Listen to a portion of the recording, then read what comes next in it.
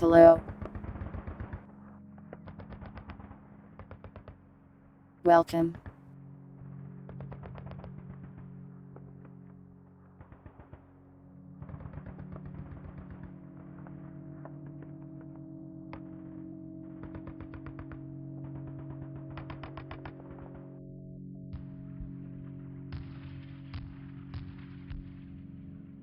Welcome dogs, Plasma, Violet, Pidots, Lady J, Jusagi, non-PC. Welcome Trimple as well. Welcome Daryl.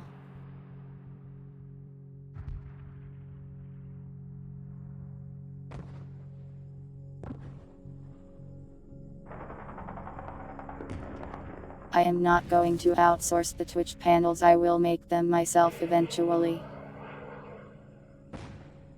Nobody is me except for me.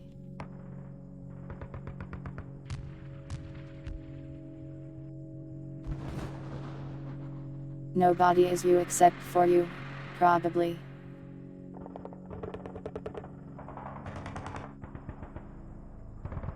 I am not a gooner.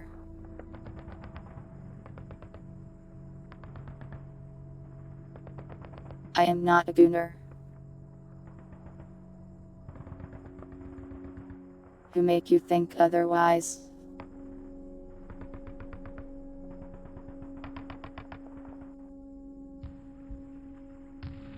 I guess purity is me.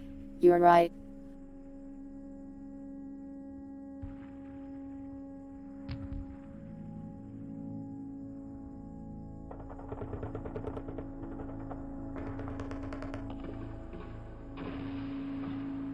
I am not a goonie and nobody else is either. Welcome Winder.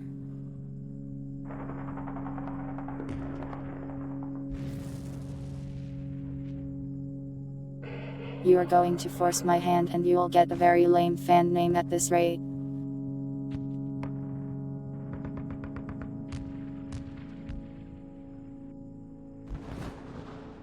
You don't want a lame fan name, do you?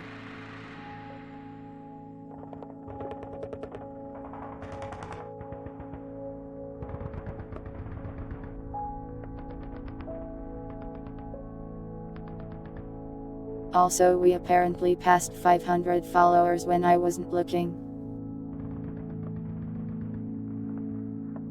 I don't know what to do.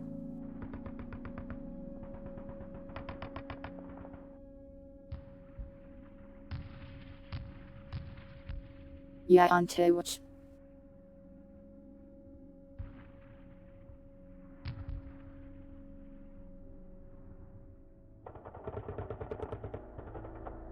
I don't know if we'll party for that or not, my brain doesn't work. But it's a milestone, I think, so everyone be happy and excited.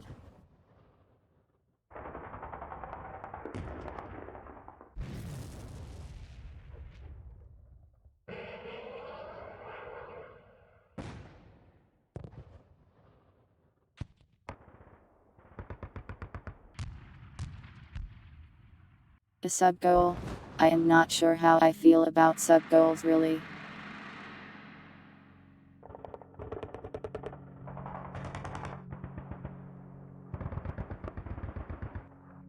I think follower goals are more reasonable because they don't cost money.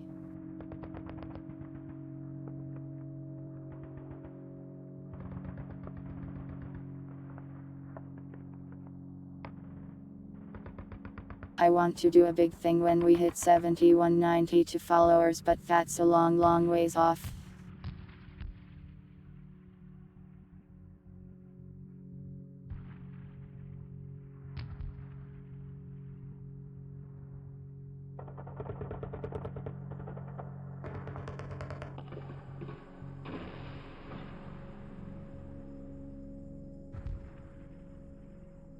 I think I'll just leave the follower goal at 7192 since that's a good number.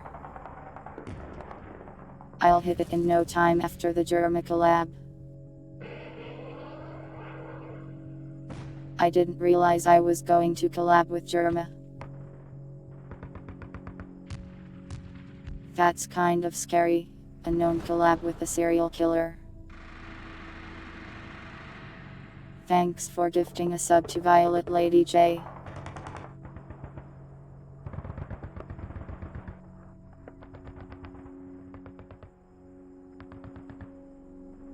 Small indie streamer, Jerma. I hope he doesn't put me in a meat grinder.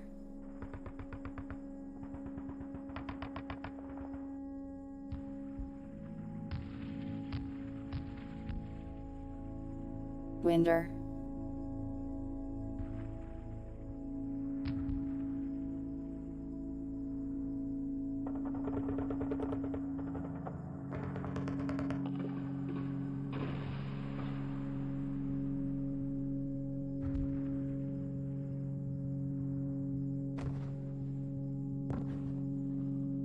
I will wear this for 10 seconds and then you need to choose another hat.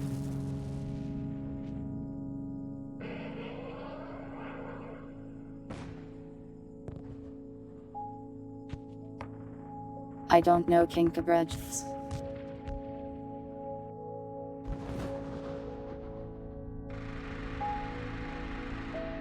What do you mean corrupt? I'm not corrupting anyone. How was I corrupting?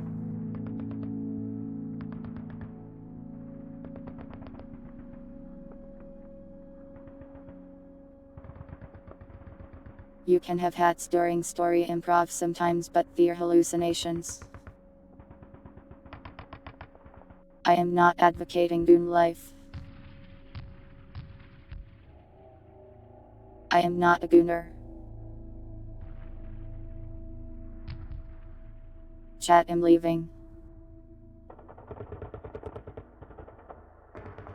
Thanks for the gift sub to Umbran. Welcome, Daniel.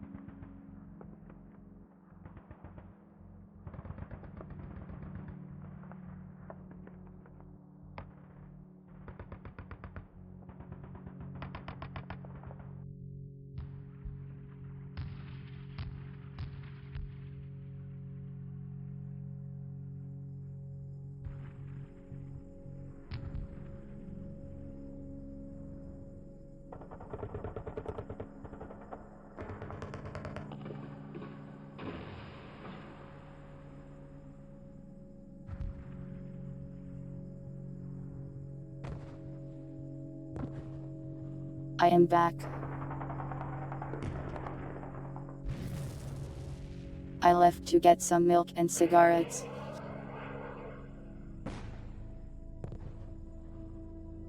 I don't smoke though, so there, for you. Welcome, Quick Mouse. Smoke them, now.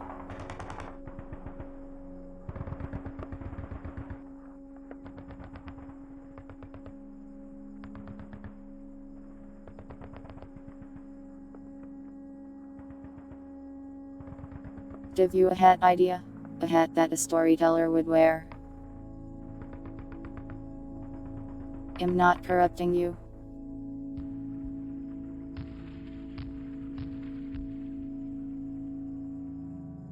This stream does not have the corruption tag. You can look down and see.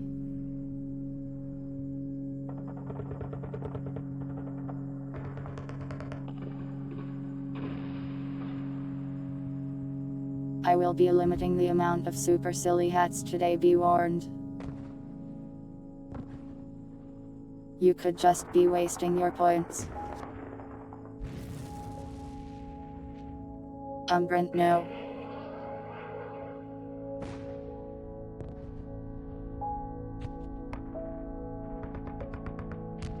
I'm not a bad influence. I'm a good influence. I am influencing you goodly.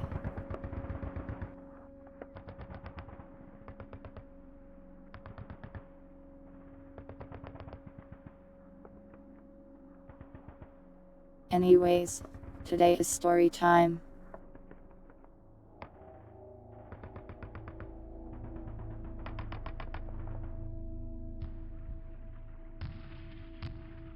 Which means we're going to do the improv story thing where you guys make the decisions for the main character. Oh yeah, pilots. Get well soon.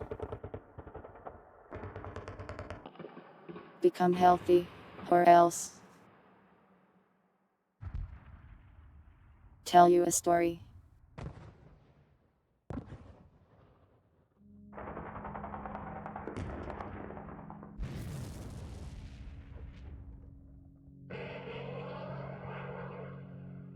There once was a red-haired business lady. She went to the first day of her job, and accidentally left her microphone on the floor. The end. Thanks for gifting a sub to Jusagi.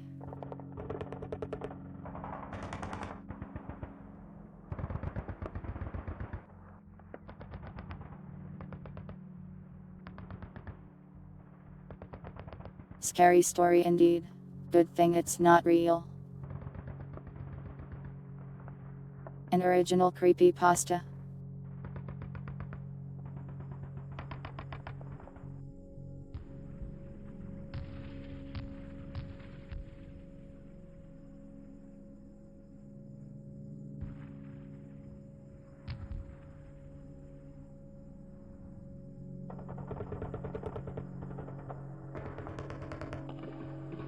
This is a retelling of the scariest thing that ever happened to me, John Pasta.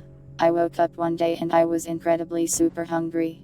So I went to the kitchen to go make some food. But to my horror I discovered, all out of pasta. Then I died.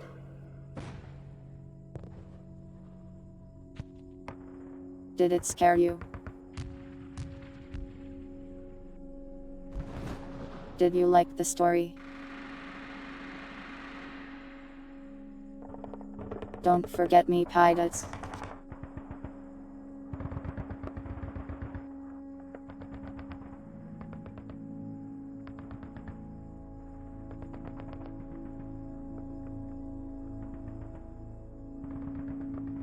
I should get into writing. Scary. Needs a bit more pasta. What if he found just a single piece of pasta? Like one stick of spaghetti. That might be more despair-inducing. A singular stick of spaghetti.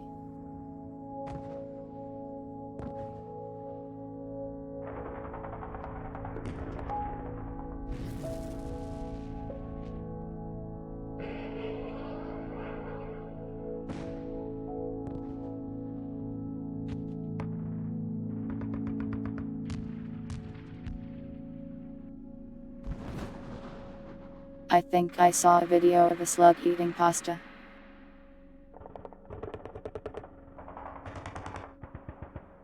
I don't think I watched the video, but I saw the thumbnail for it.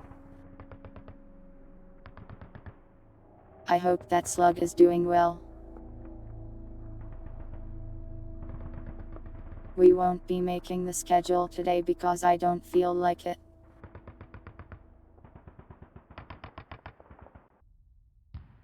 We'll just jump into story time eventually. Eventually being like, when I decide to hit the button and start doing it.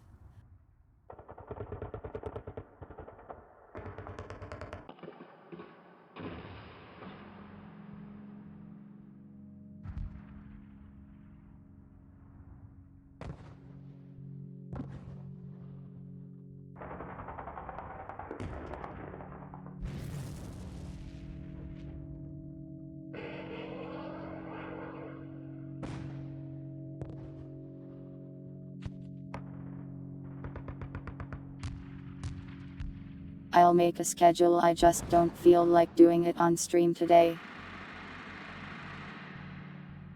So there will be one posted.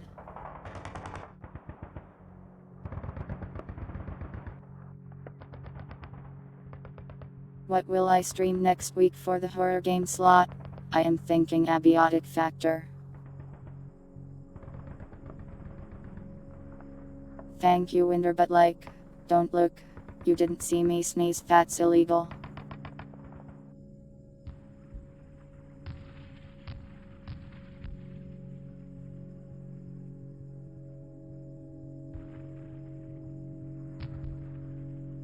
I can't believe that this camera pointed at me at all times picks up the fact that I sneezed. Am I going to rally up the science team? I'll play it alone probably.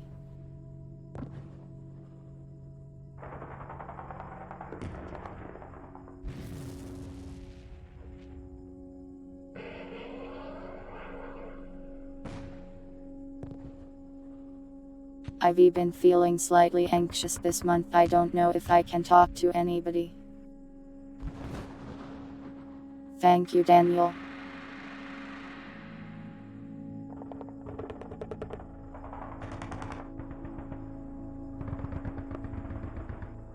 What do you mean one sneeze closer to damnation?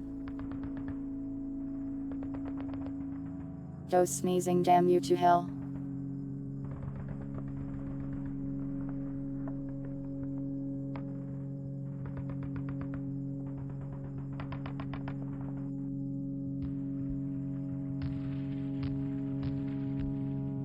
I am talking to you.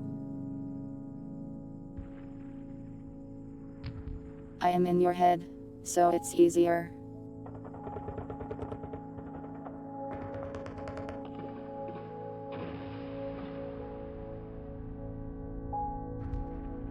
Oh, it stops my heart for a second. That's scary.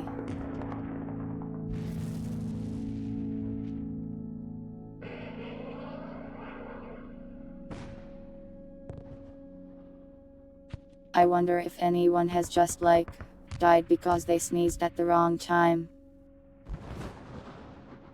It's had to have happened at least once.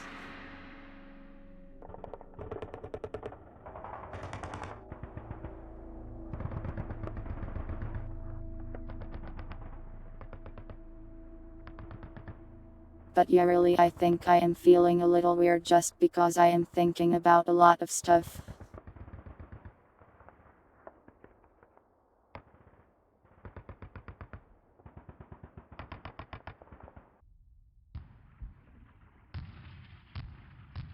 Have some decisions to make and things. We'll talk about it more when we go over the feedback form.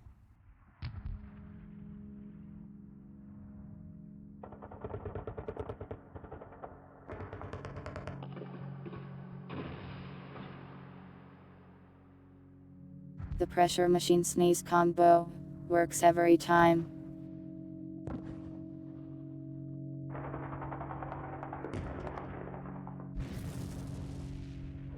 Why are you counting my sneezes? I don't want to go to hell.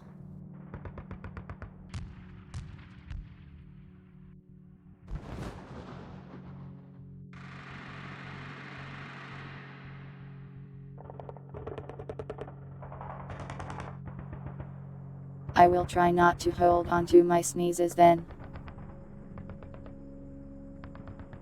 Sneeze counter official. Why?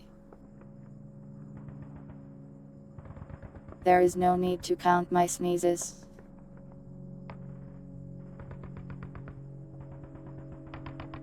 You know what? I am counting chat's sneezes now.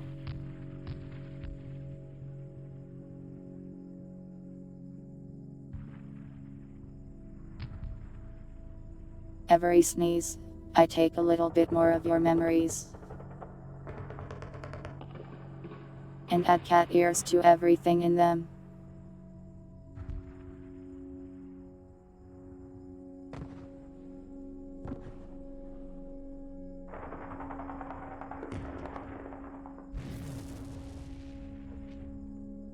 How will I know if you sneeze?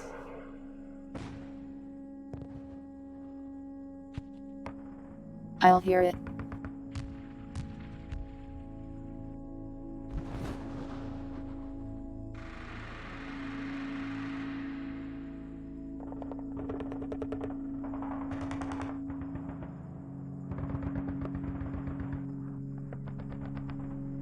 Oh no, Pirates is forcefully catifying all of their memories. Perhaps this wasn't a very good threat.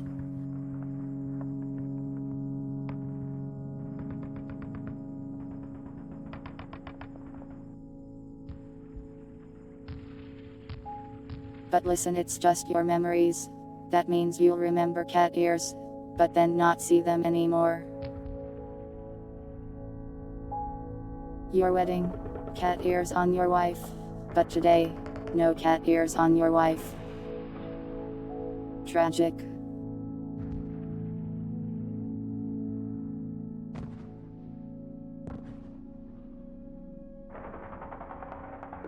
You really like this green numbers?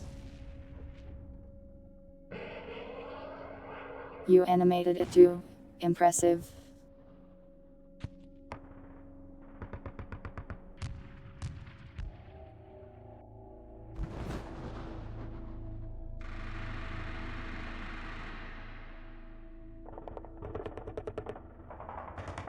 Monkey girls. I think you're thinking of human girls.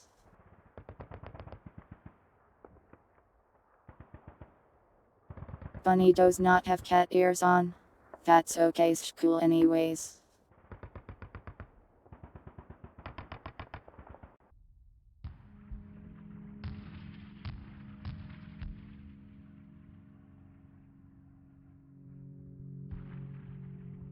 You miss your wife, Umbran? Don't worry, just pretend you have a wife.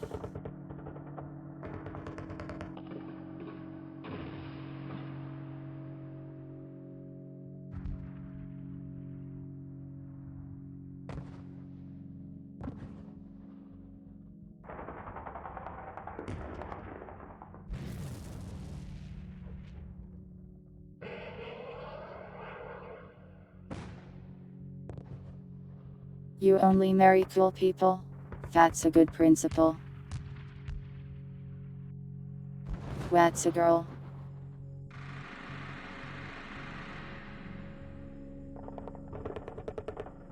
Scientists too are confused over this question. They have been researching this topic for years.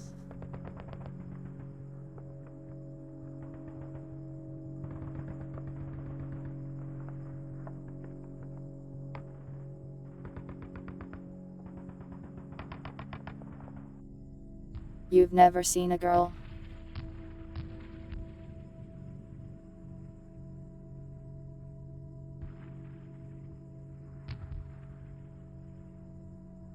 Hard to find, rare creatures. Do not squeeze my ears, what the heck? What if I squeezed your ears? You would be like, ouch, my ears.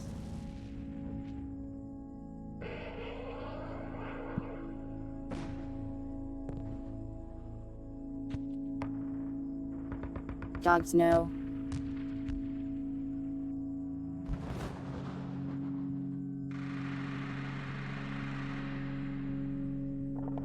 Gross.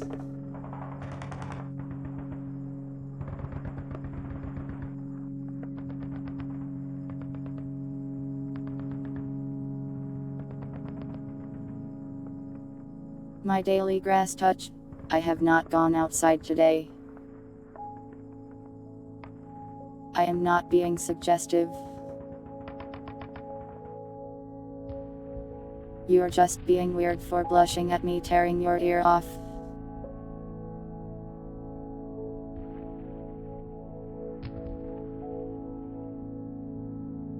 How come you trying to touch my ears isn't lewd, but when I threaten you with ear violence it's lewd? What is this double standard?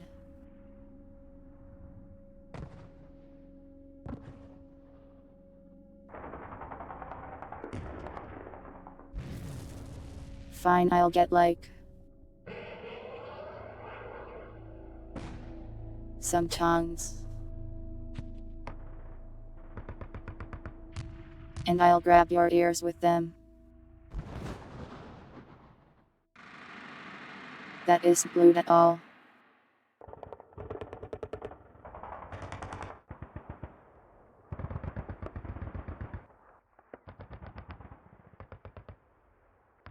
That's not kinky.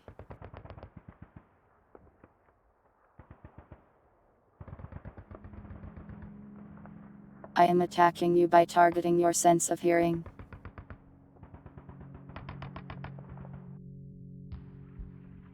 You guys. You know what, it's story time.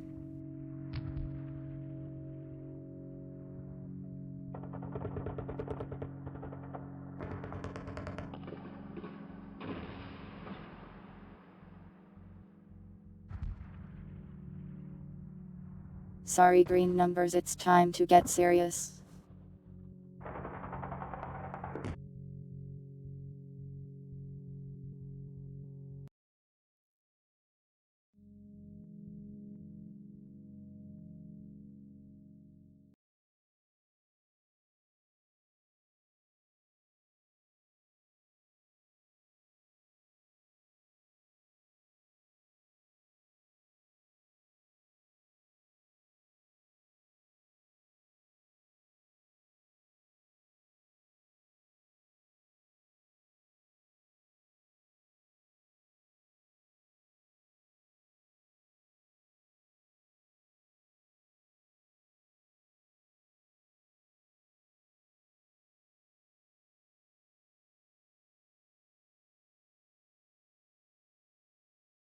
I am going to summarize the last one.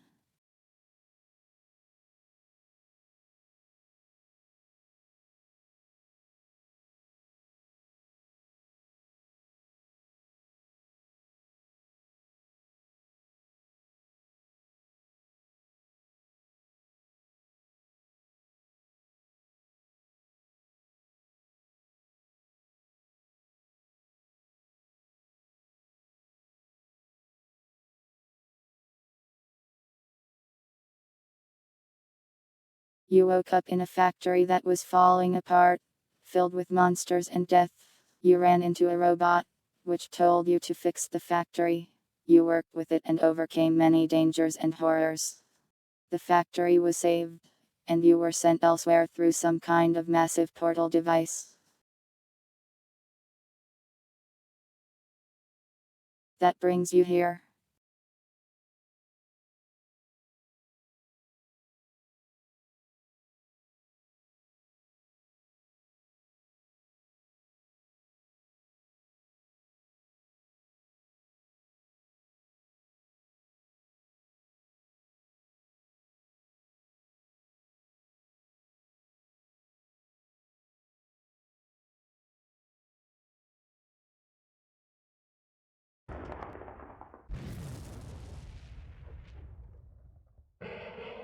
You wake up on the floor of the room. It seems like there's a barricade at the front. You hear gunfire somewhere in the distance.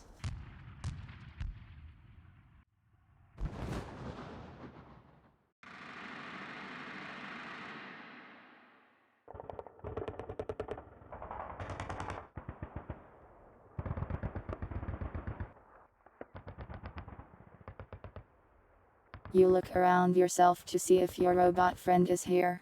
No sign of it.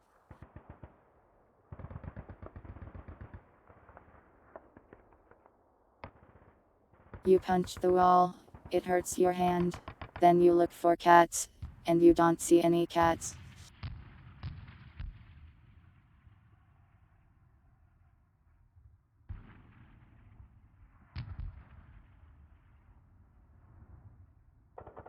You start having a panic attack. Where is factory? You get no response.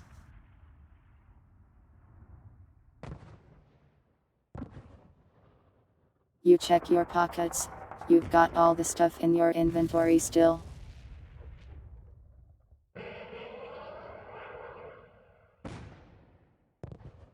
You check your ears. They are ears.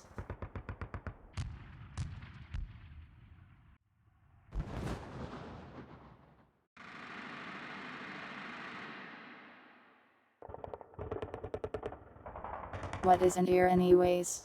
Is it a cat-shaped appendage? A human-shaped one? Who can really say?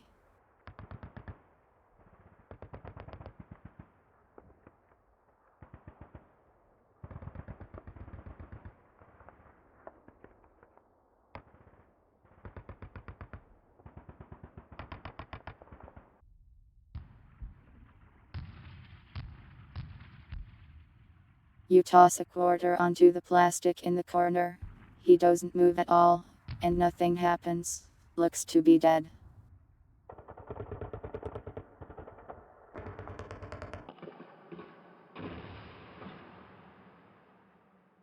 Good night, Puddle. The voices in your head say.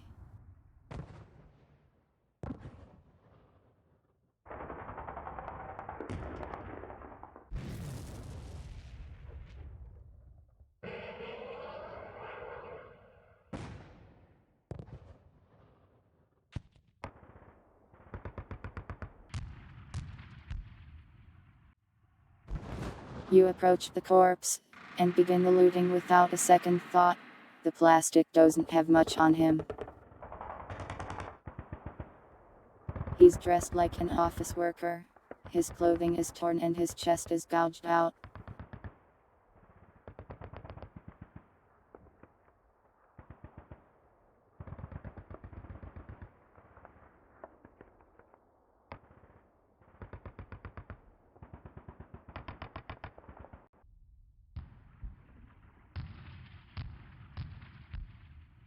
You steal his clothes for some reason. You think how romantic, like an insane person.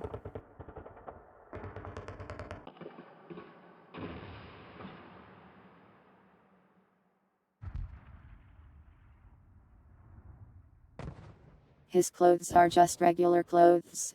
They aren't made of plastic or anything.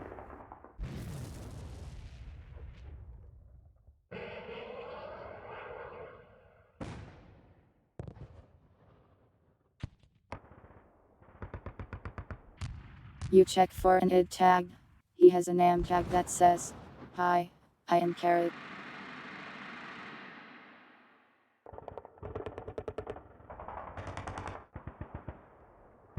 You are holding Carrot's torn up shirt at this time.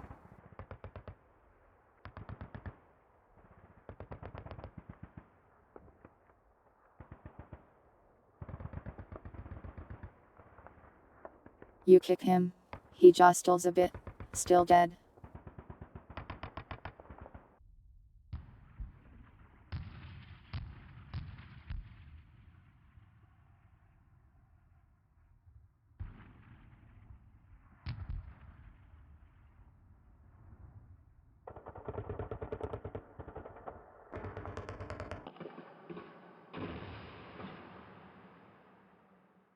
You sit there holding a dead man's shirt, listening to the sounds of gunfire.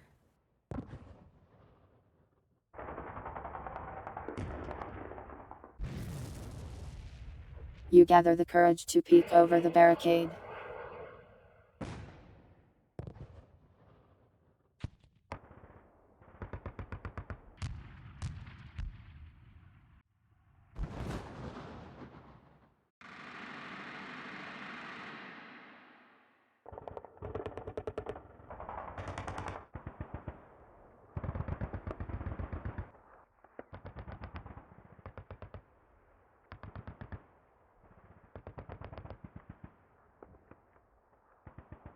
You see signs of a recent fight. There's blood all over the walls, as well as plastic body parts scattered here and there. You see a couple monster corpses as well. You don't see anything moving here.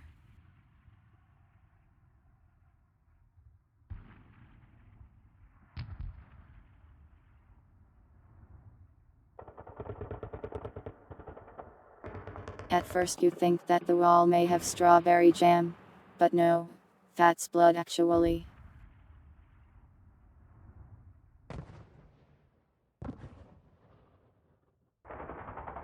You ask your new friend if you can start a fight club. Carrot does not respond, as he is dead.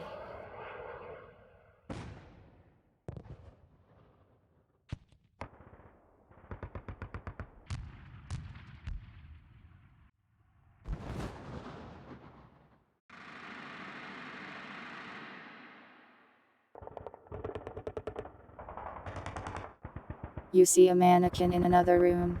You get a slightly bad feeling about it, but at the same time you are excited for some reason. You throw a quarter at a dead monster. Nothing happens.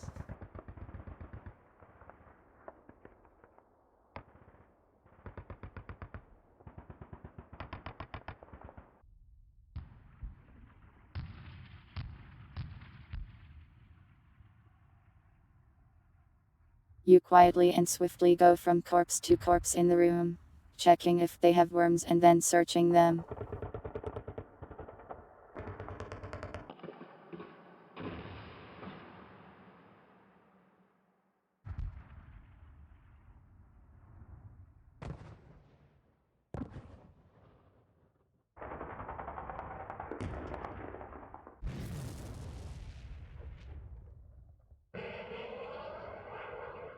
You really don't find a whole lot.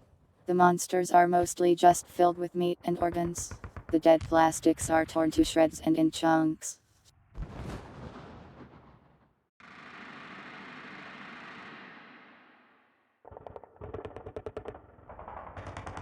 Some of them had weapons, such as firearms or swords, but their weapons have been largely damaged in the fighting.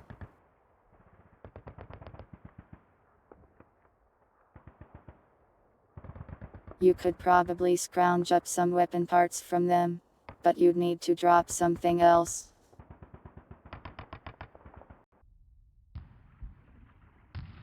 You start sobbing, crying about how you missed the mannequin.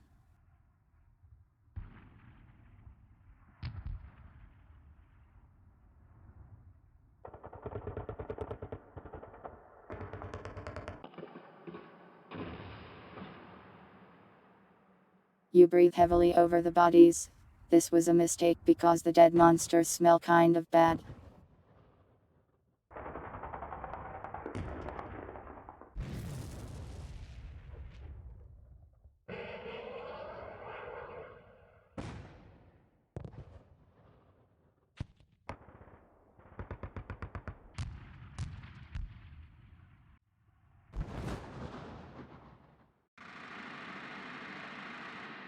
You consider eating the mannequin, but you don't think it will be very tasty.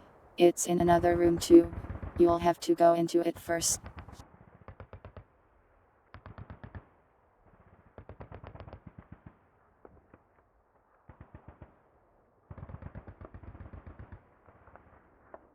You search the plastic corpses for ammo, and you find a couple pistol bullets.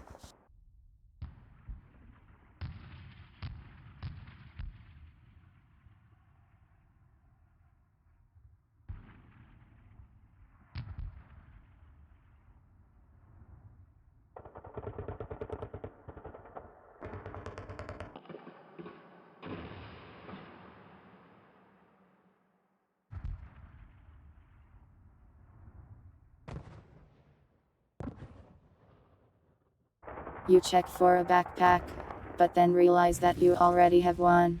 You are carrying an absurd amount of things already.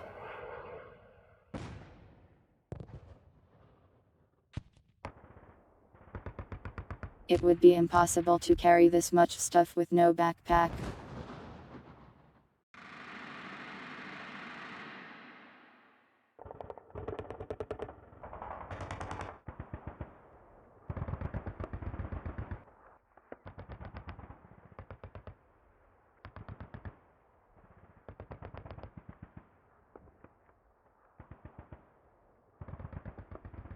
You say, we can carry more to yourself. You then pick up a broken pistol and then find a claw slipping out of your pocket as you try to juggle all these things.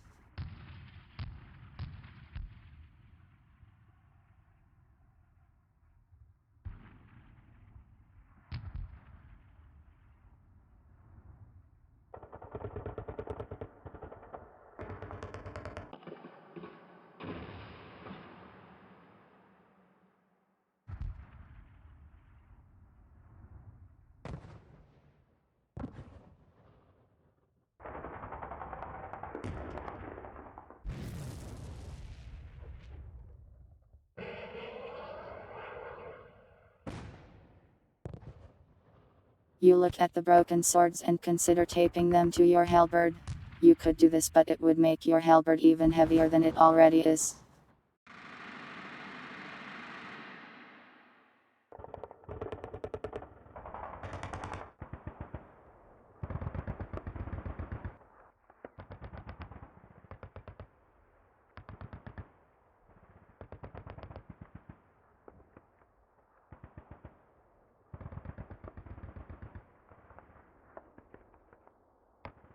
You begin to tape swords to your already heavy weapon.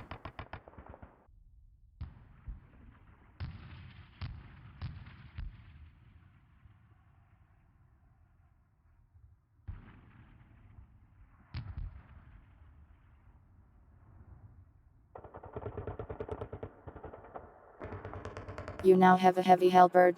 You use one of your duct tape rolls.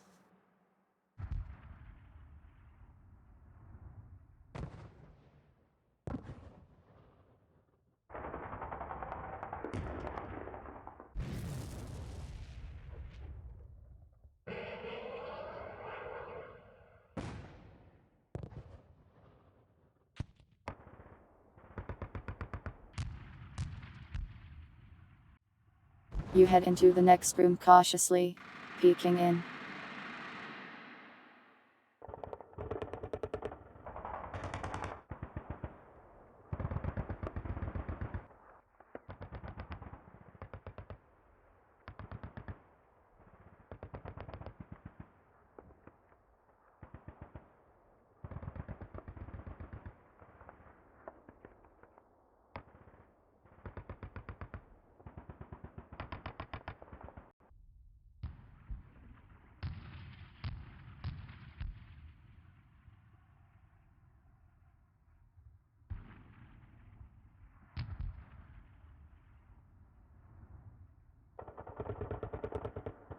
In the room you see a bunch of mannequins sitting around a table, and some dead monster corpses. You also see something else. There's something moving in the room.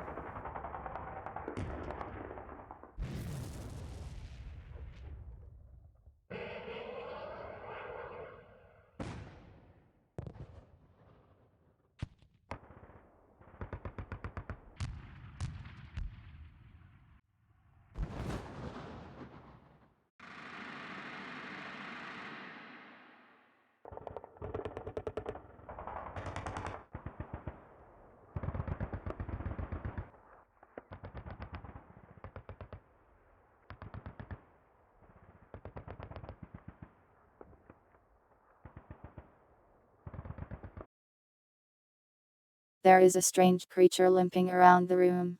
It has no arms and its chest inflates and deflates in an exaggerated way as it breathes.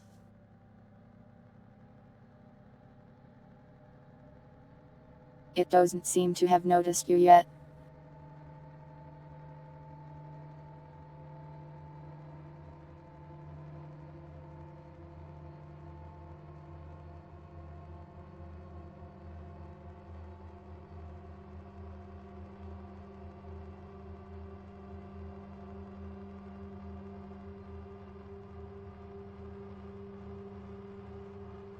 You look at the creature. It moves quite slowly.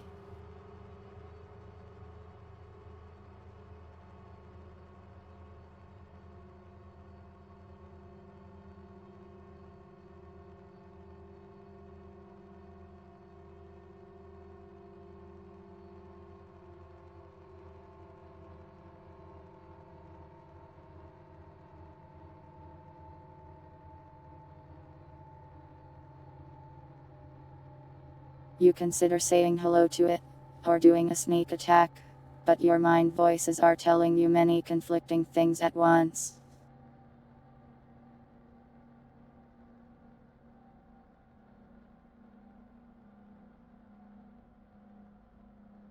You think about training a frogman to be your pet, but you don't have any flies.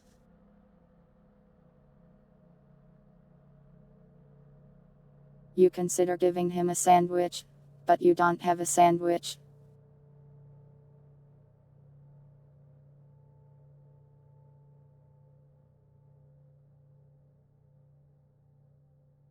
You think about throwing your quarter, you do still have a quarter.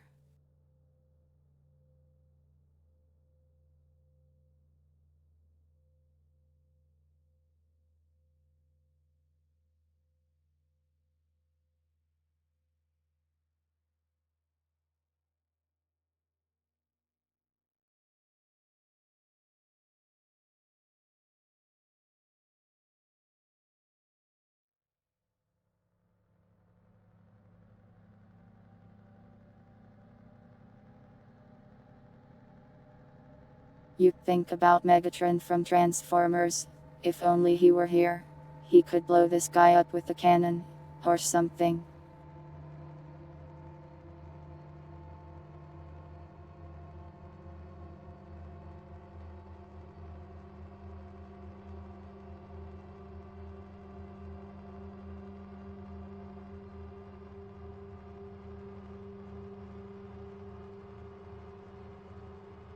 You throw the quarter onto the floor near the monster. It looks at the quarter, and then it looks around the room to see where it came from. It then sees you.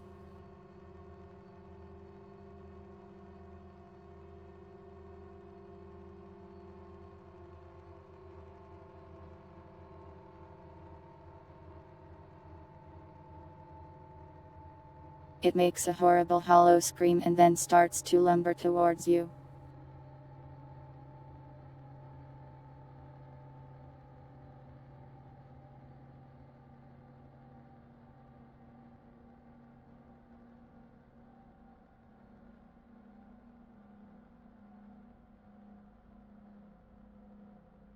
You pull out your excessively heavy halberd.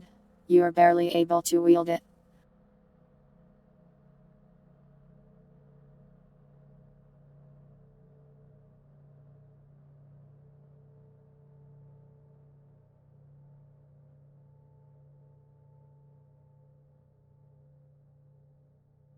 You charge forward with your halberd out, and impale it through the chest while screaming out a war cry.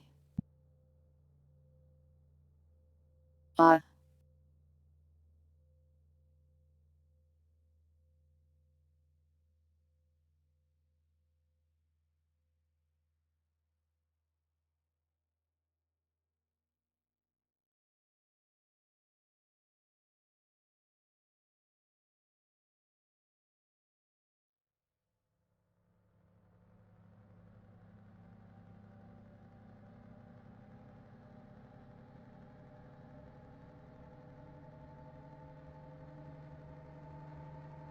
You successfully stab the monster through the chest, but as you do, some kind of black smog is released from its body. It flies straight at you, scalding your hands and causing you to drop your halberd.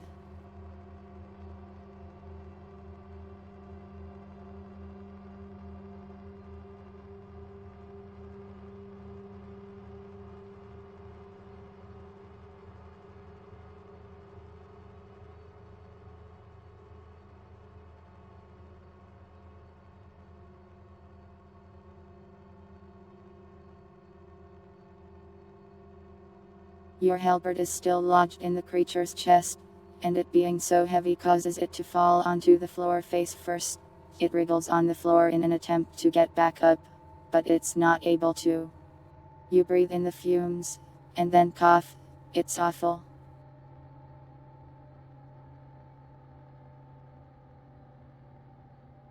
Your hands really hurt.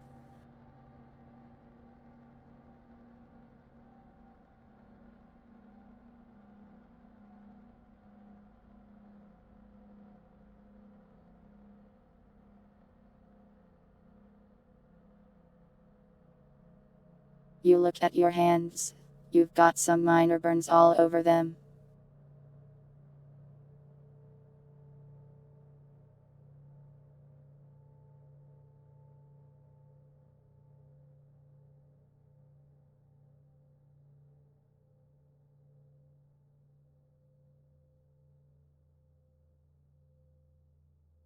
You walk over and stomp on the monster's head. It squishes under your foot with a sickening noise.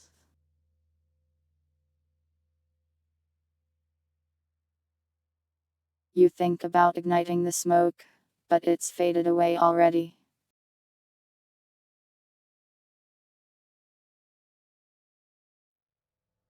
You pour some water on your hands. They feel a little better, but it still hurts.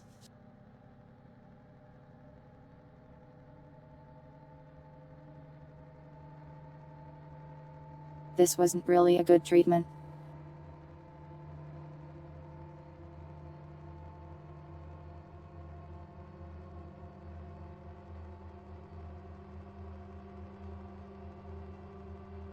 With the monster dead, you head into the room.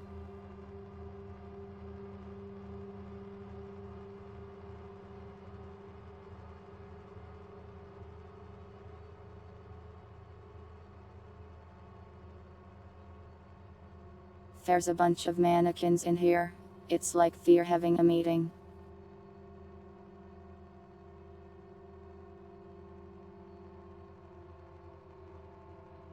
You tell the mannequins, "Don't worry, Ivy got your back," and they don't respond.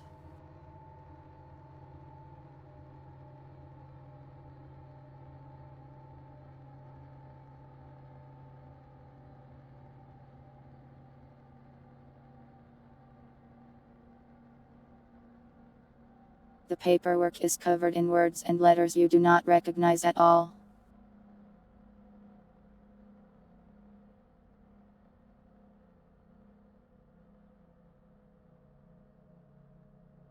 You try to say a one-liner, but none of your voices in your head come up with any, so you just say, "You were the smoke, I was the fire." You then cringe at yourself a bit.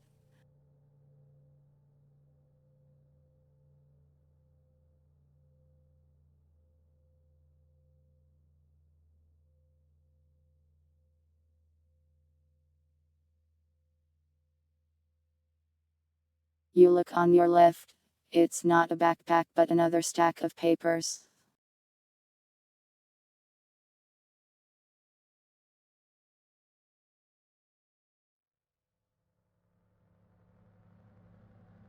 You check the telephone. It's disconnected.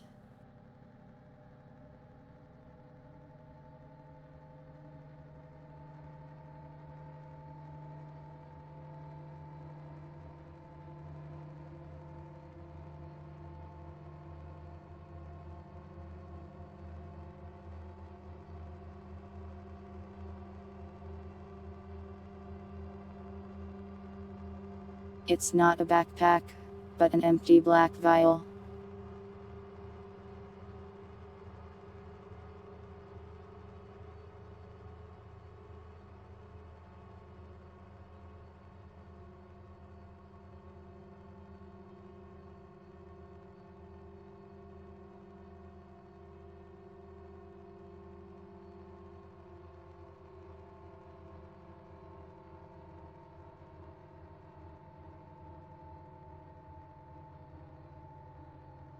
You take out your first aid kit and perform a little first aid on your burned hands.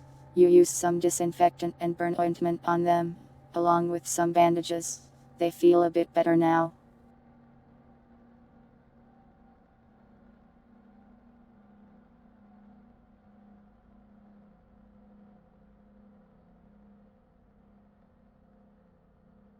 You check under the table to see if there's a panic button. Sadly, no button to be found here. But you do find a coin that someone dropped down here.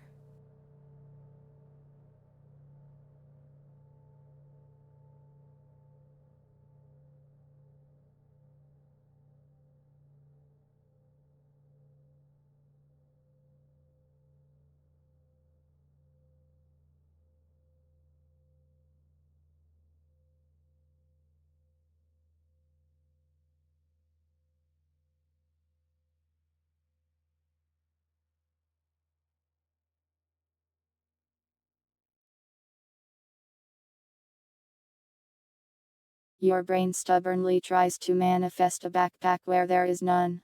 You start to hallucinate a backpack on the table, but when you touch it, your fingers just go right through it.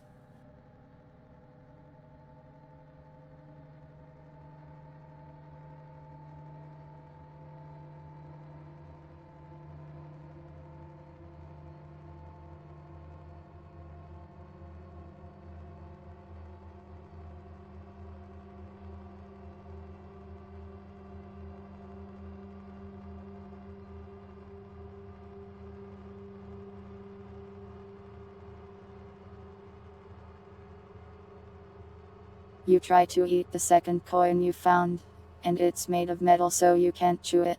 You hurt your teeth and then put it away again.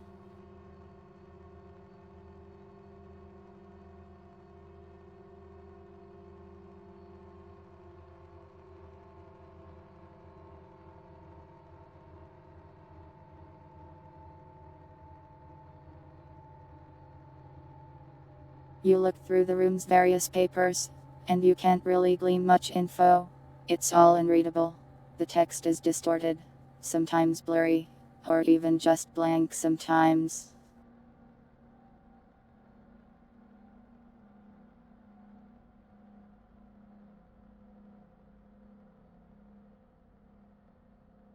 You check the box on the right side of the table. It's filled with folders and more unreadable documents.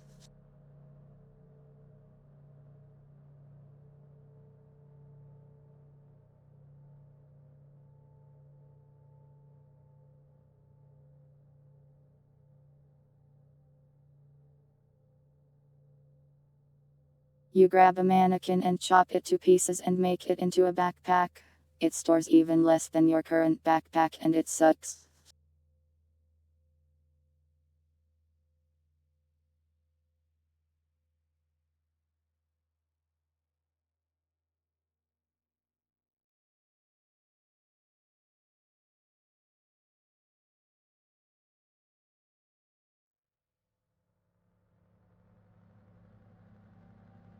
You try to consider the temperature of the room. It's fairly warm in here. Seems like the heater is on.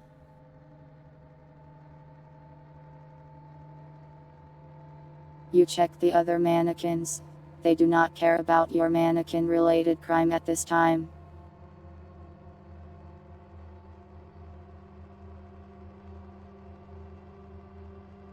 You check for nameplates on the table. They exist but they are all unreadable and distorted. One of them you think says, potato.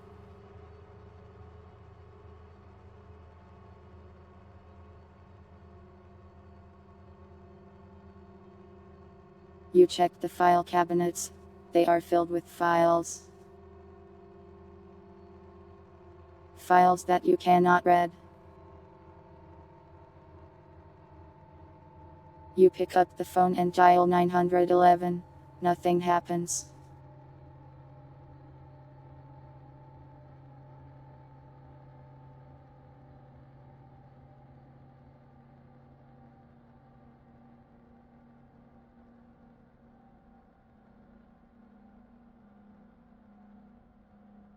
You look out the window and see that you're in some kind of forested area.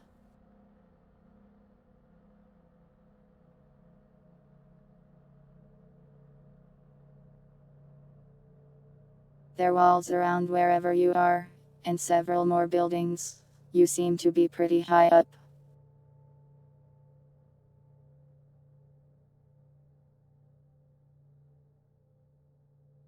You see some sort of large hulking monster in the distance, but it's not moving, looks dead.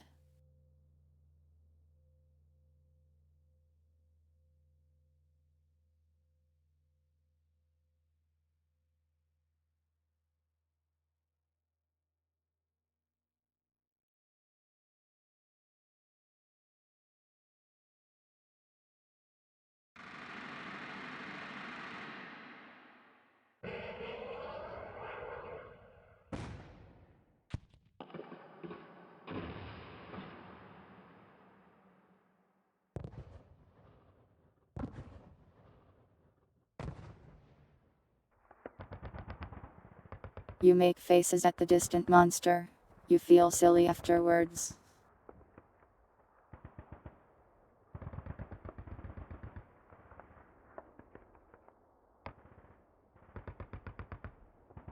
You look around for anything moving, and you see a number of monsters just sort of wandering around slowly.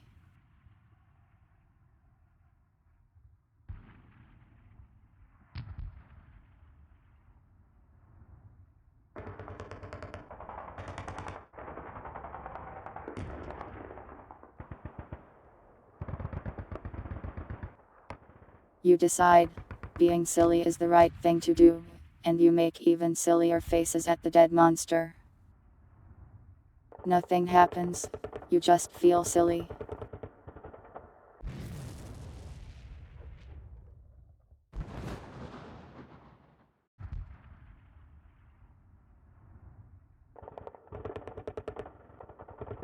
You see a varying type of monsters out there, some just like the one you killed, others you've seen in the past, and a bunch you've never seen before.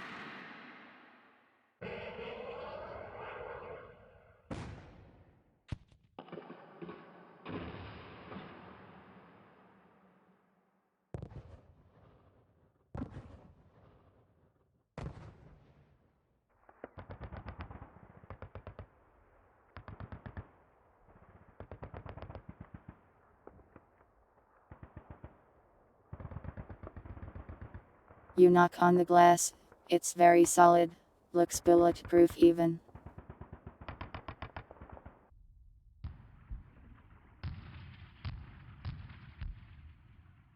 You look around for buildings of note. There's a lot of buildings, but they just look like buildings to you.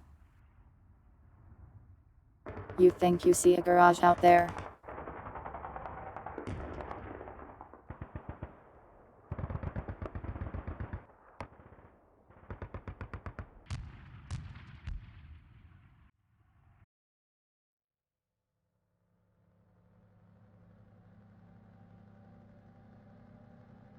The source of the gunfire seems further away than here though.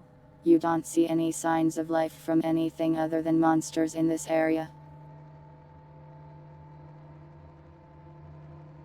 You breathe heavily on the glass and see if it makes condensation.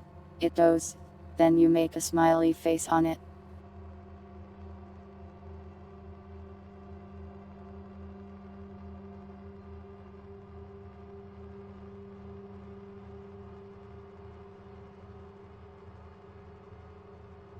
You see a pretty straight path to the garage, but you'll have to leave the building to do so.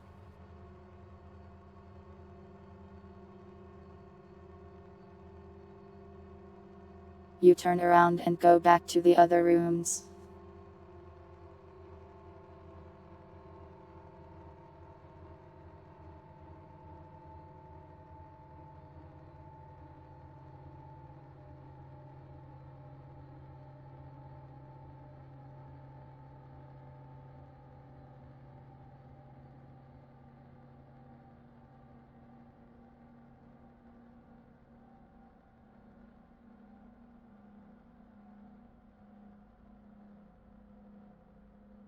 It seems like there's a large secure door blocking you from leaving this area. There is a button, so you can probably open it.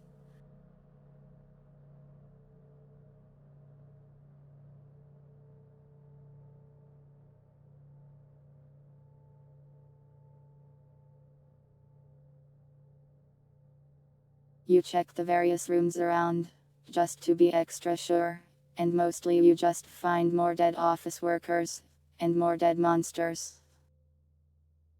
You look at the door, doesn't seem like you need a key.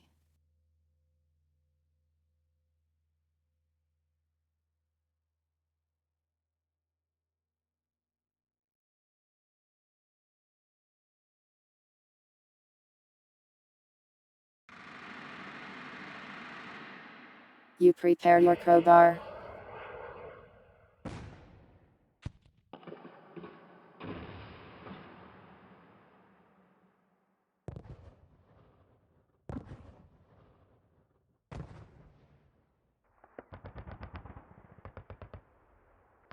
You press the button once, and the doors start sliding open.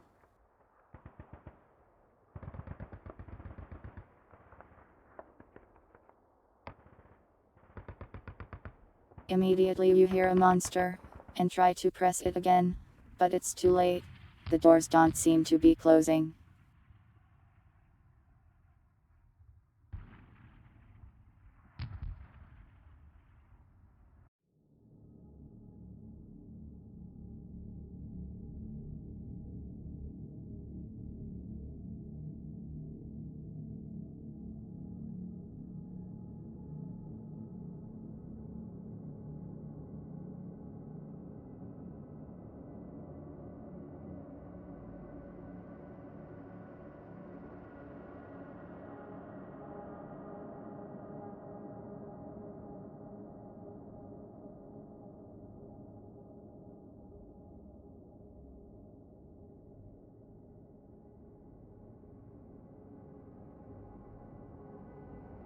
It's a monster with no arms and some kind of toothy maw on its chest.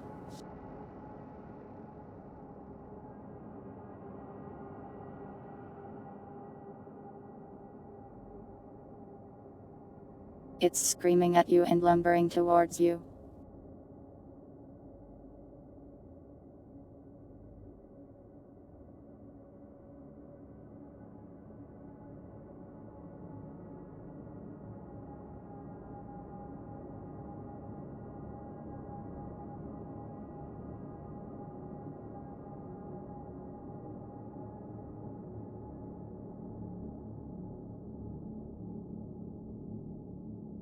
You are conflicted between using the halberd or the crowbar, or just walking away quickly.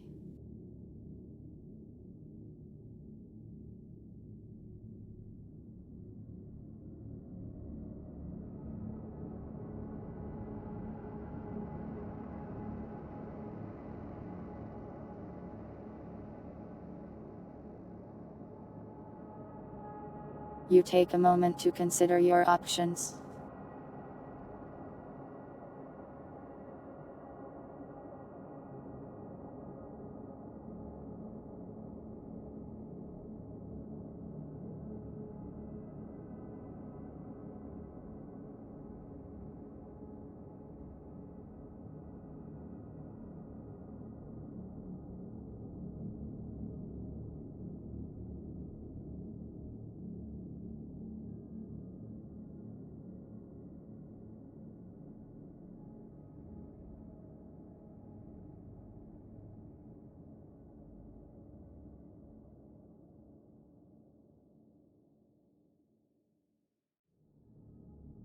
The voices in your brain have a quick discussion about what would be best to kill this thing. It seems like they're tied up between what weapons to use. It's a good thing the monster is so slow.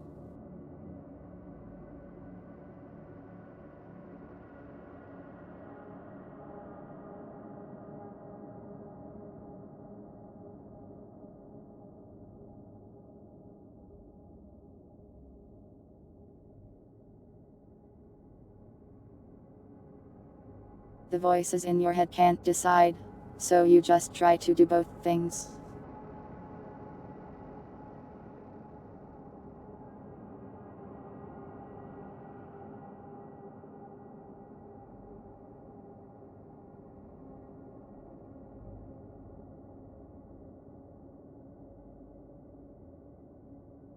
You charge it with the halberd, stabbing it in the leg. It falls over face first, and then you smack it in the skull with your crowbar.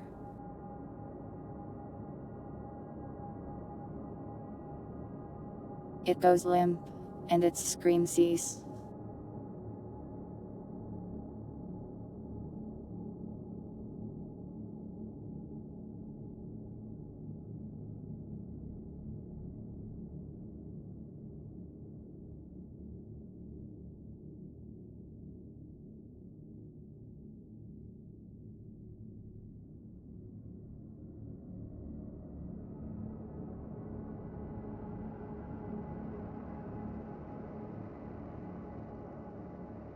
You check its gaping maw, and you find some plastic chunks.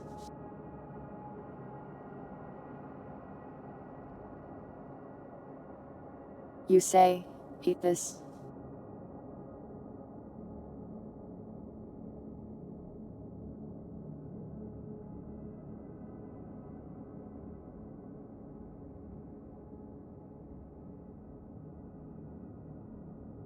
Your voice echoes through the hallways, and it makes you uncomfortable.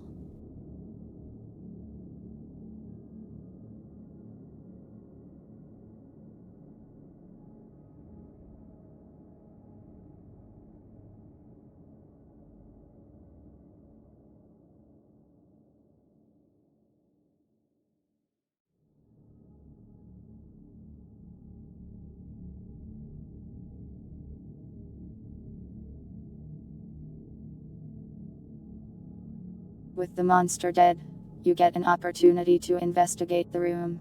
There is a set of stairs at the end of the hallway.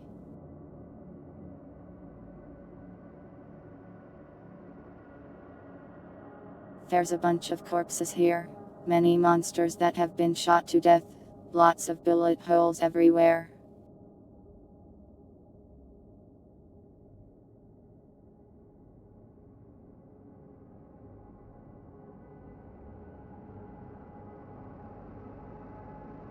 The corpses have jagged claws for hands, but there's not much else of value on them.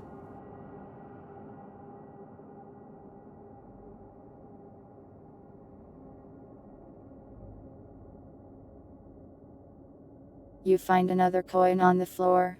Lucky.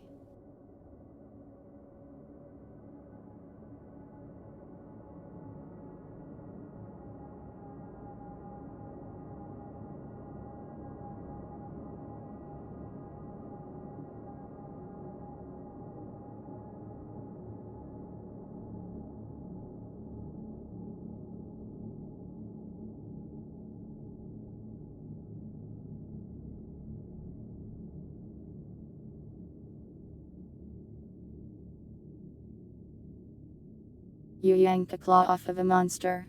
It's quite sharp. You think you could use it as a knife, but you don't really have room to carry it. You consider dropping your memory of the raccoon, and then you remember how cute he is.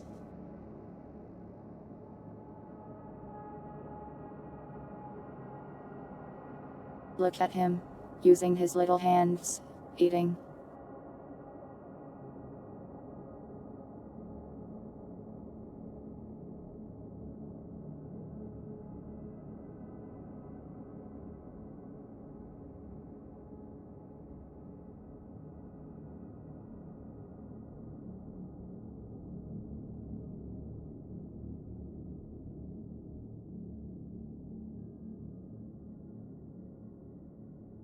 You consider dropping your lighter, a source of fire.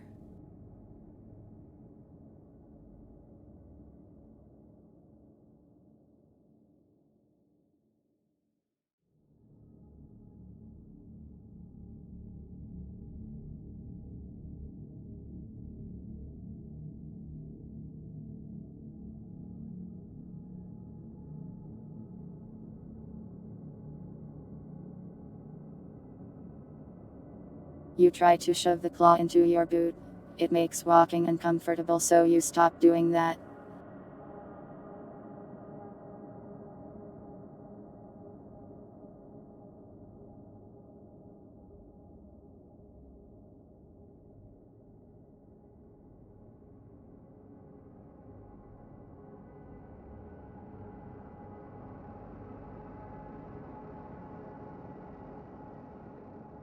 You consider using duct tape to attach the claw to something else.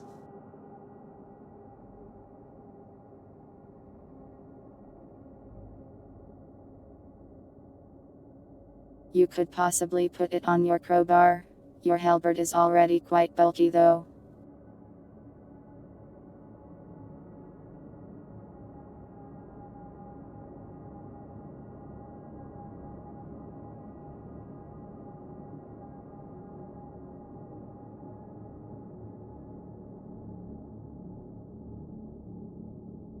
You try to use the plastic's ripped up shirt to make a knife holder, but it's just a normal ripped up shirt and you don't have any thread to do much with it.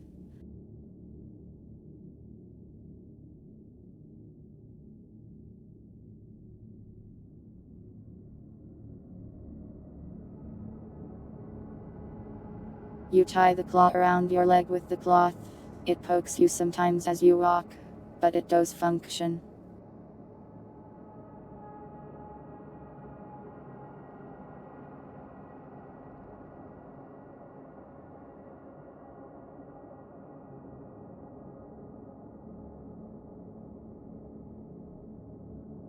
You consider if blunt or slashing does more harm. It probably depends on what you're hitting.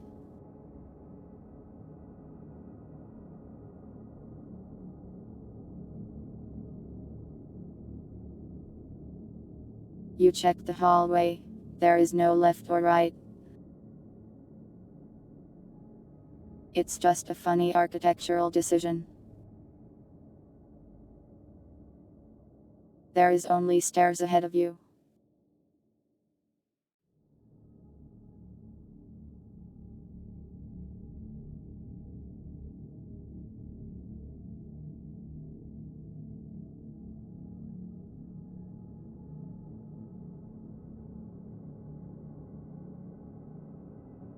Left is the stairs.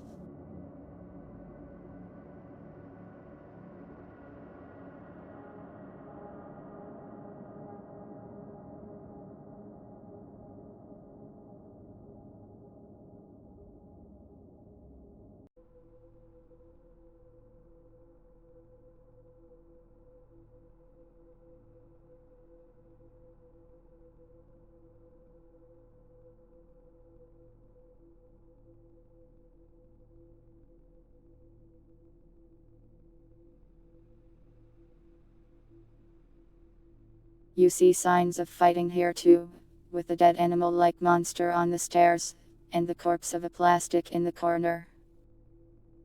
The plastic seems to be holding a pistol.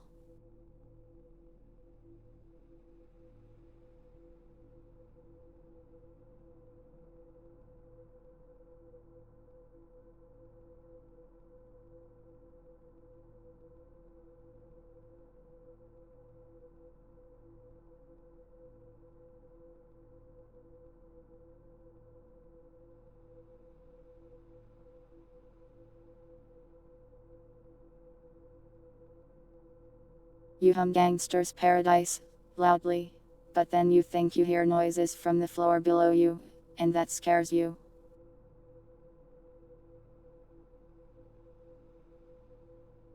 You can't see the pistol clear enough from here to tell if it's better than yours or not.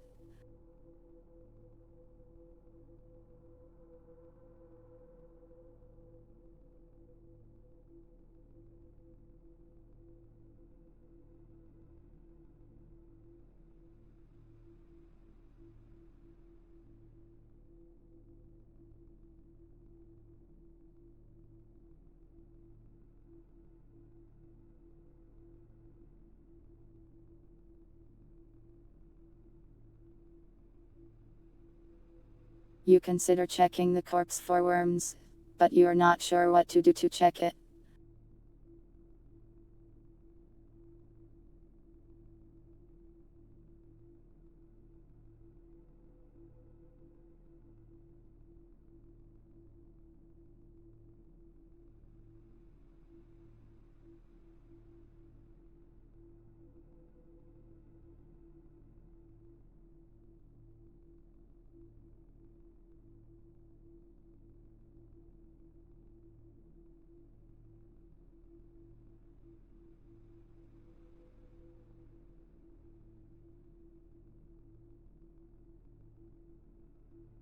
You take your broken pistol, and you throw it at the body and say, "Any wormies?"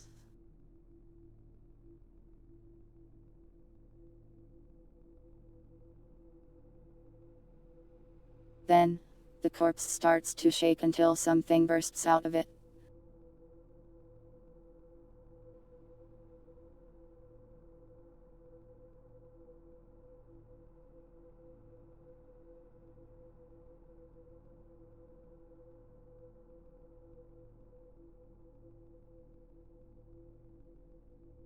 It looks kind of like a fleshy spider. It makes horrible spider noises and then skitters down the stairs, outside of view.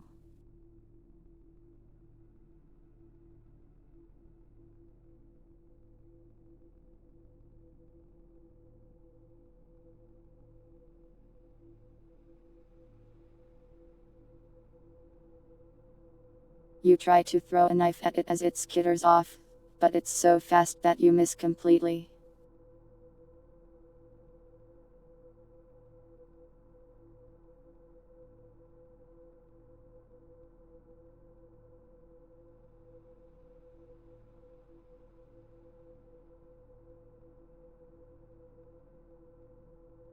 Well, that's now on the second floor somewhere.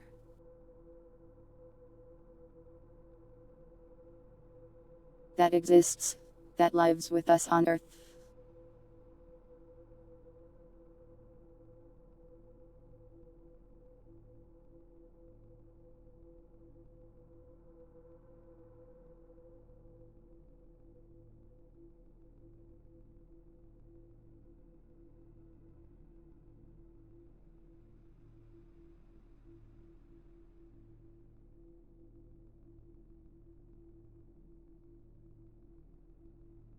You check the corpse, it has the same pistol that you do, a CP1K.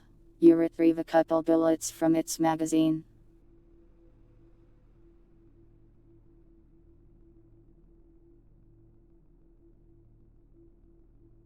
You also retrieve your knife.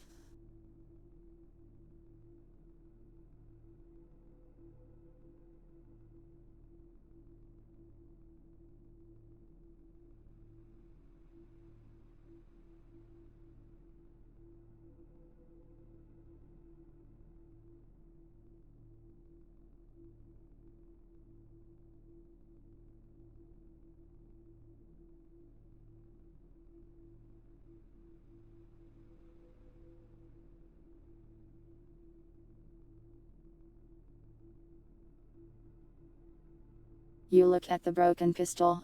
It does seem to be a different design of firearm. It looks bulkier, made to fire something larger it looks like. It doesn't even have a magazine actually. You're not really sure what this thing is.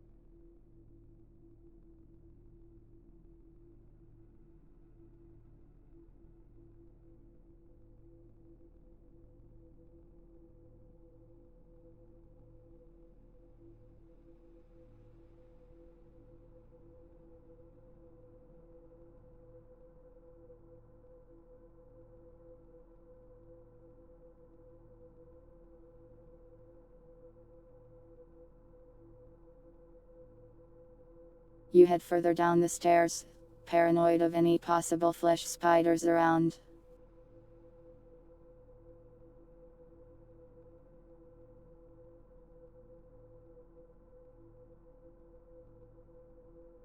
You see more traces of carnage that seemingly happened here not that long ago.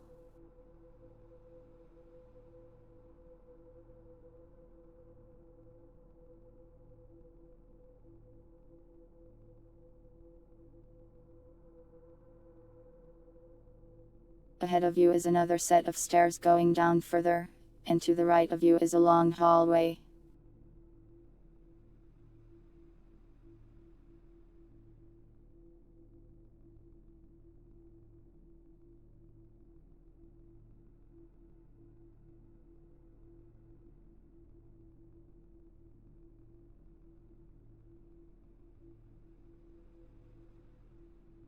You consider fabricating some cat ears. You hallucinate hearing a meow.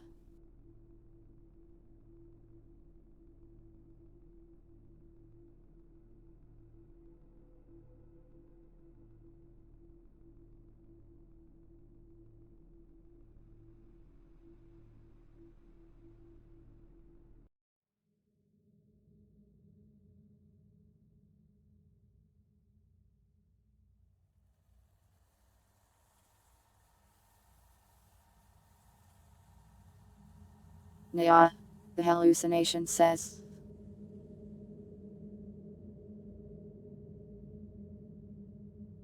You check down the hallway.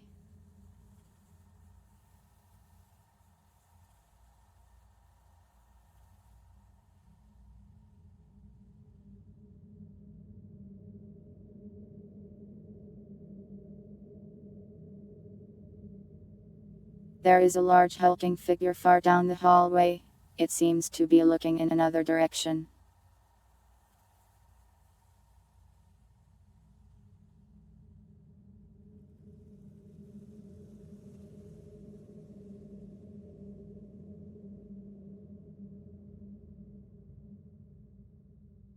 It's very large, very tall, and it's surrounded by many plastic corpses as far as you can tell.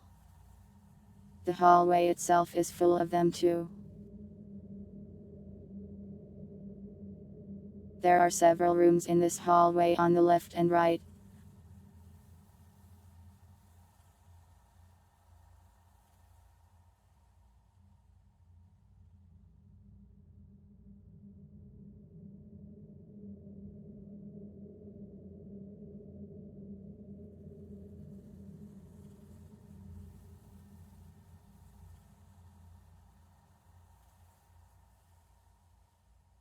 The closest room on your left appears to be a living quarters.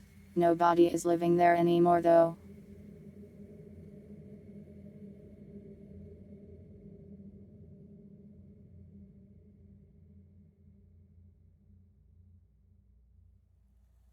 There's a bunch of plastic dust all over the bed, as if something were crushed here.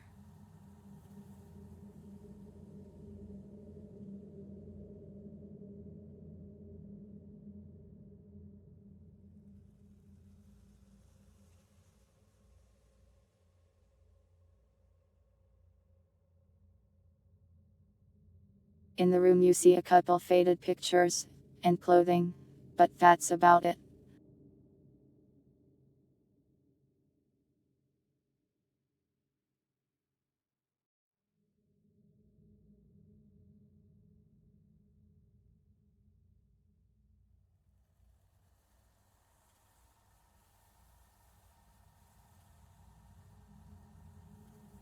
You see a letter on a desk.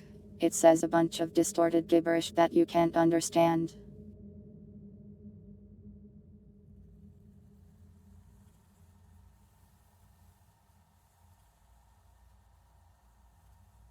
You check the pants pockets, and find nothing.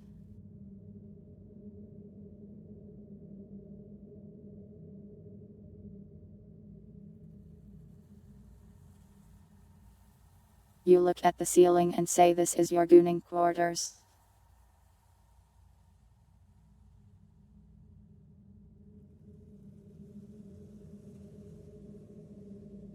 If someone else were here, they would think you were crazy, because you are crazy.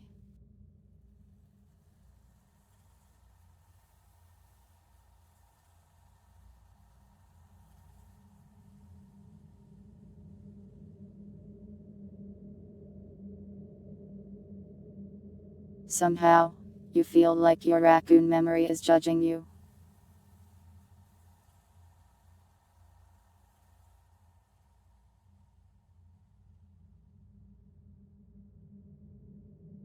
You convince yourself, no, we're sane and cool. You look in a mirror and nod your head.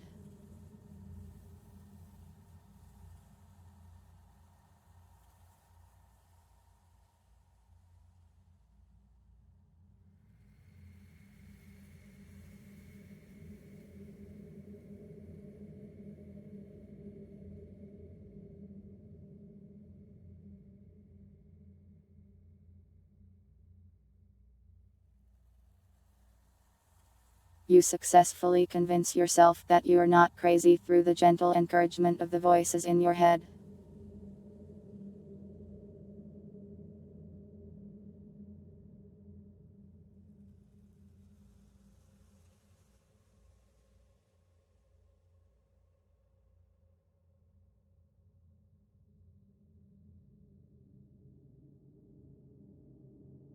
You then start to get full of yourself.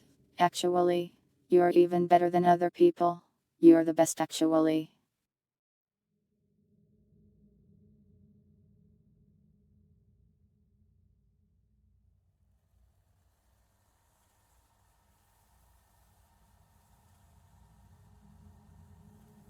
You start making cool poses in the mirror. Finger guns. Funny faces.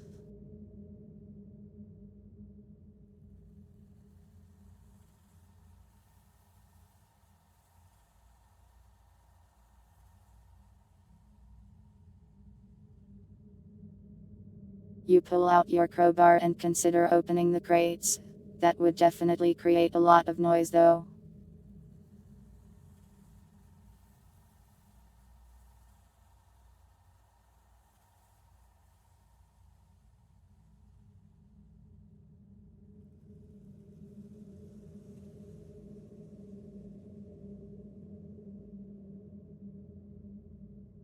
You check if you have cat ears in the mirror, and you find yourself unable to remember what ears look like.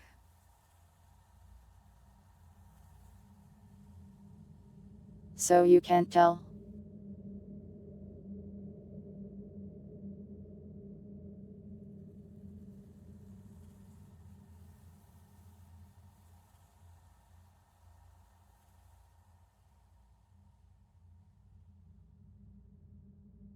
You consider carrying the crates upstairs, but you really don't want to linger in the hallway at all. You get a bad feeling about that guy down the hallway. You think you could move them, but there's a chance that big guy turns around and sees you.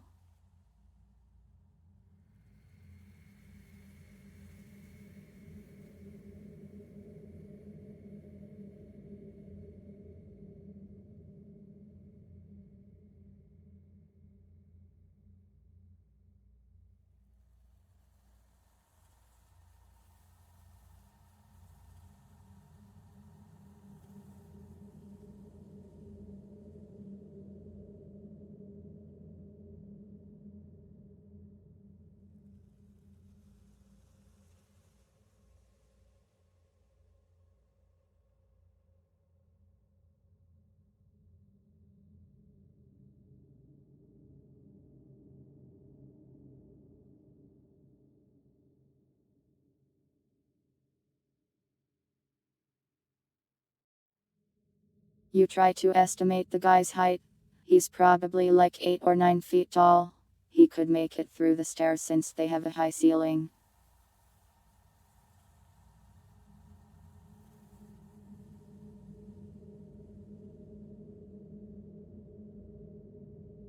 You look into another room and see a cafeteria.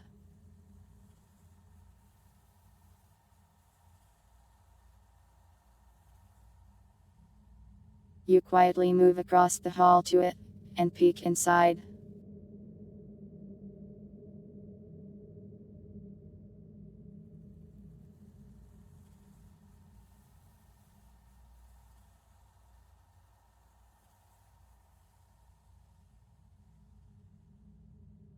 It looks like there was a barricade here at one point, but it was breached. There's a lot of corpses in here, both of monsters and plastics.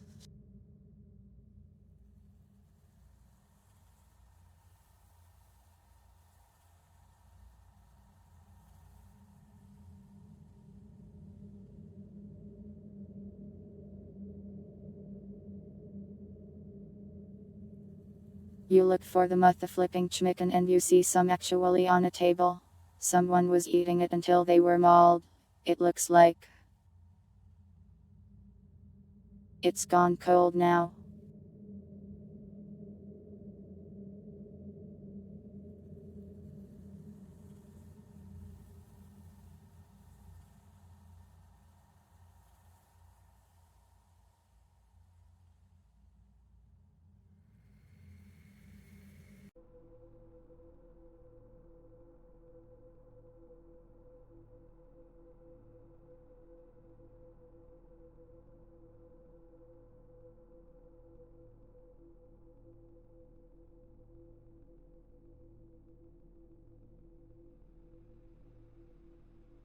You start eating the cold chicken nuggets.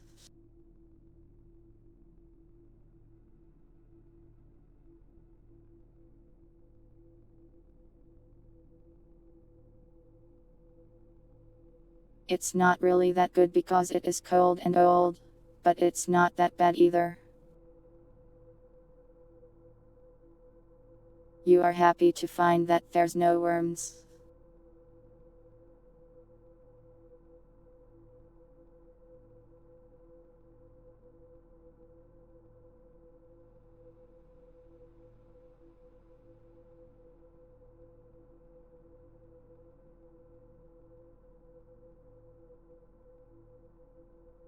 You think about the last time you ate. You are shocked to realize you haven't eaten in days, or drank anything in days either. But somehow, you weren't actually that hungry. You're happy that you're eating now though. You feel pretty good.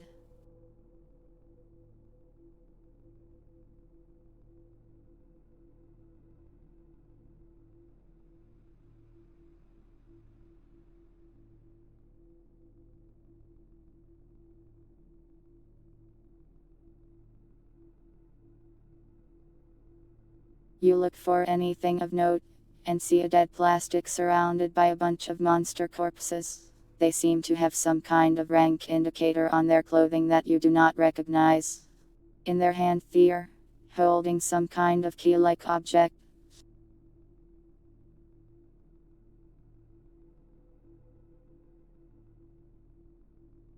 It looks important, but you're not sure what it's for.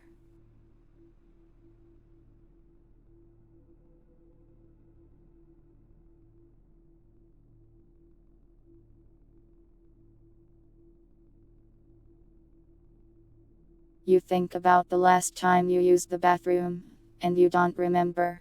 You actually don't think you've ever used the restroom in your entire life.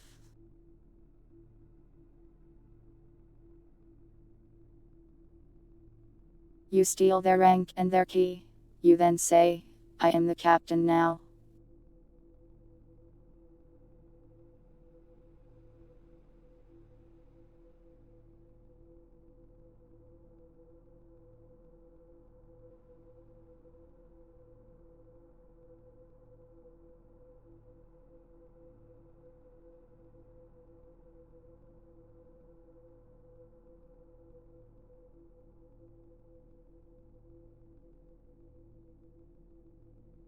Luckily, it doesn't seem like there's any enemies in the cafeteria.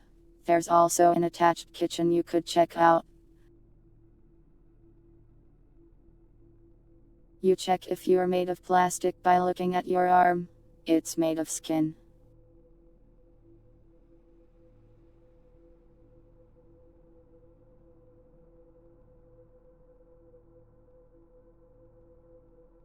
You walk into the kitchen.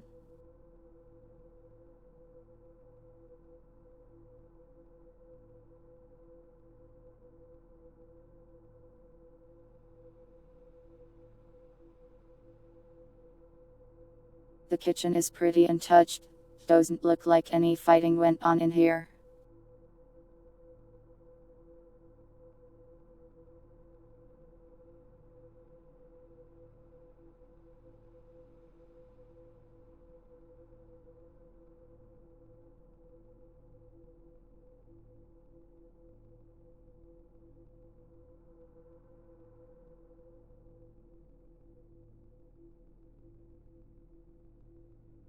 The counters are clean and don't have much on them, and there's a couple fridges and things to check out. There's also a knife rack filled with kitchen knives.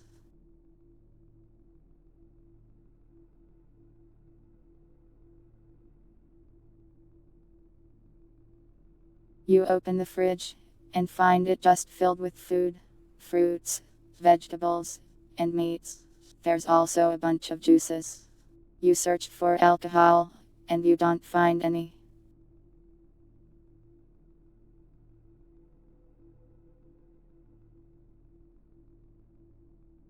You think about how good it would be if you could juggle knives.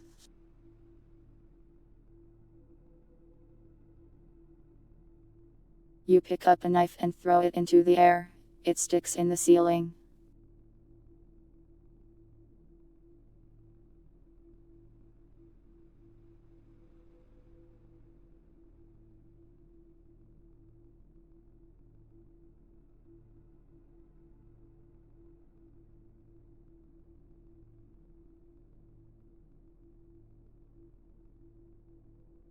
You just start eating and drinking juice. You eat a carrot while drinking something called onion juice. It's so awful that you start coughing. You go for the apple juice instead, and that's more normal.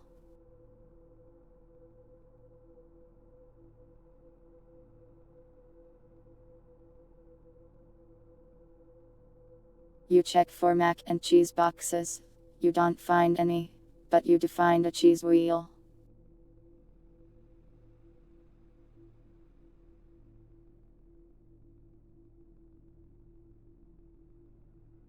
You compare your leg claw to the kitchen knife.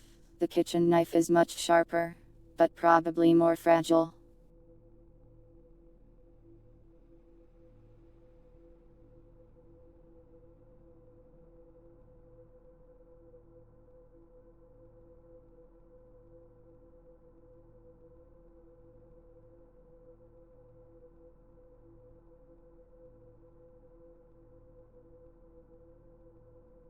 You just take a huge bite out of the cheese wheel. You imagine yourself a rat, happy about eating cheese.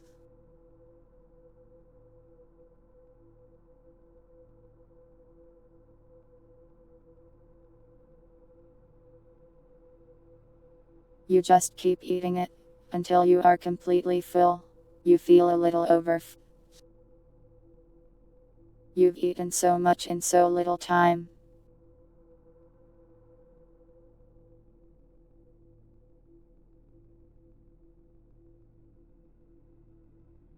You swap your claw for the kitchen knife.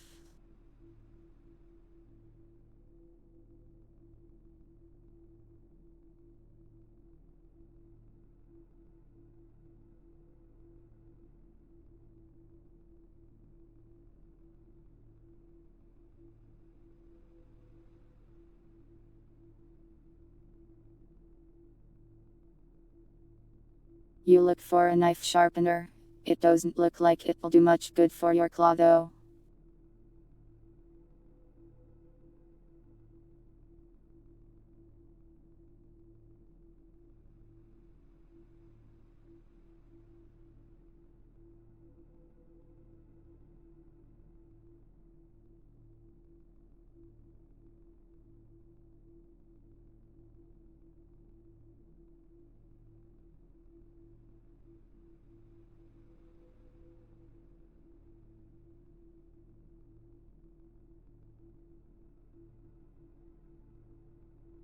You look for anything note other than food.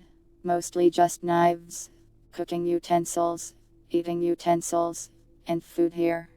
You find a big pot, like a huge one. You could put so much soup into this pot.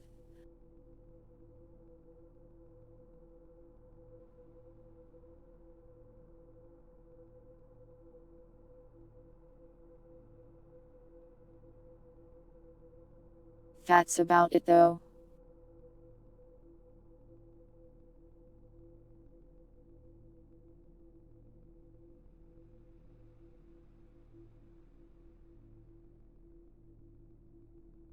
You put the pot on your head. You've gone blind.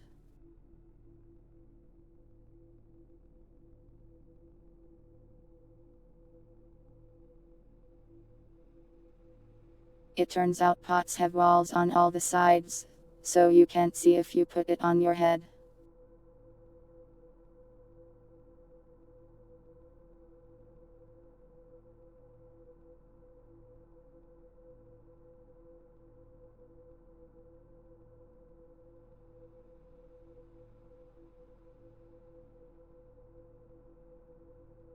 You consider making kitchen armor out of pots and pans.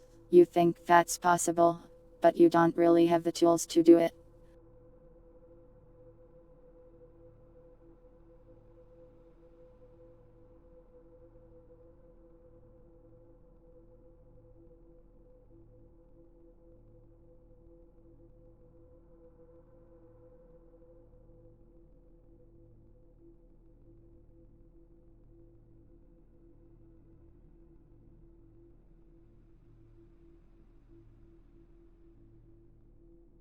You decide to leave the cafeteria and then head back to the hallway.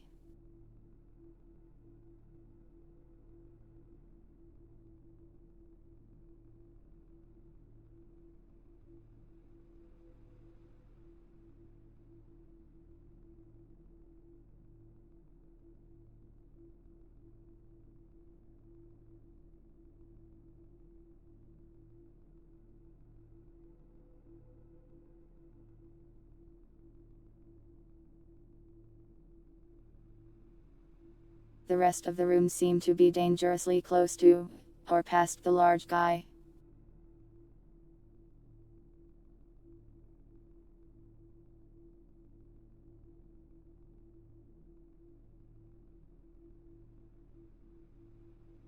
Your other option is to go further down the stairs onto the first floor.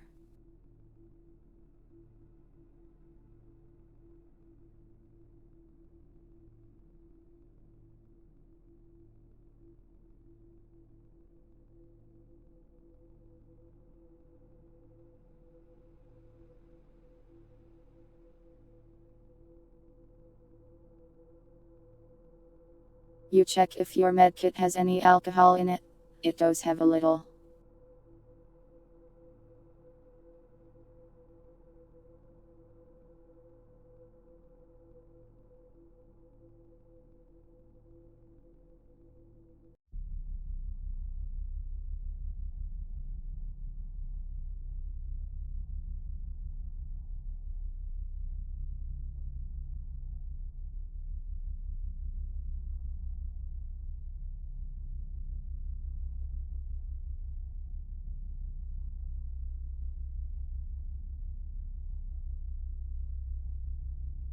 You look at the tall man in the distance. He doesn't have a name tag on and you're too far away even if he did.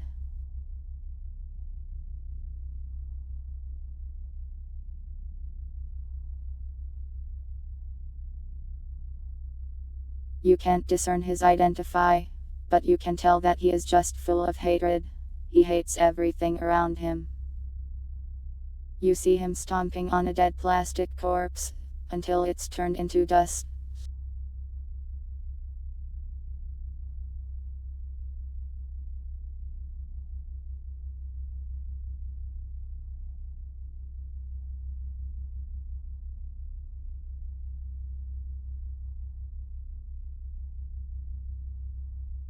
You look at your meager amount of alcohol.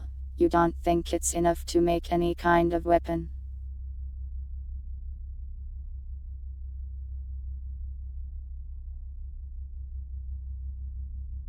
You look at the 9-foot tall 3-headed brutal monster and think, I can fix him.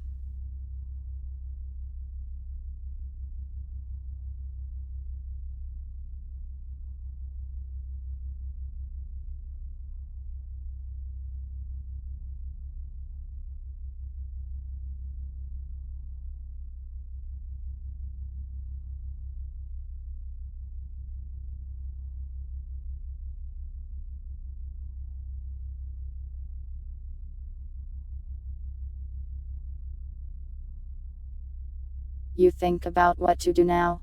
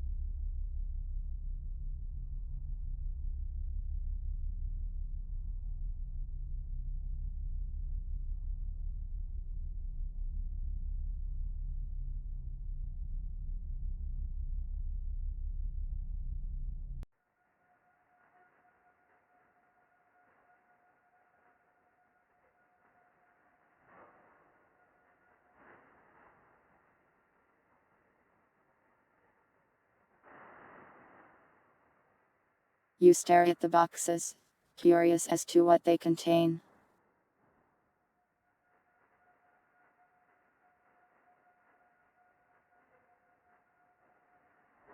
You imagine all sorts of box contents as the voices in your brain try to come to some kind of agreement. The box could contain food, ammo, maybe a bunch of rats. What if the box had nothing in it? What if the box was filled with smaller boxes? What if the box was filled with you? You amuse yourself with these thoughts as you go down the stairs.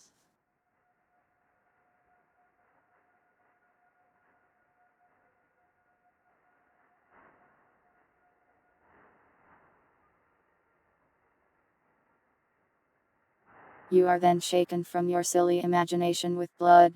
It's everywhere.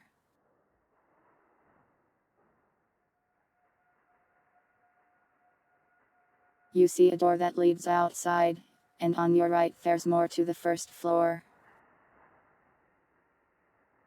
There's corpses of plastic people and monsters alike scattered all over.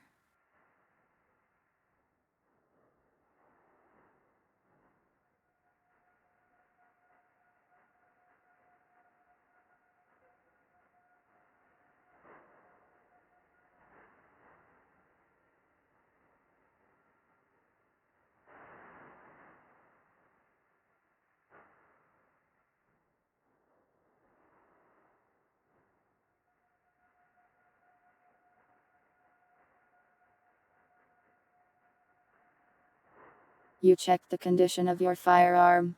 You have one CP1K that is fully operational.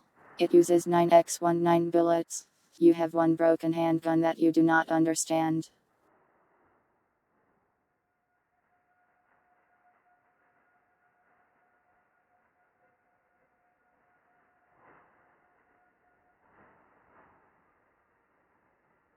You peek around the corner, and there's more dead things.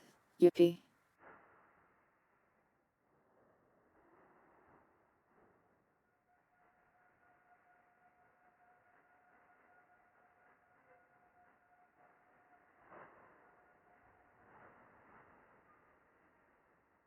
You see the room continues and there's a big strong looking door ahead of you.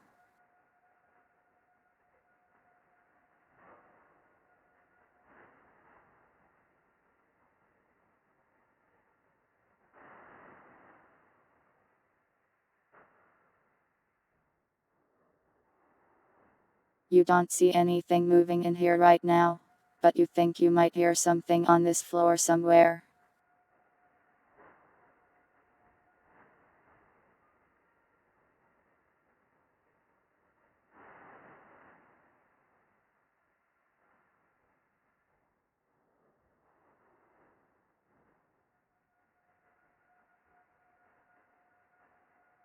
You go further into the room, and you hear someone calling out to you. They say, "Hey, you. Help get me out of here."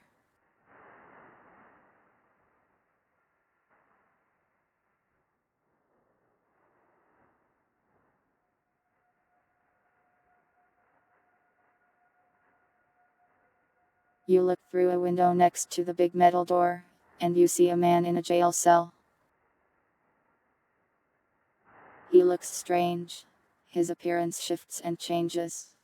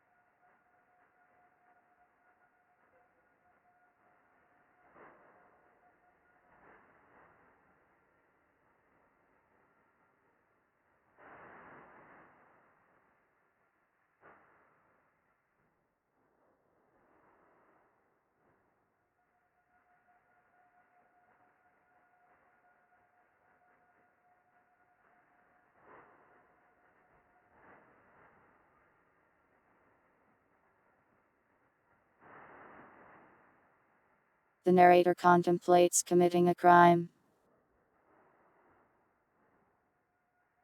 in Minecraft.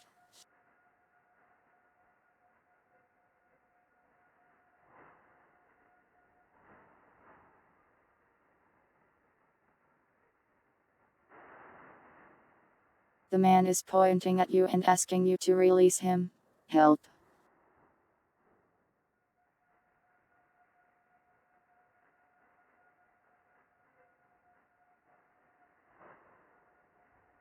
You just stare at him.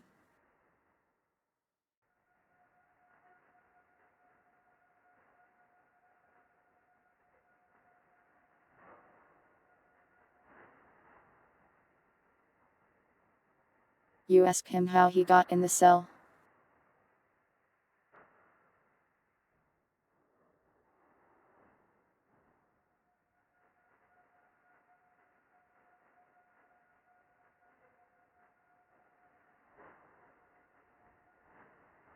He says, "A bunch of flying drones put me in here. It's a long story."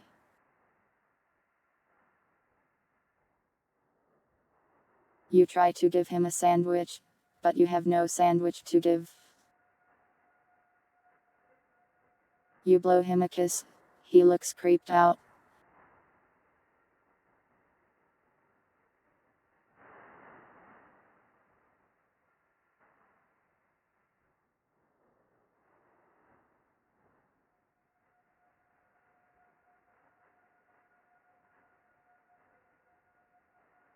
You check if your key is to his cell, but no, there's just a button to open the door in front of you, and with the window you see a button to open his cell.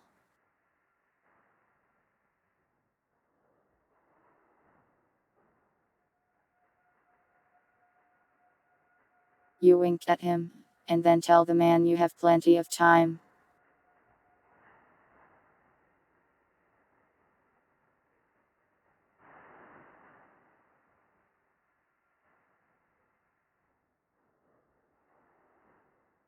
You point to your rank and tell him that you're that rank.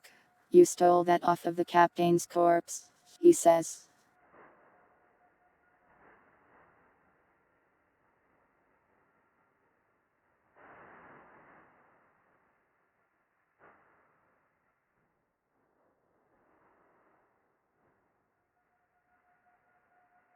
The man says, "You don't have that much time. You need to get out of here before something kills you."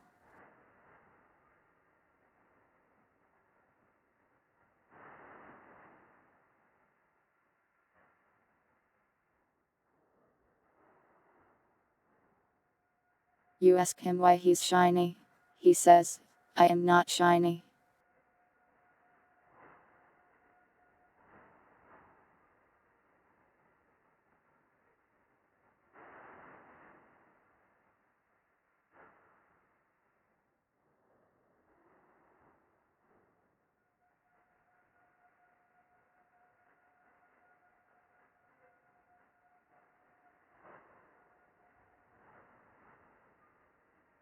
You open the door and enter the room with all the jails.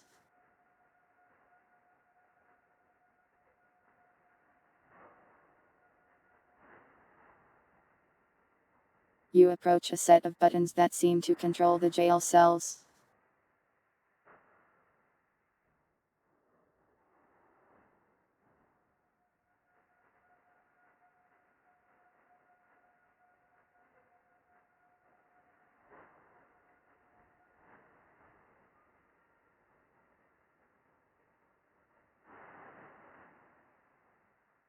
You pull out the memory you have, and say, "You look just like this."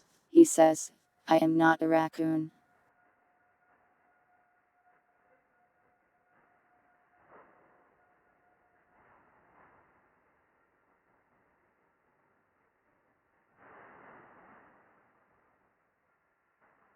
You ask him for a small loan. He says, "I don't have any money, but I can help you get out of this place."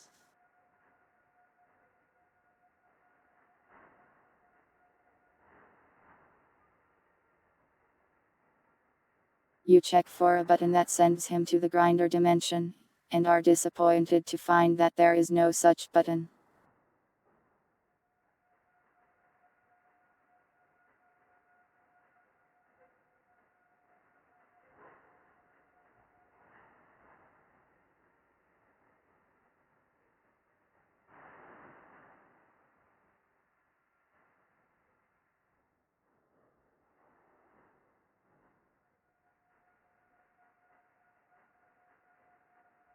You walk over to his cell, and try to touch him hand. He pulls it back because you suddenly tried to touch him, a stranger. He's like, "What are you doing?"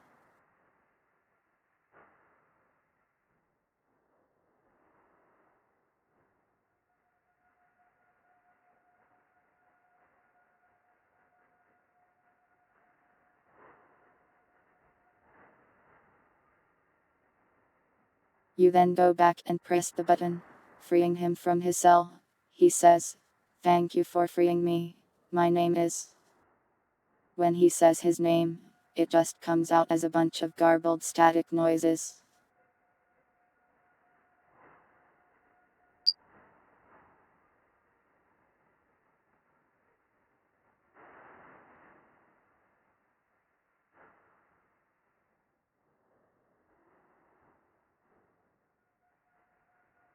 You tell him you love him, and that you're checking him for ticks, and then offer him a high five.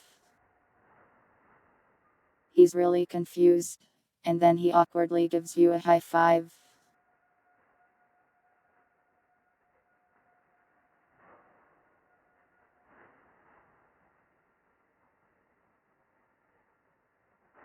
Static Major, just call me my name.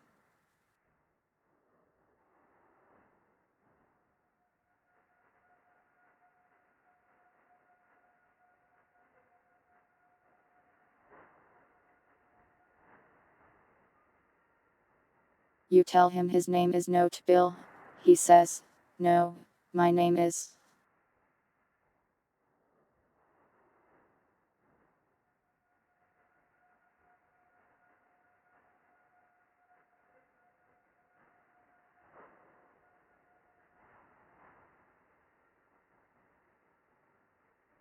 Upon high-fiving him, you find that your hand tingles a bit, and you feel a bit sick to your stomach.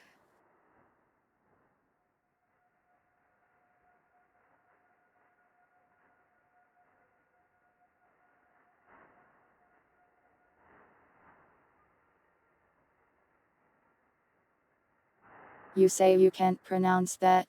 He says, "What? Just repeat after me minus..."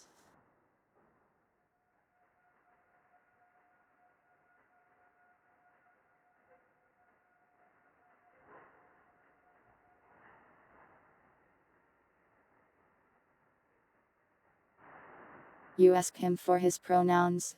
He says, "What?"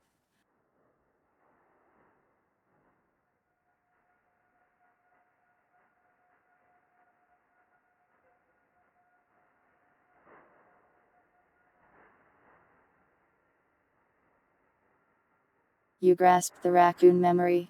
It makes you happy.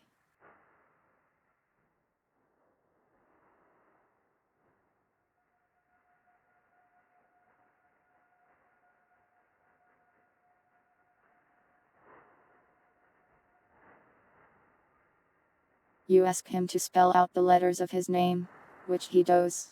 It just sounds like...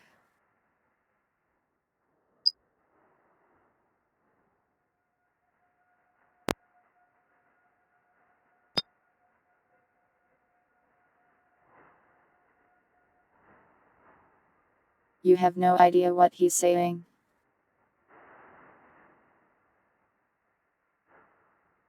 You ask WHT his political views are.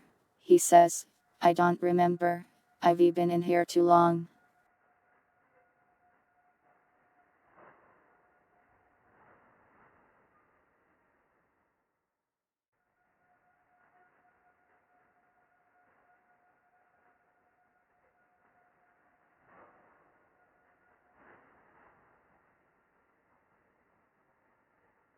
You ask him where you are. He says, "This is my memory." You're stuck in it, and you need to leave.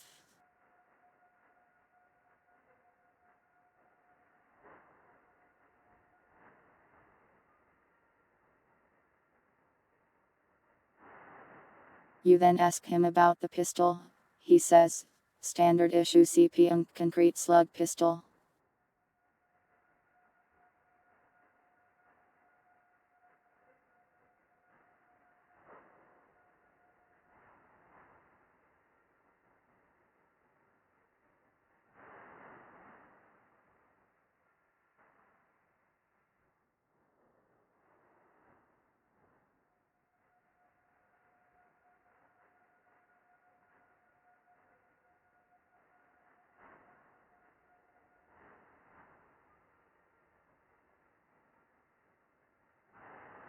You ask him how to leave, and he says, "There's an evacuation portal in the town not far from here, but it's a walk through the forest, and you'll need to get a key to open up the doors on the base.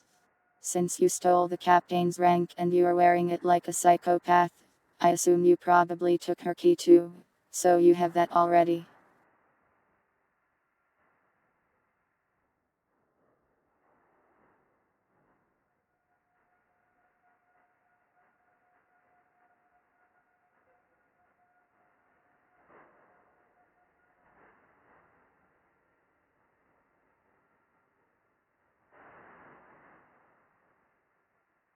How do you fix it? It's very damaged.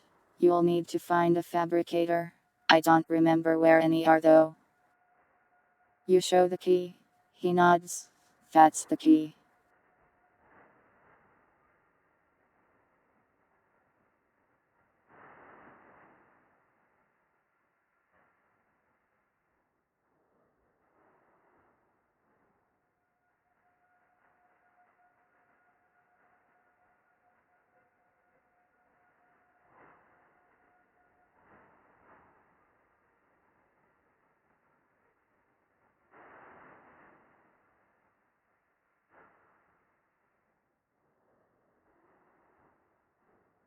You ask about the buildings here. He says, "There's a garage. Should have a tank and a buggy. Both functional with a little work. There's a storehouse with the fuel you are going to need for that."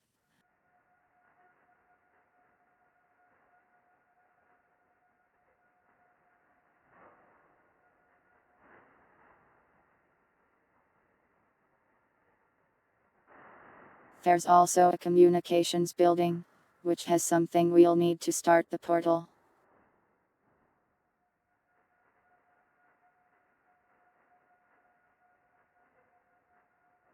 There's also something you might find valuable in the offices, but it's risky.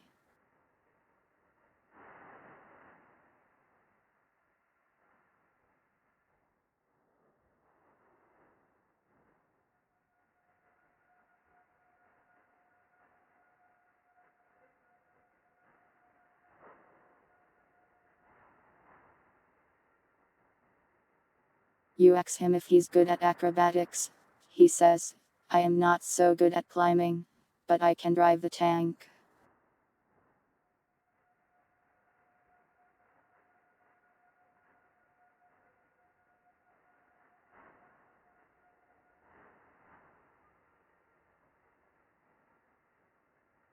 You ask him if he has anything of interest to trade. He says, "I don't have anything but my knife right now."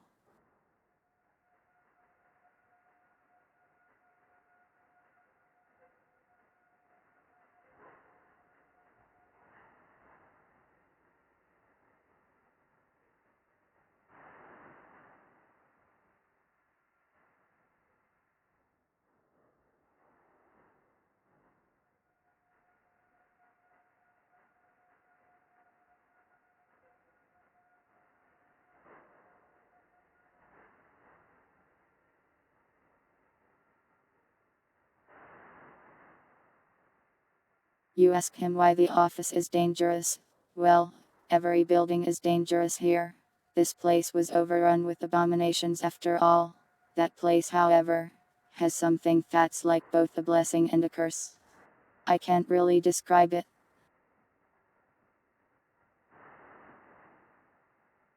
You compare your knife to his. You just have a kitchen knife, and he has something like a Bowie knife.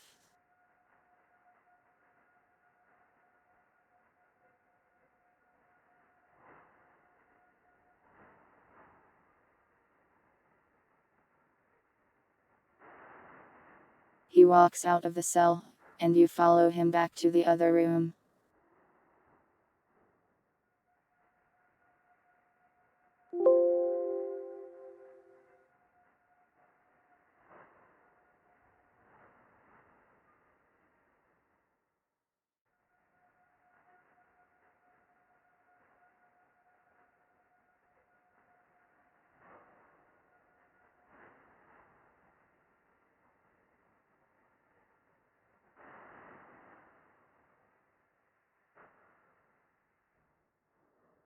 You say hello to the window. He looks at you like you're crazy, which you are.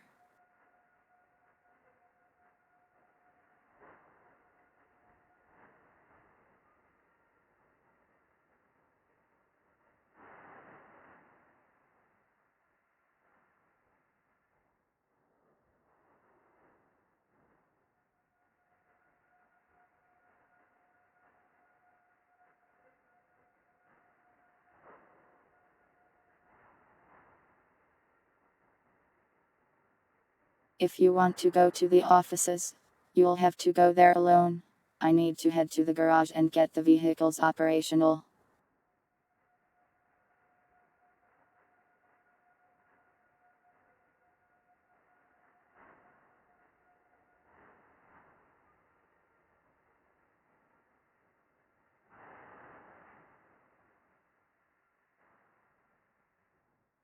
You ask him about your ears, whether they are cat or human ears. He says, "What a weird question," and then proceeds to not answer it.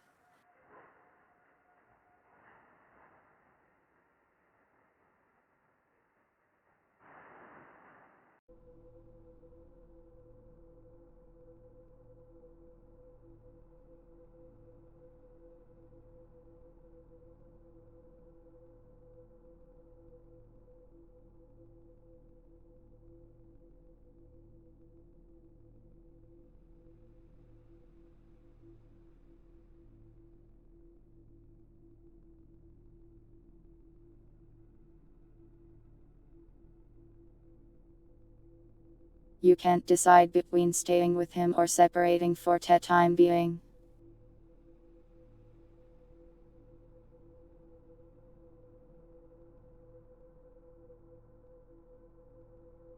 You also try to give him a peck, which he steps away from you when you attempt.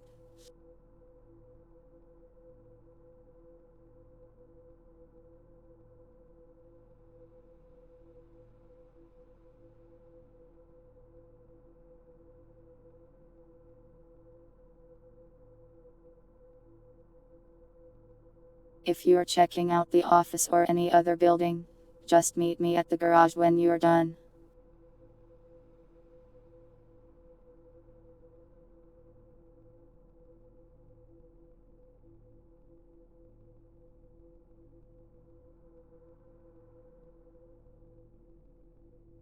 You're going to need to find me some fuel too though, so if you're out there please go check out the storehouse too.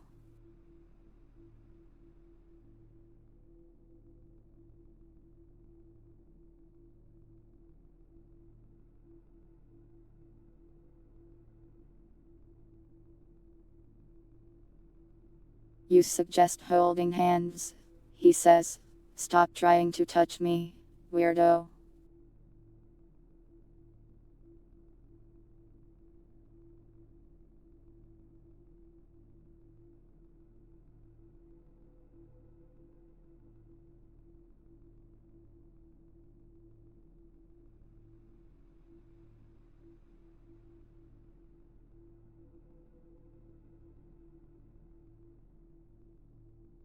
He finds a piece of paper on the ground, and scribbles you a crude map showing you where the locations are. Now you can navigate this place more easily.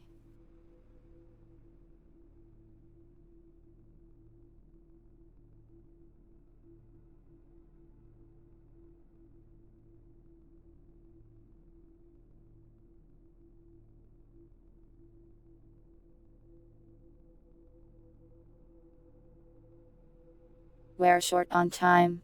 I am going to head to the garage. Meet me there later. Try not to die.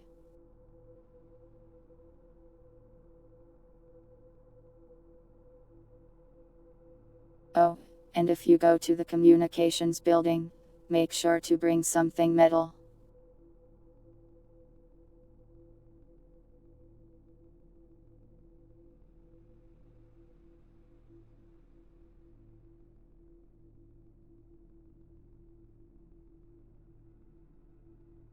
You explain your cultural background and how it makes hand holding completely normal and that he's being weird and insensitive.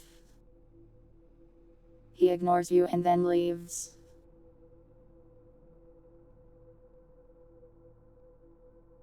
You are alone again.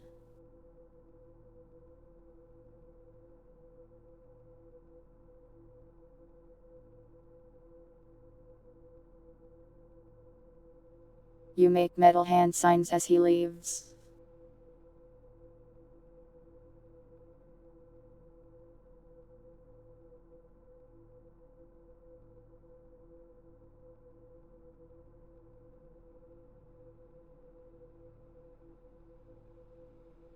You go to the door and look outside.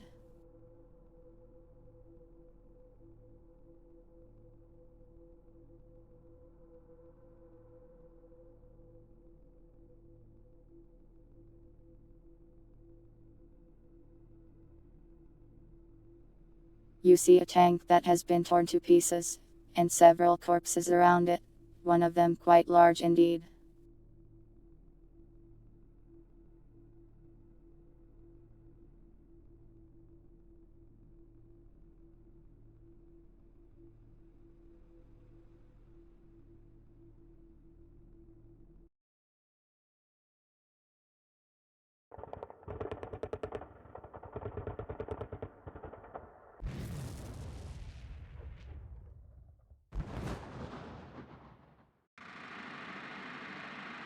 As you get outside, you start hearing the faint sounds of gunfire in the distance again.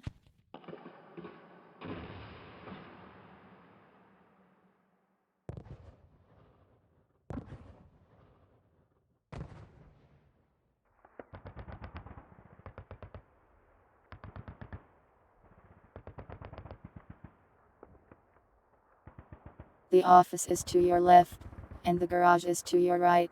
Straight ahead is the communications building and the storehouse.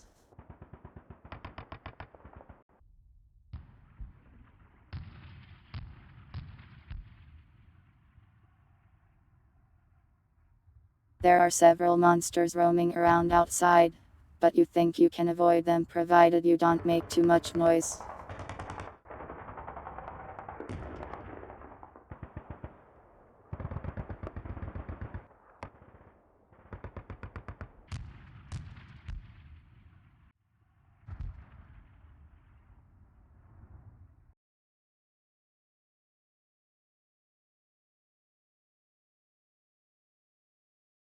You look at the tank, considering if you can possibly fix it. It's been basically torn in half, and it's also half melted. You think it would be easier to build a tank from scratch than to fix this?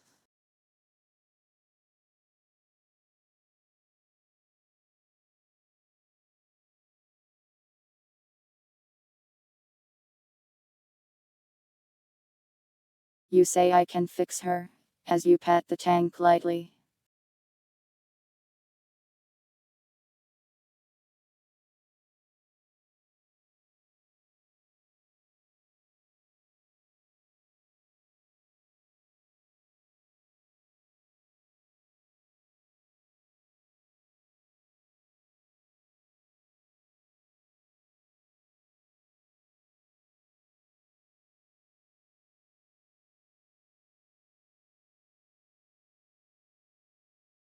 You start to walk towards the offices, being careful to avoid any roaming creatures as you do.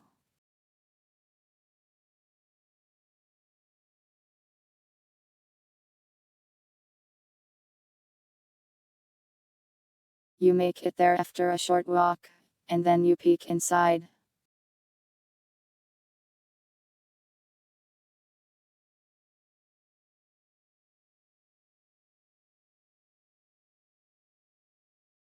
Unlike everywhere else, this place seems untouched. No signs of corpses, fighting, or anything, and it's dead quiet here too.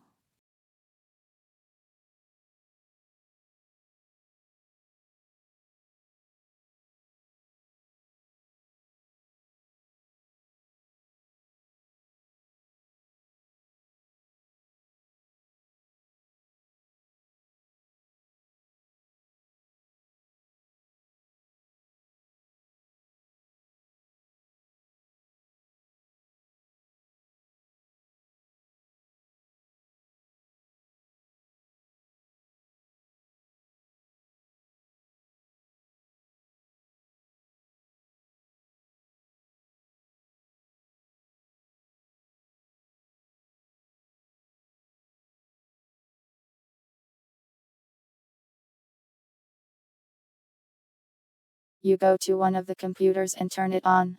You try to go to twitch.tv and follow a tuber, but find that the internet is disconnected.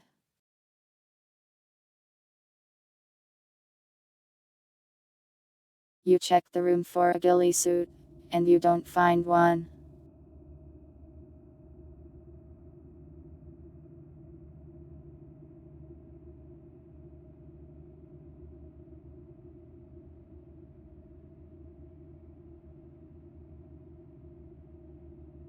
You feel more uncomfortable the longer you stay in this place. It feels like something is just slightly off.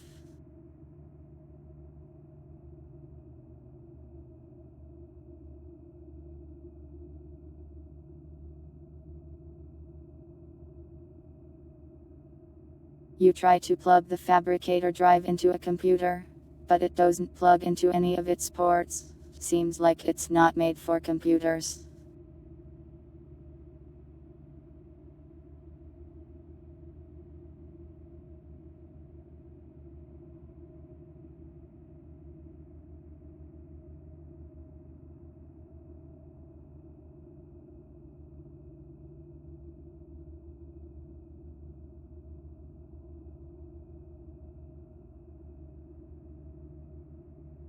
You look for anything of note.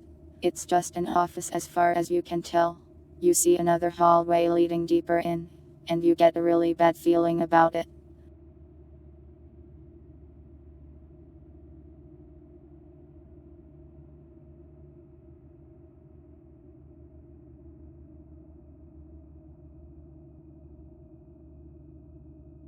You search the desks for anything of use. You find a few stray coins, pens, pencils, pencil sharpeners, paper, staplers, just a bunch of office supplies really.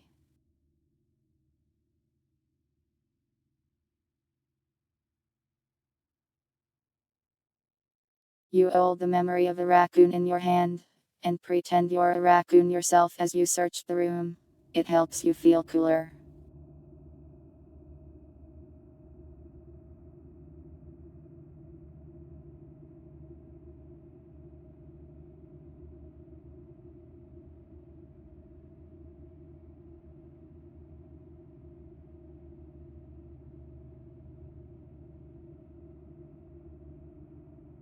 You muster your courage and look down the ominous hallway. There is something lurking in the darkness, just out of sight.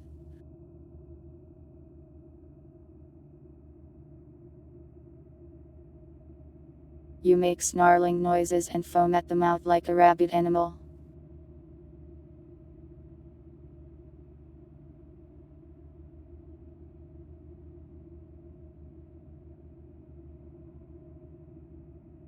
You try to turn your flashlight on, and it turns on for about 1 second before just turning itself off again.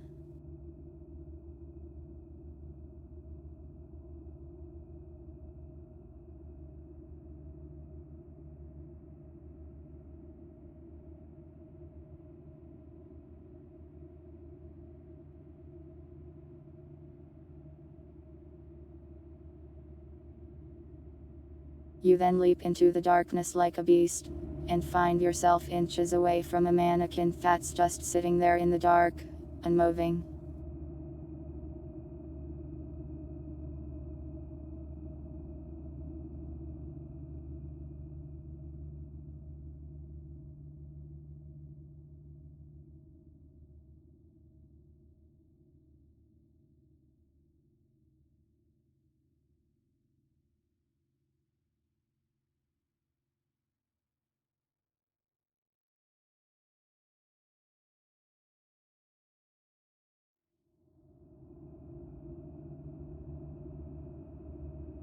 You click your lighter on, illuminating the dark hallway. The mannequin is just there. There's some kind of black ooze dripping off of it.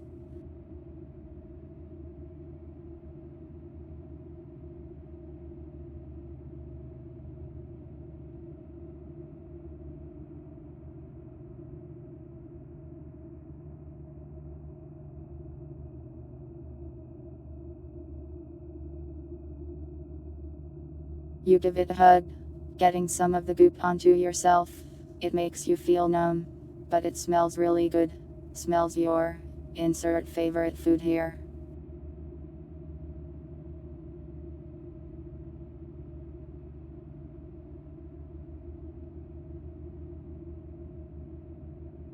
You look at the ceiling, nothing there.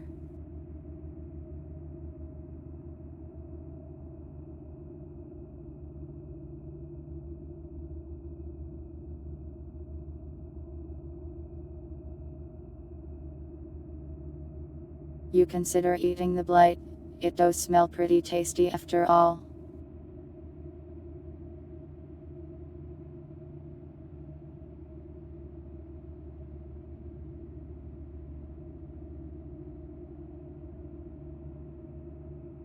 As you look around more, you see a blue glow coming out of one of the rooms.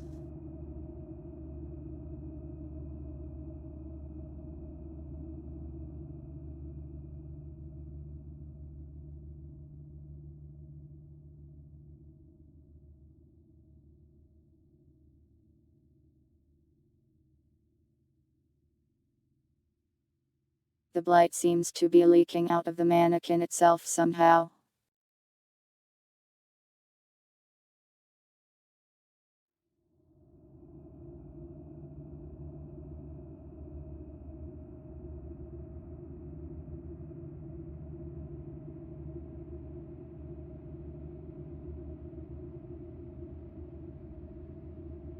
Your attention is drawn towards the blue glow. There seems to be a floating blue thing in there. It gently floats up, and then down, up, and then down. It's surrounded by mannequins that are similarly leaking blight.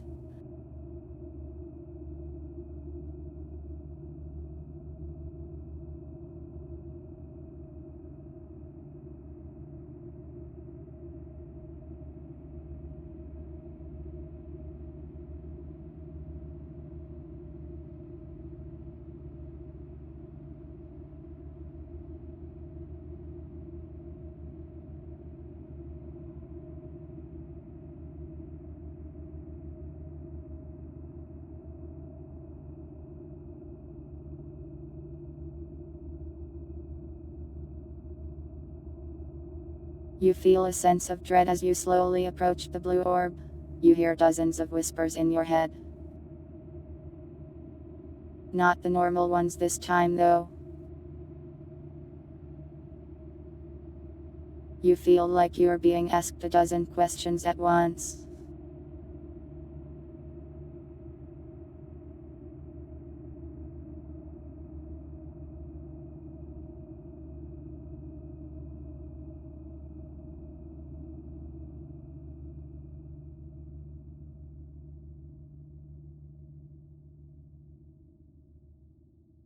You try to will yourself to move, to toss quarters at it or poke it, but you feel like you're paralyzed, like time has stopped.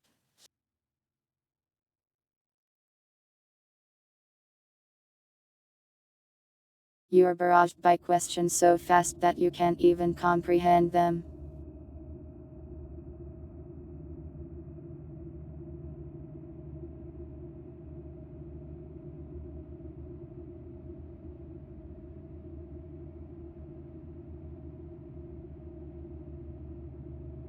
The only one you can hear clearly is, "What do you wish for?"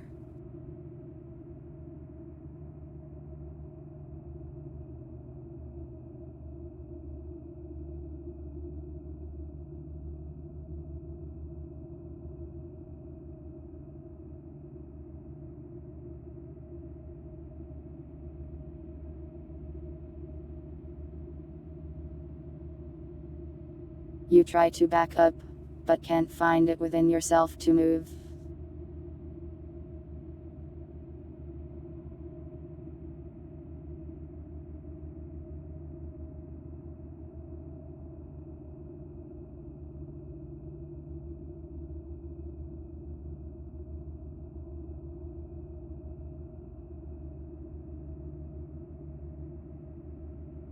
The various voices in your head all wish for different things, which gives you a headache. It seems like you can only give one answer.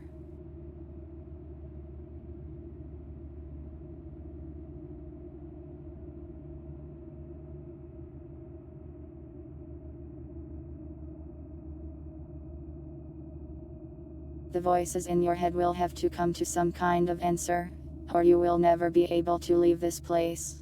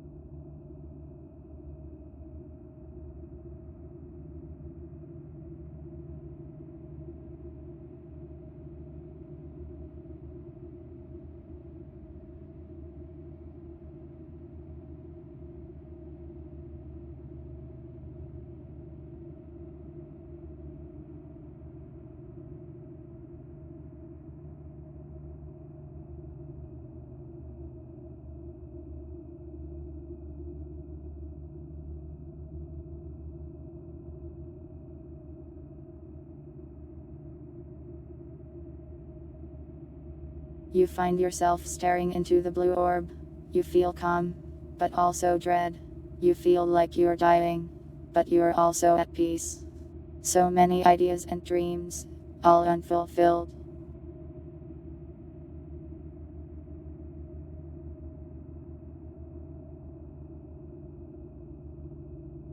Just waiting for someone to pick it up and take it.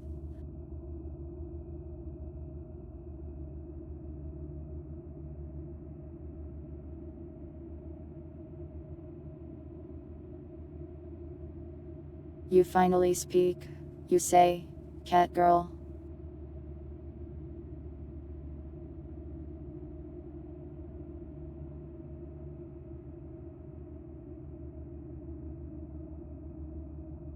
Really? You say, "Cat girl"?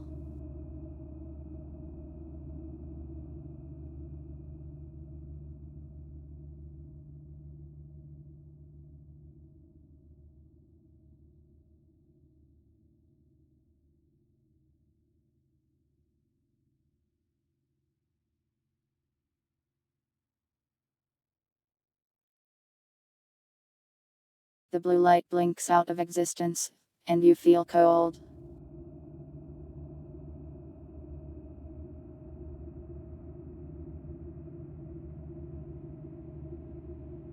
You can move again. Your body no longer stuck.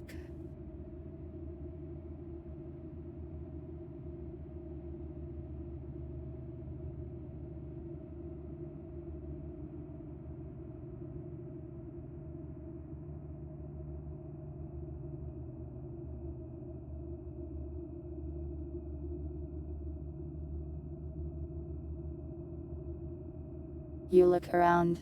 You don't see any cat girls. You feel like your wish wasn't fulfilled, and then you realize something. You feel like you can hear better.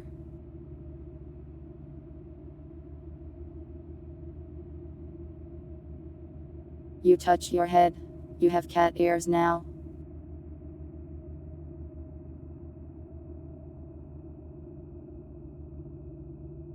You also have a tail. You've become the cat girl.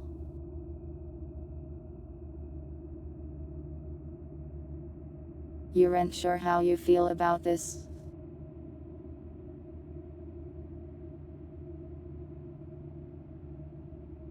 You'll never be the same ever again. Naya.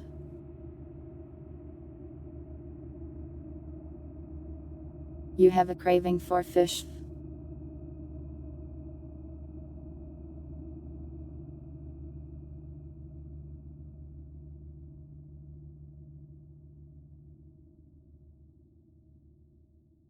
You check how strong you are. You lift a chair. Wow, it's just as heavy as normal.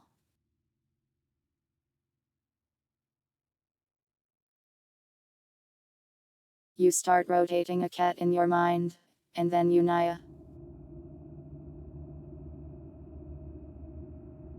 Naya.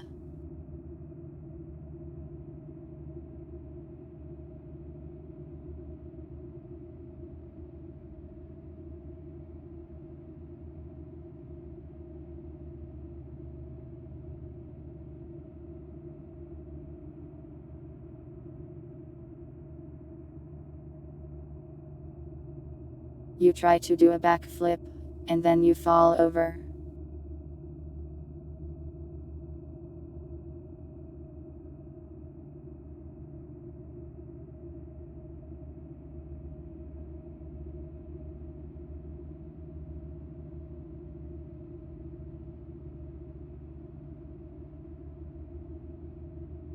Doesn't seem like this has made you any stronger or faster, but it's improved your senses a little bit.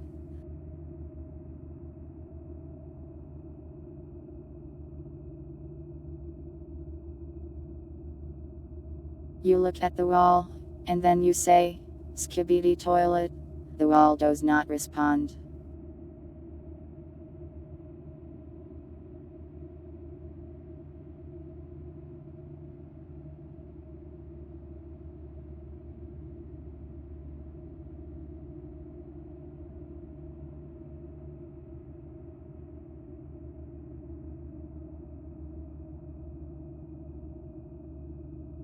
You are considering having a lengthy conversation with the wall about this topic, when you start to hear a noise creeping out of the room where the orb once was.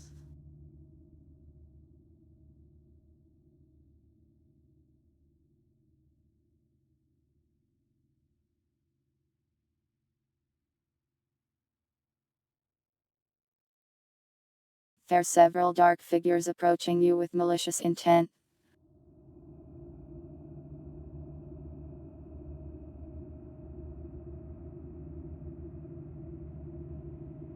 They are slow and lumbering, and there's something like a hunger about them.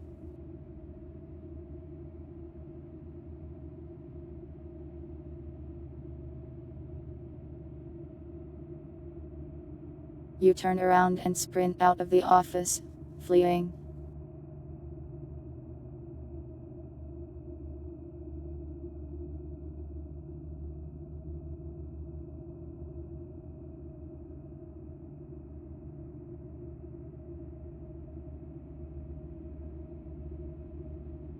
Soon enough, you find yourself outside again.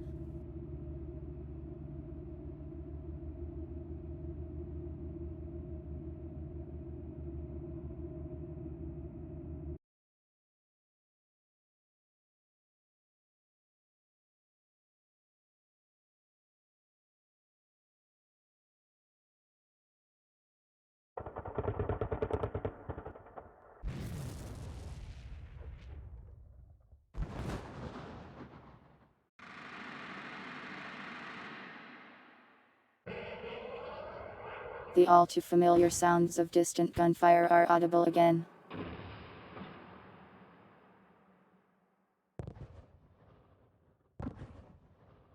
You are back at the scorched tank.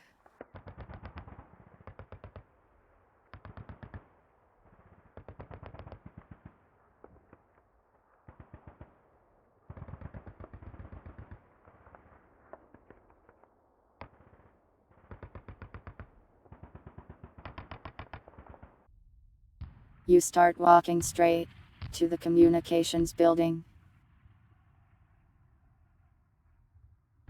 You look at your tail. It is, insert favorite color, colored.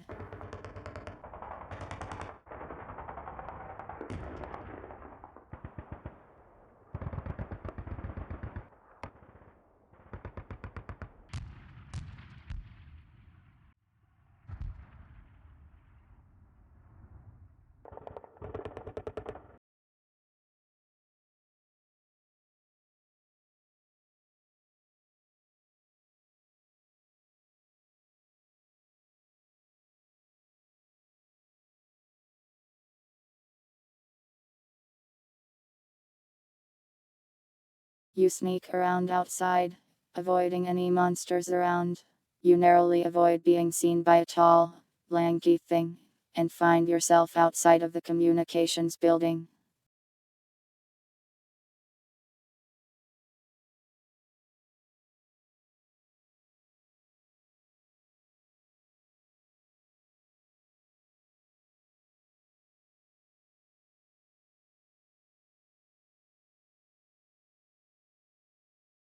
There's blood splattered here and there in the place, but strangely enough, You don't see any corpses.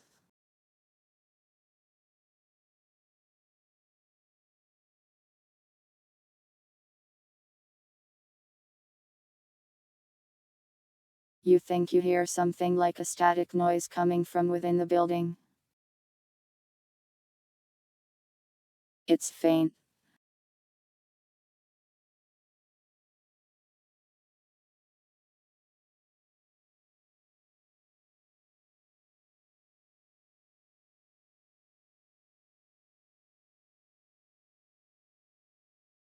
You use your ears. You hear the aforementioned static.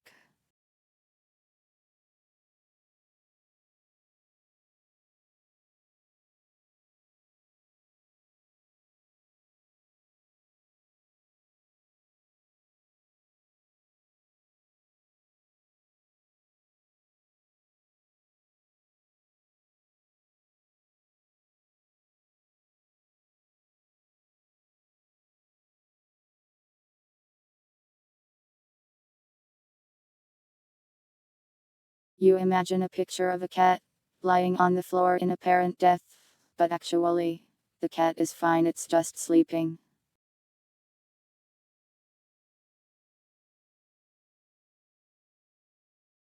You check your outfit. You're wearing clothes. And underwear.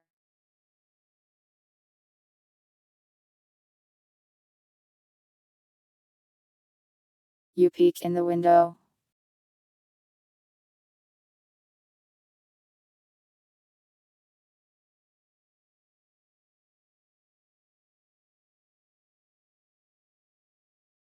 There's blood all over this place, but still no corpses.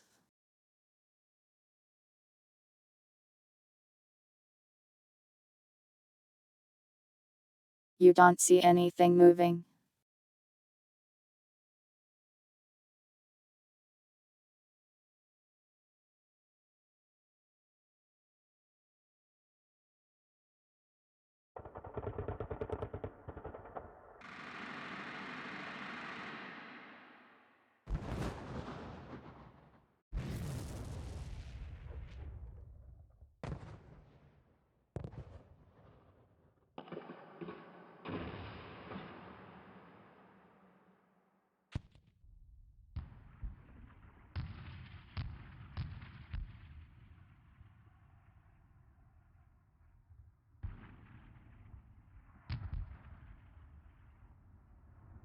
You consider checking what underwear you're wearing. But you really have more important things to be doing now. Yes.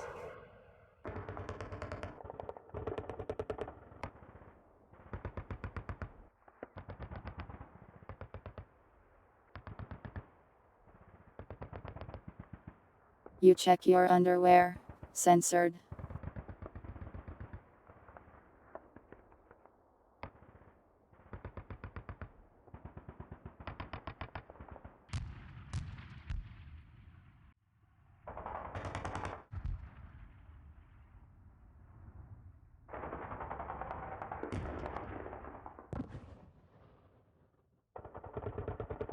You're staring into the communications room, which seems to be empty.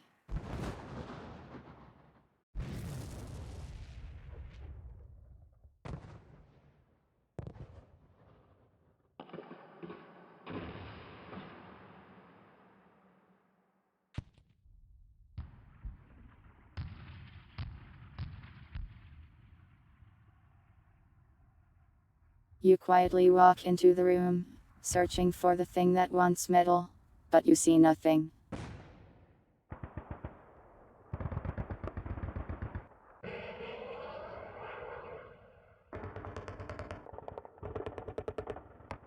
You approach the source of the static noise.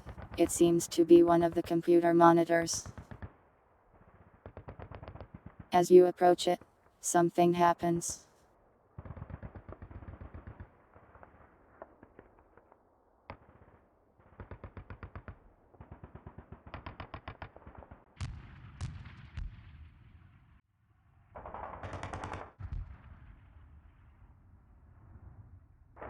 Something starts to crawl out of the computer screen. long, lanky. Its body twists about and distorts. A sickening red glow fills the room.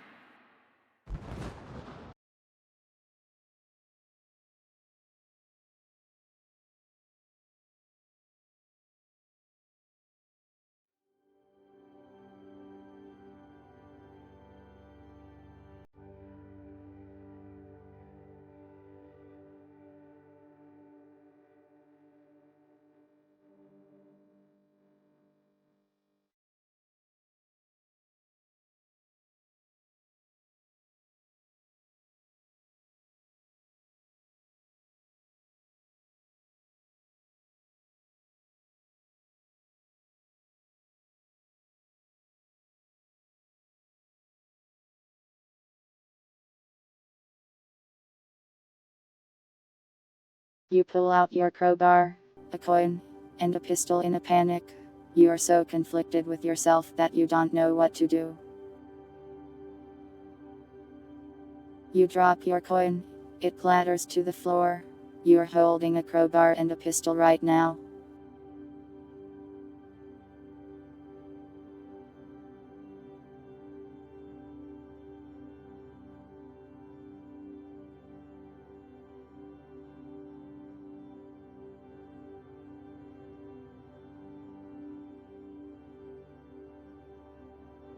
It's getting to its feet, and approaching you slowly. You hear electrical noises blasting out of it loudly.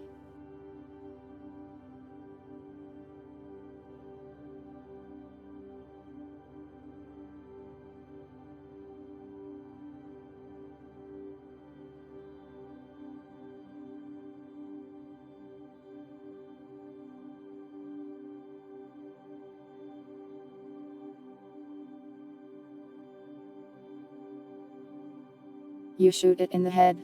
The bullet passes right through it. It seems like its head has lost a slight amount of mass, but not much.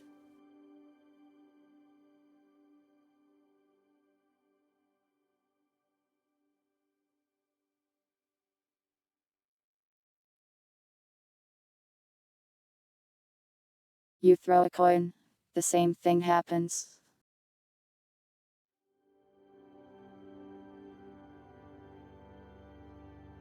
It's in front of you now.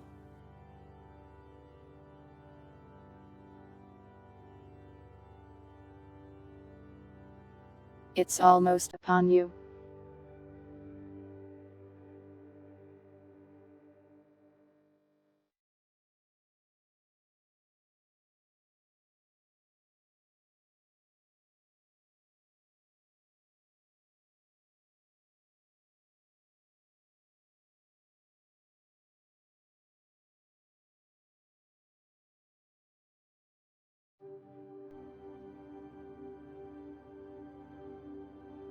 You throw a bottom of water at it. Nothing happens.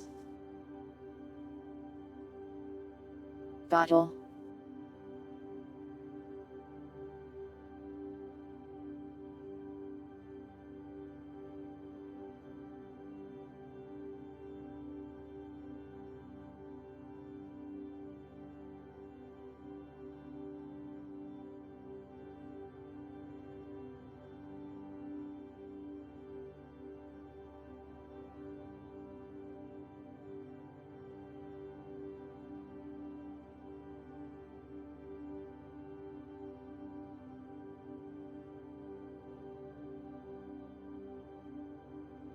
You try to grab a monitor, and get slashed in the back.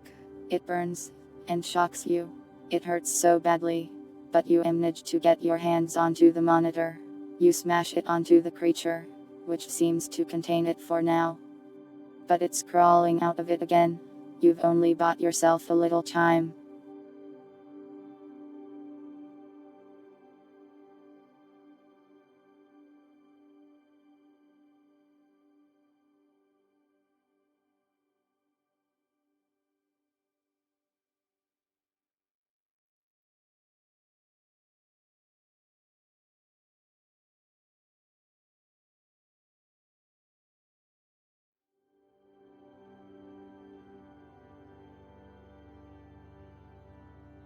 You try to remember, why did I come to this awful place?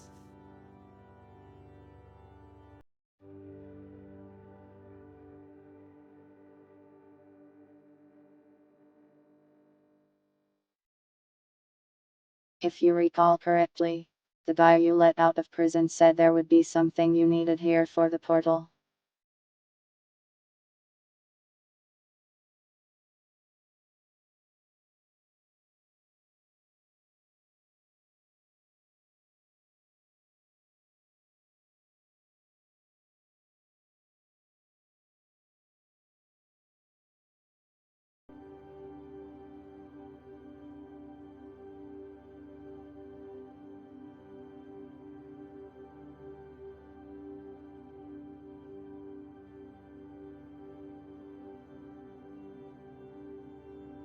You hold the monitor down with your foot, and look for other electrical equipment around. There's plenty of computers laying around.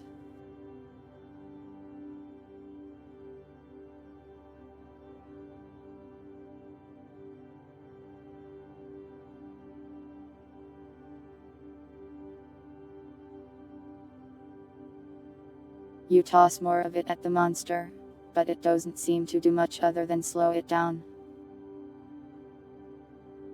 You try to kick it.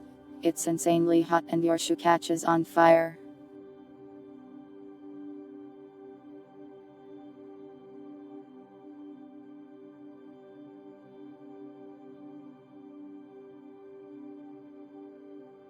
This is going rather poorly.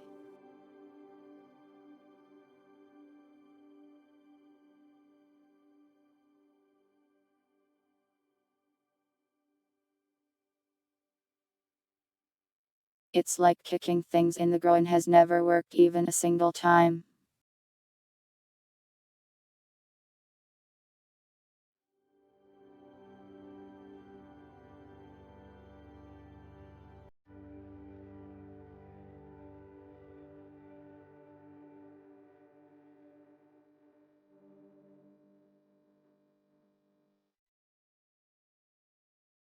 You think, does this fire hurt cat girls? As you look at your foot, you think, oh, that hurts a lot.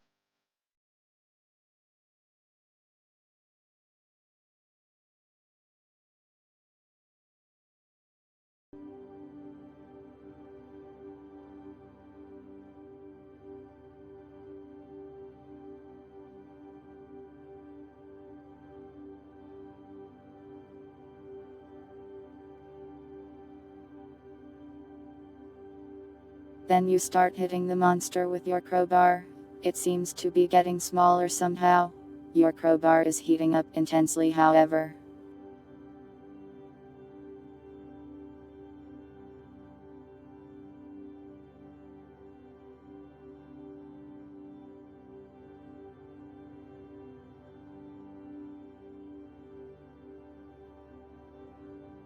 As you keep beating and smashing it, your hands start to burn just by touching it. However, the monster is gone. Your crowbar is now glowing red.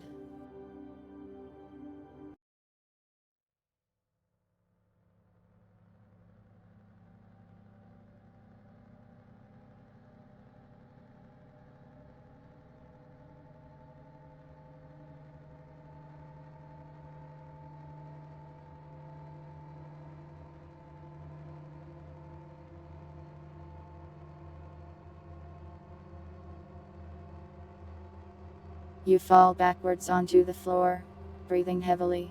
Your back is sliced up, but not bleeding, and your hands are burned for the second time today.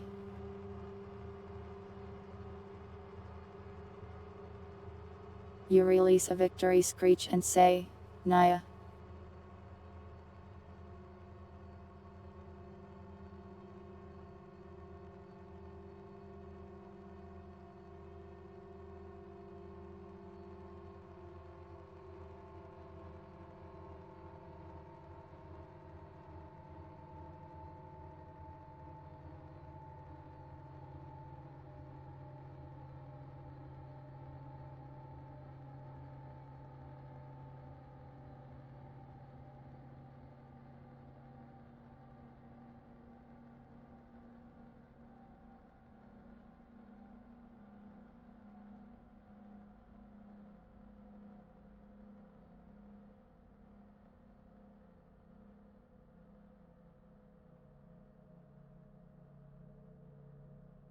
The first time you got burned was earlier today.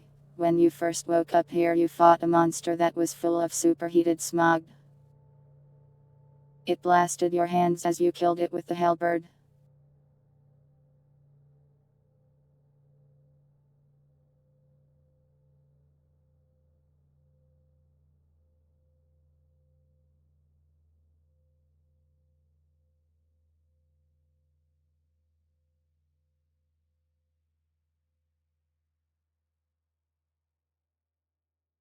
You look around for what you came here, but you don't find anything of interest other than various electrical parts. Your eyes are drawn to your glowing red crowbar on the floor.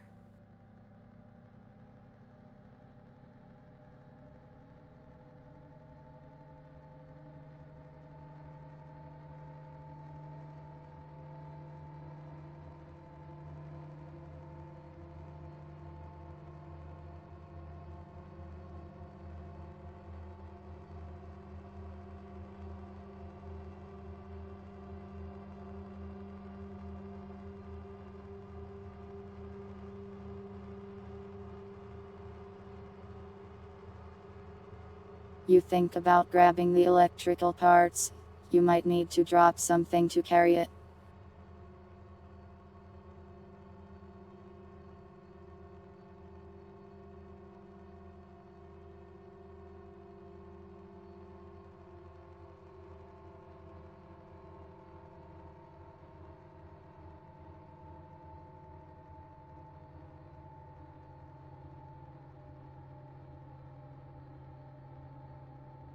You have the idea that maybe the electrical thing you just trapped in your crowbar might be important, but you aren't sure.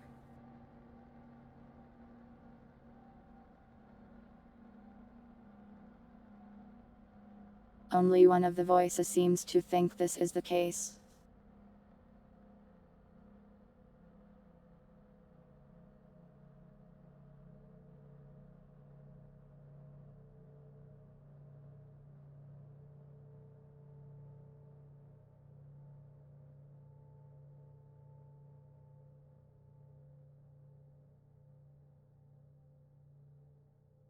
You pace around the room, trying to figure out what to do.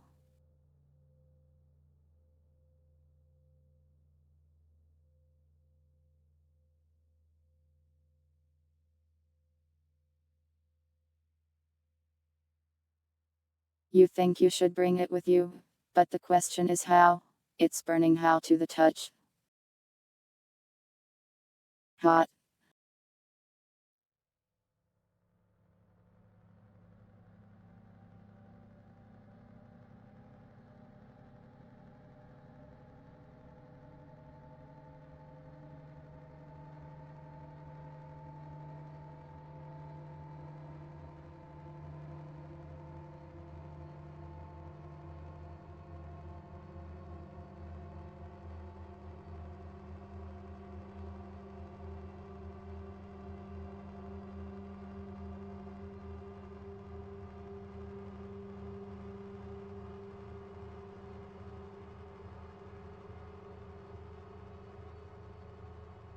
You look around for cloth to wrap it in, which you find in the corner.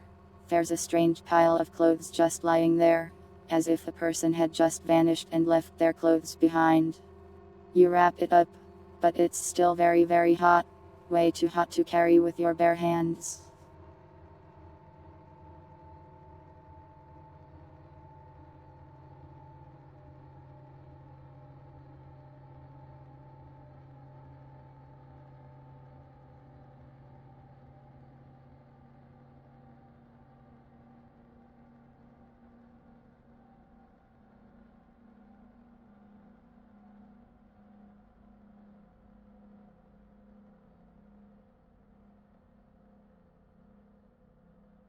You think there's a nudist on the loose, but then you see that the clothes are just absolutely covered in blood.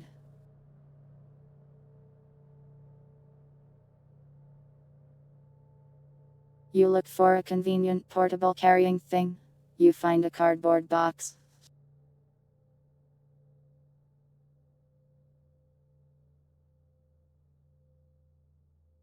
one big enough to fit the crowbar.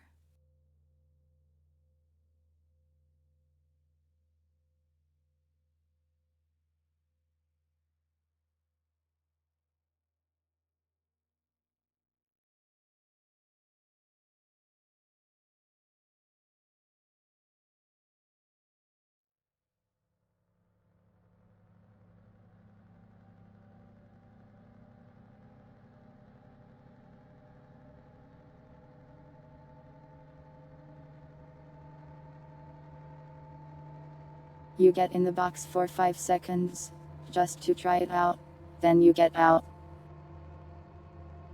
You carefully pick up the crowbar and toss it into the box before it burns your hands.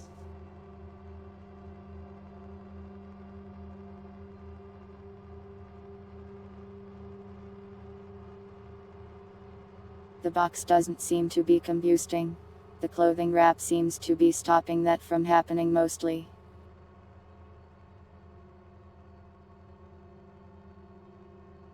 You're not sure if it will stay that way, however.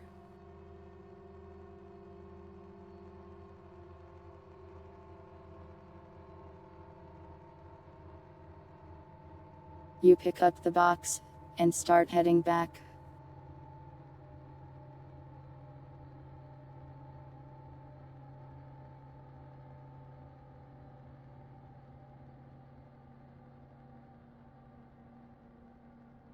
You make your way to the intersection again, and then head right to where the garage is on the map.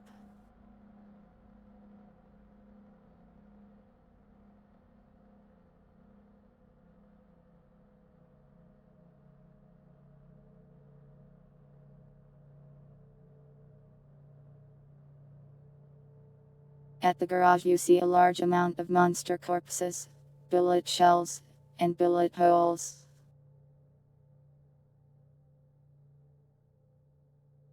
The person you set free is over by the buggy and the tank in the corner. He seems to be working on the vehicles.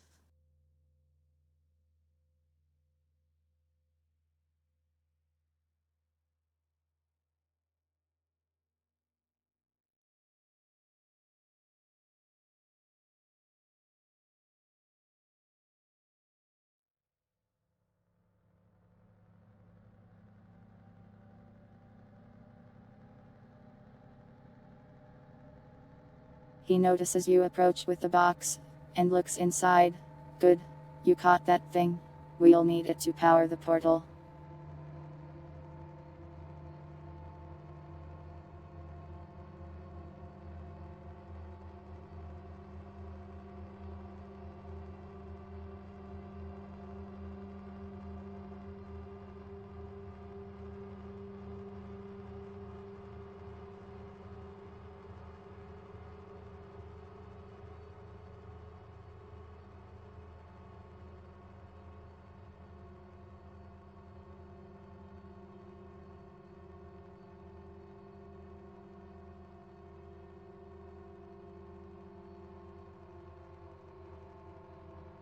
You tell him that you're a cat now. He says, you know most people come out of the office with something like a huge bomb. Never seen anyone get turned into a creature.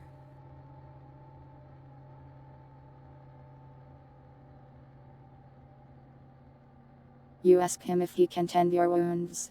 He says, I am not a medic, but I'll do my best.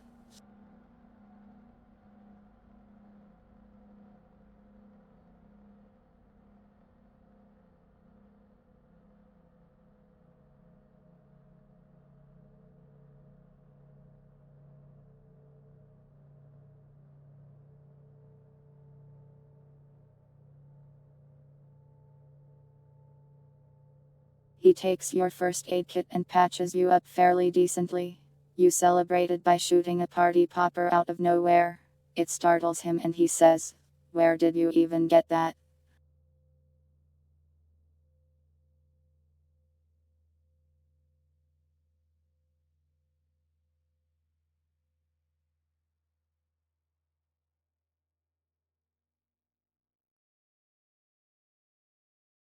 You tell him that you're even more destructive than a bomb.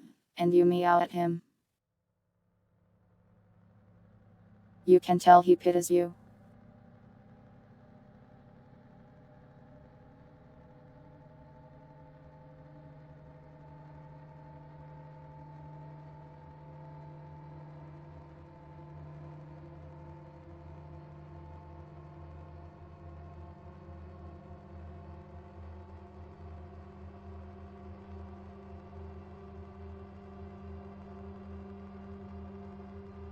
Alright, now that your injuries are taken care of, the buggy has fuel, but the tank does not.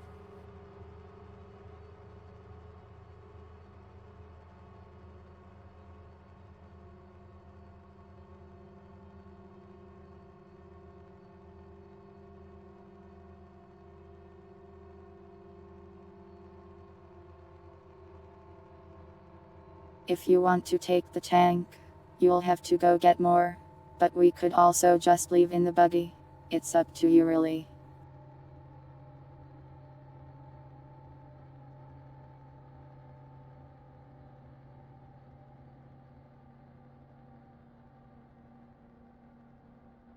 The tank uses a lot more fuel than the buggy.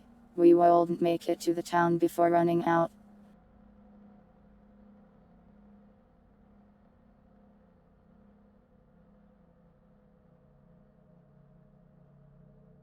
They made these buggies really efficient. Good for scouting behind enemy lines. Tanks, however, not so much.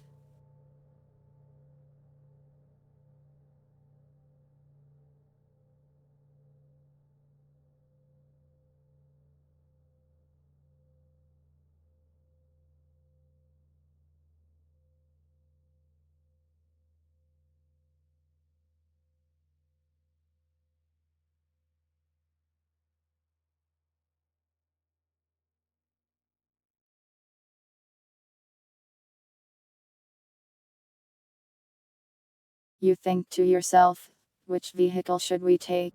As you try to get a consensus from 10 voices in your head.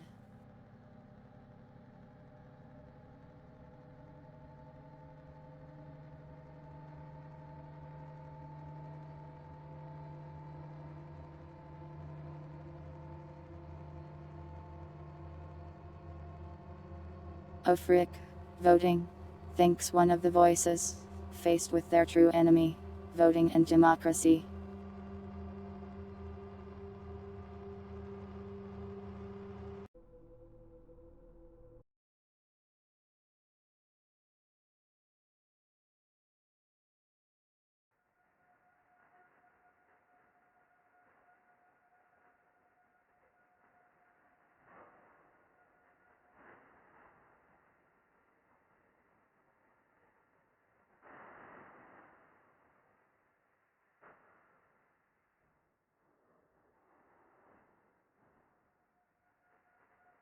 You decide to go with the tank, and you say, let's use the tank.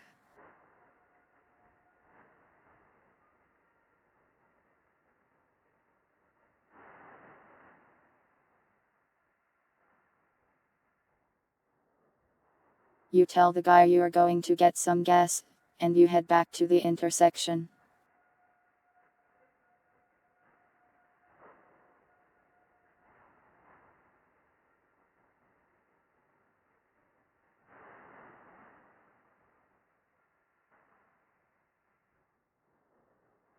According to the man, the fuel is located in the storehouse.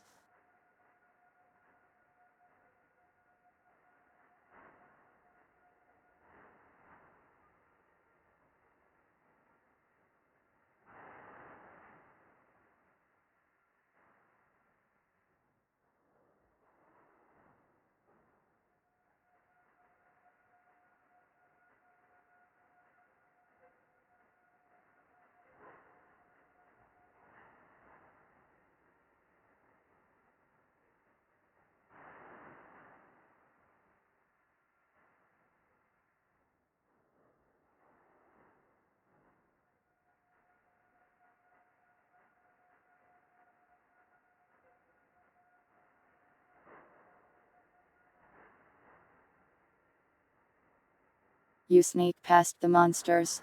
You're getting pretty used to their movements at this point.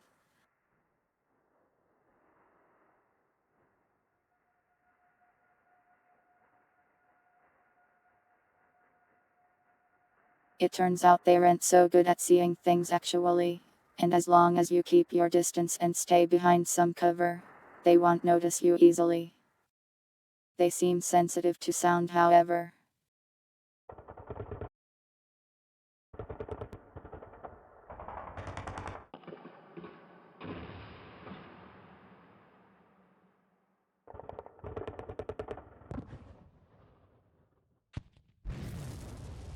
You find the storehouse with your map, and you see a dead giant spider-like creature.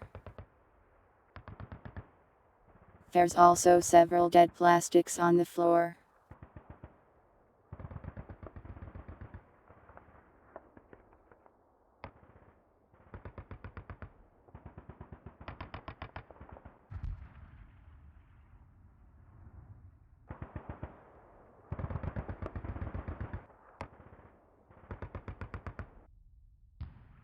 You think about the implications of a cat-girl demon, and how summoning them is impractical due to their likely selfish nature.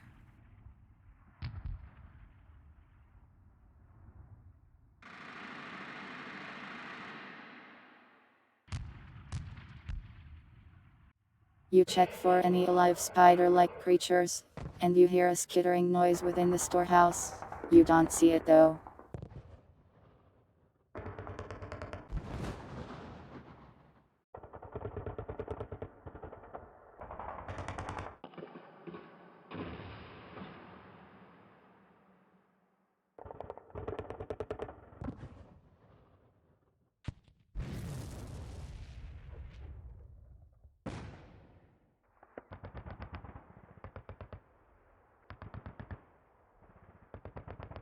The skittering sounds just like the horrible creature you saw earlier today in the stairwell. It makes you shiver.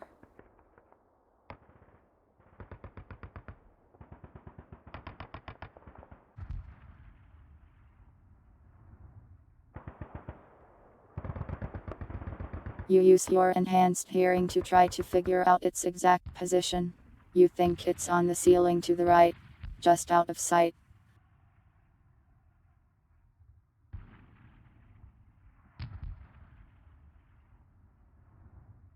You left the crowbar at the garage, since carrying around a big cardboard box might be difficult.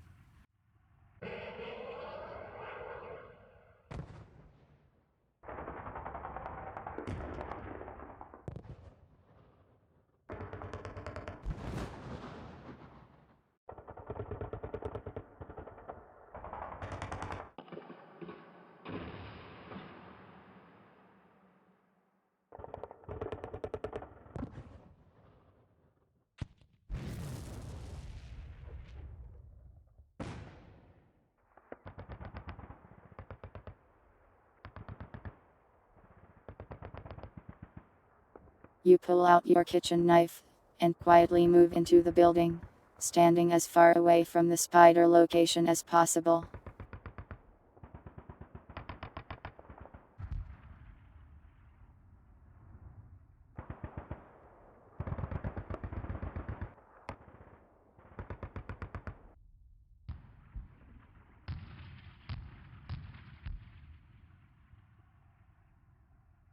However, you find this to be difficult. There is a box labeled fuel, and it is directly underneath where you last heard the spider noises coming from.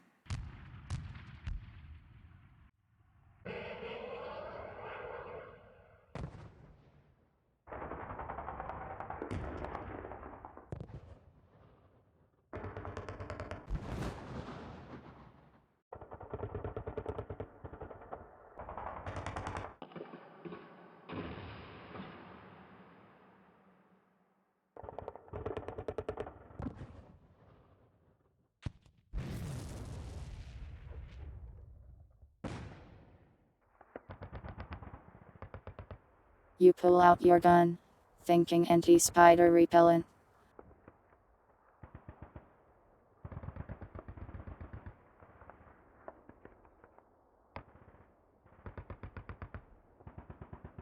You pull out your helper, thinking anti-spider repellent.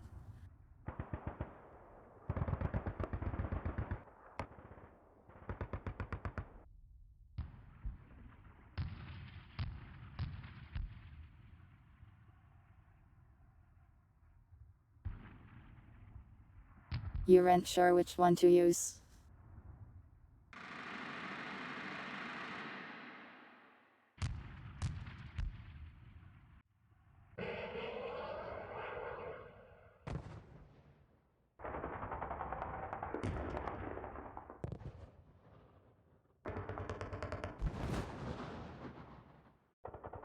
You take off your burn shoe, thinking ultimate spider solution tool.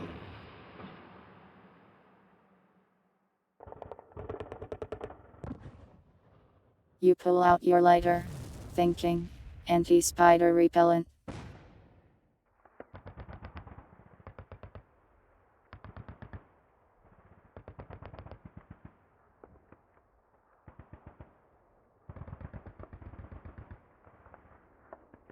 You consider making a flamethrower with your light, but you don't have any cans that spray things, so you don't think you can. You could possibly search around the storage area for one, but it might alert the spider.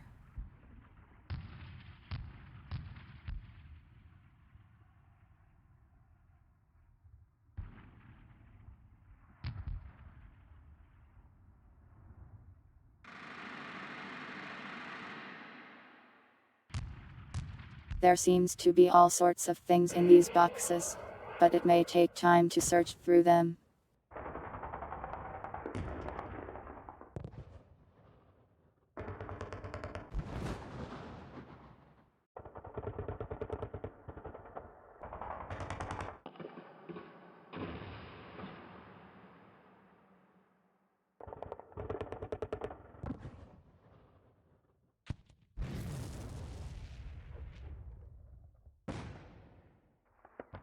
You quietly sneak up to where you last heard the spider, aiming your gun at its likely position.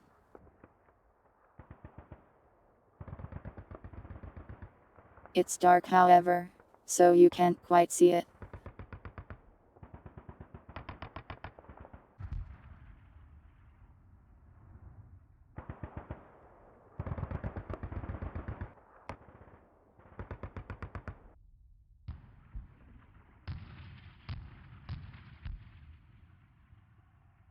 You throw a scrap coin outside of the building. The spider then jumps directly at your face.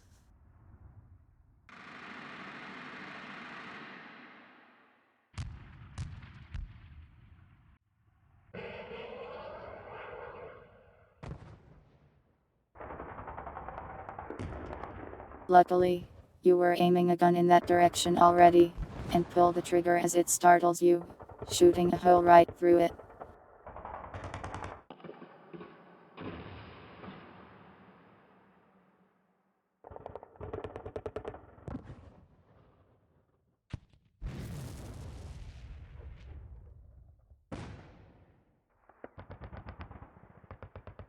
It flies onto your face, dead, and you scream because there is a dead giant spider on your face.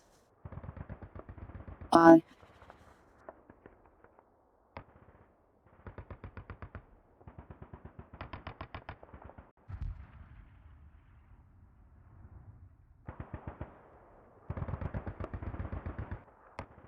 You shake it off of your face, and stomp on it to make sure it's dead.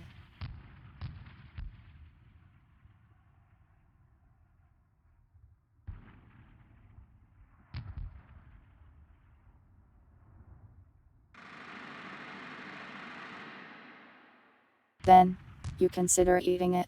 You consider eating the dead, crushed flesh spider on the floor. Really? You really want to eat that?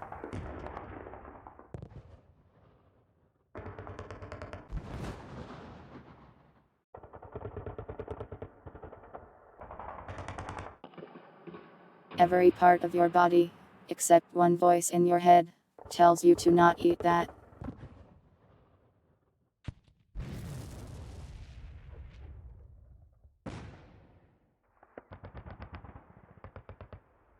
You check for a fabricator. You just find boxes.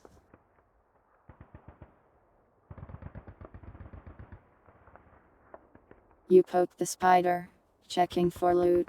It's just got spider guts. You then kick it more.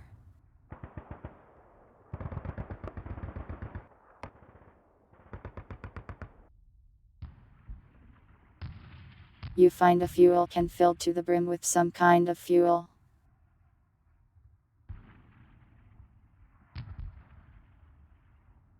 It's not quite gasoline. You aren't sure what it is actually. It glows a little. But it says fuel, so it's probably fuel.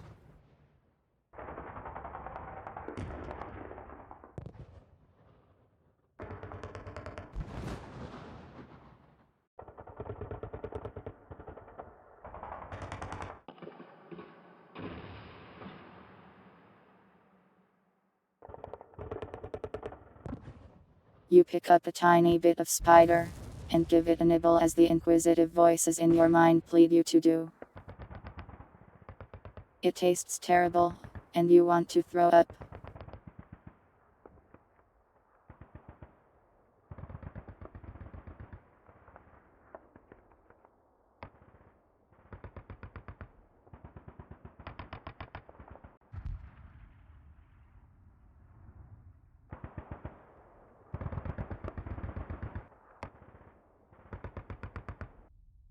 You check the storage area for more things of use.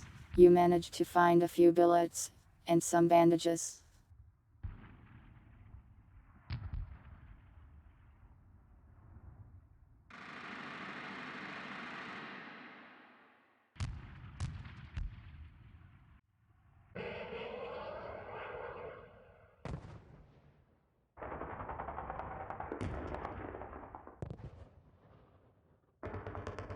There's more boxes here, but they seem to largely be filled with rations, bullets for guns you don't have, and a lot of things you've never heard of before.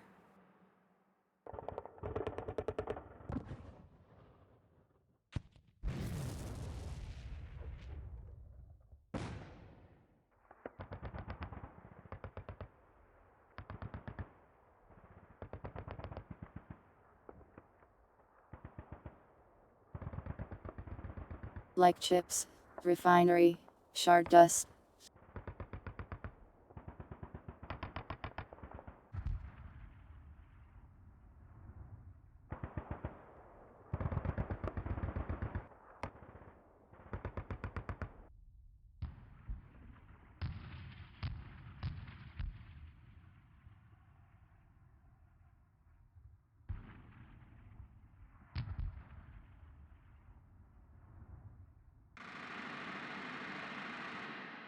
You check if they are potato chips, but they seem more like computer chips. You bite one, it's not tasty.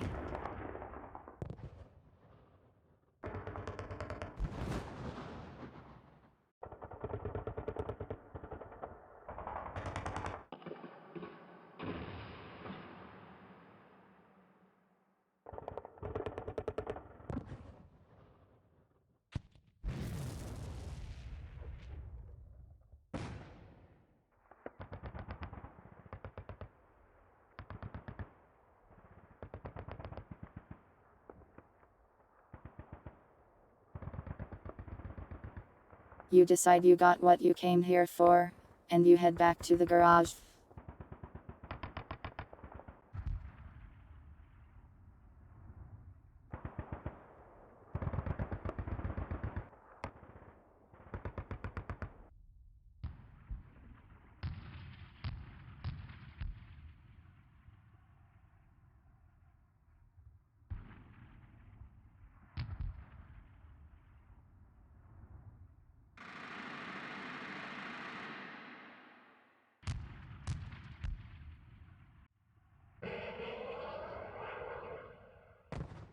You bring the fuel to the guy. He immediately starts fueling up the tank. Nice work. You didn't get injured this time either.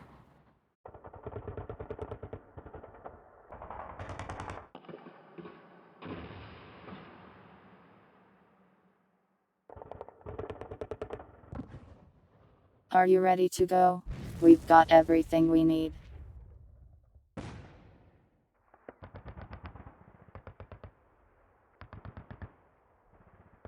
You tell yourself, you should hydrate, and you drink some of your water.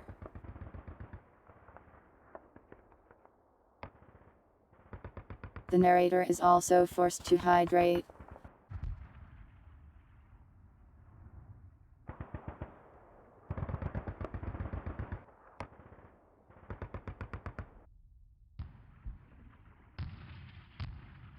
You vent to the man about how the spider was so scary and how you hated it so much while the narrator leaves for a moment.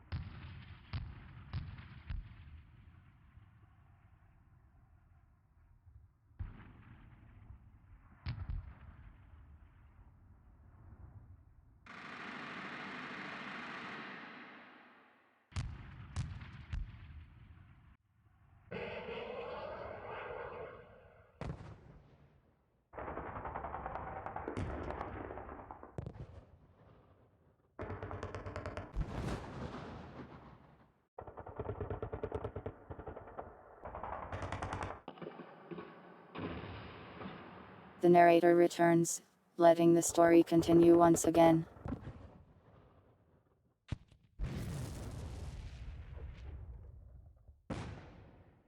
You ask the man if you get to use the turret.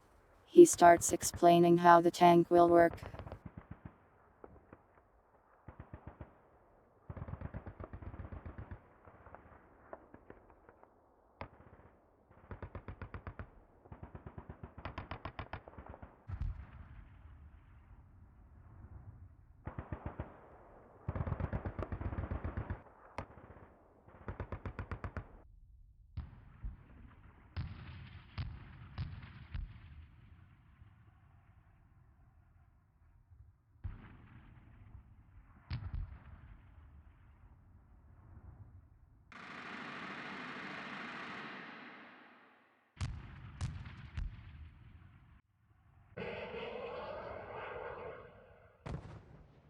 So the visibility out of these things is awful. You are going to have to sit on top while I drive it. I mostly know the lay of th land. But if you see any enemies you are going to have to tell me and direct me where to aim the main gun.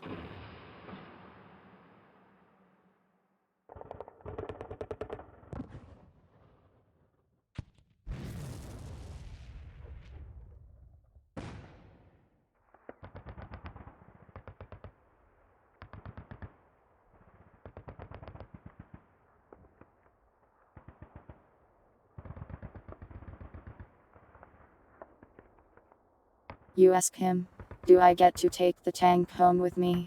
He says, it won't fit through the portal. It's person-sized.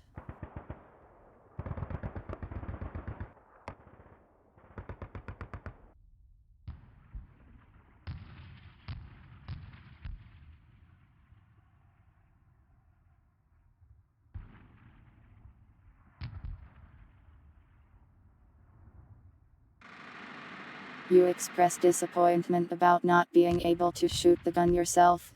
He says, I'll let you get one shot of it if we have an opportunity, but we only have so many shells.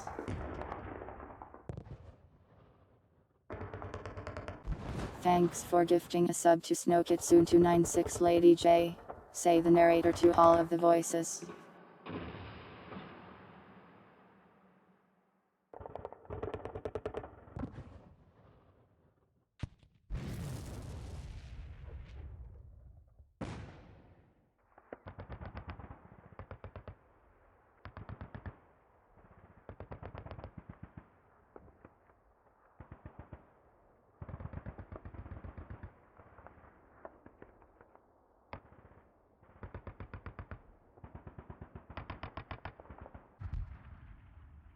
Are you ready to go now?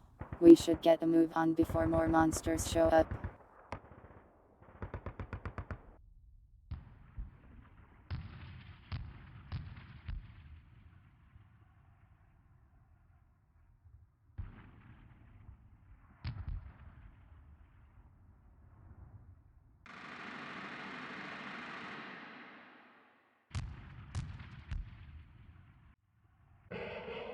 Please ride the tank like it's a tank, and not a horse.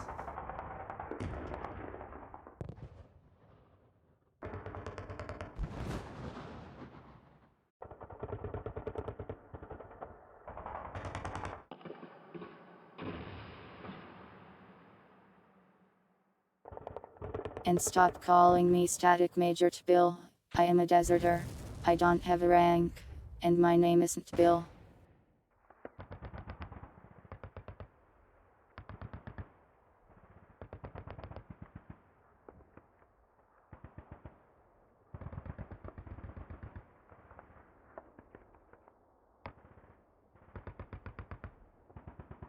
He gets into the tank, and you sit at the top.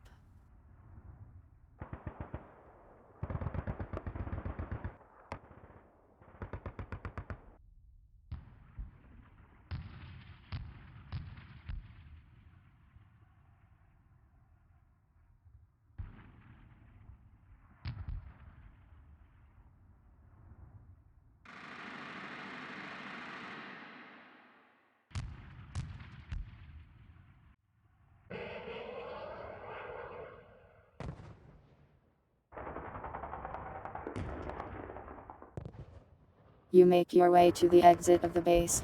Some monsters approach you, but the tank just runs them over easily, crushing them beneath the treads. You do a cool pose up there, that nobody can see.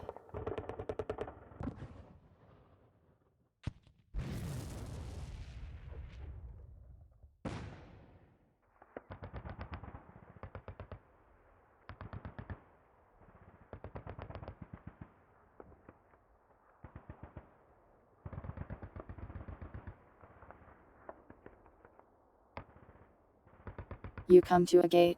The driver says, you need to go use that key on that button there. Open it up so we can drive through.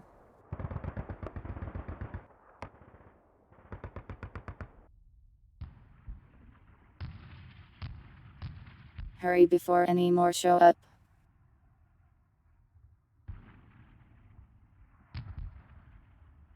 If we get surrounded, I won't be able to run them over anymore.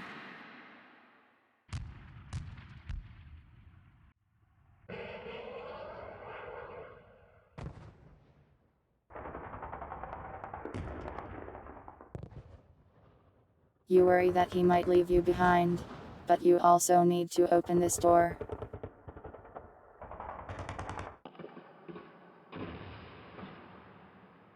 Nonetheless, you hop off the tank, and use the key on the door.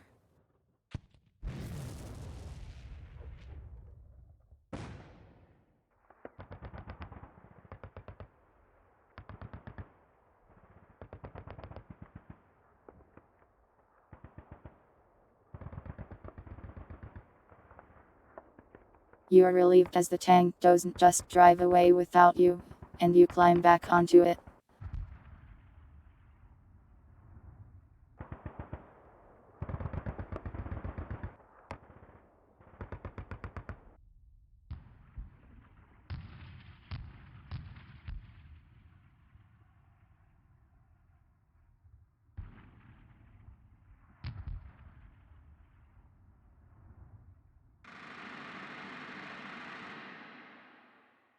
You see a forest of sorts out here.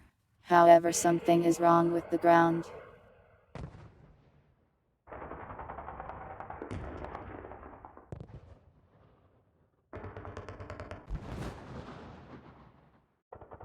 It looks odd, shifts in texture and image often. Something is definitely not right about this place.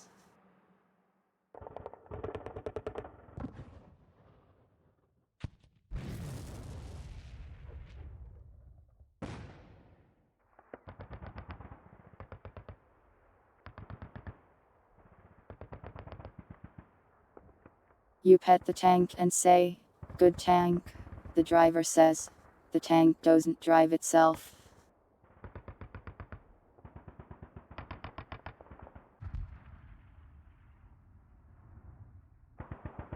You try to play music, but you have no way of doing so, so you just imagine it playing.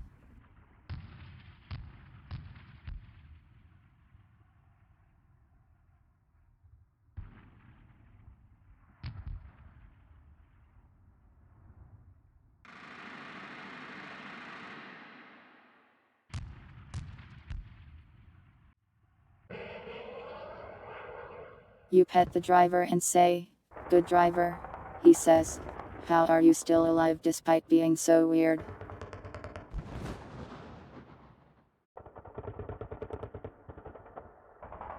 He hates this.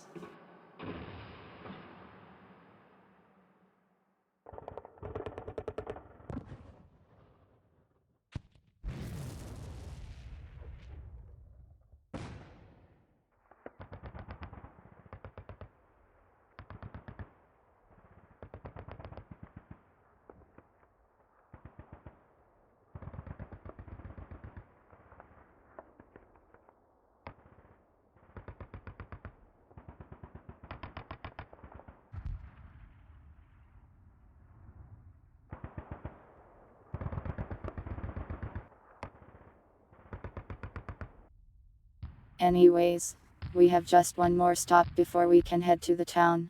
We can power the portal, but unless we get some coordinates, it will send you to somewhere that doesn't exist anymore.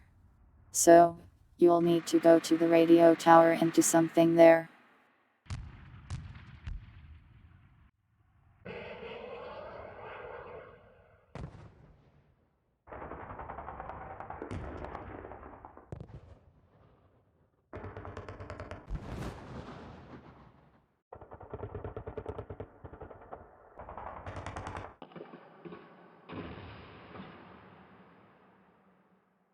You explain to the driver that being weird is necessary to survive. He shrugs and says, "If you say so."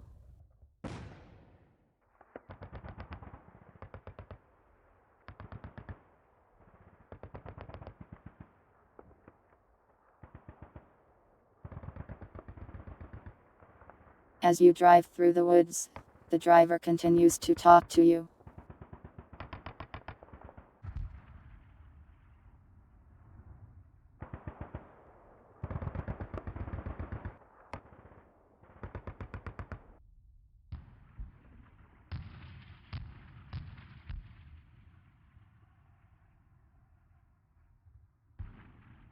So that radio tower, I haven't been there, not in a long while.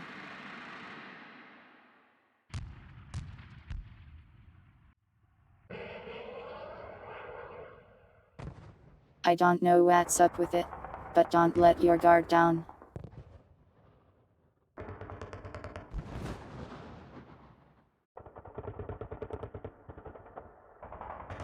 And don't die either.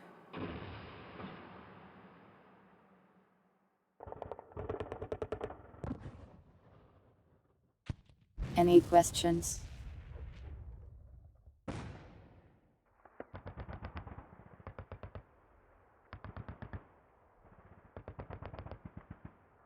What's the worst that can happen? You really don't want to know.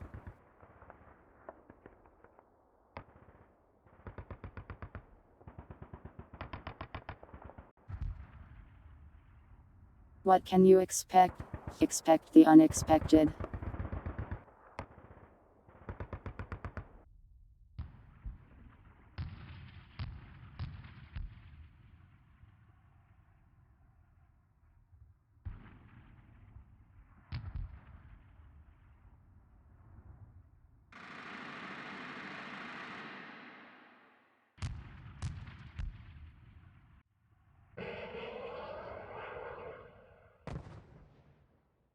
What was my first pet?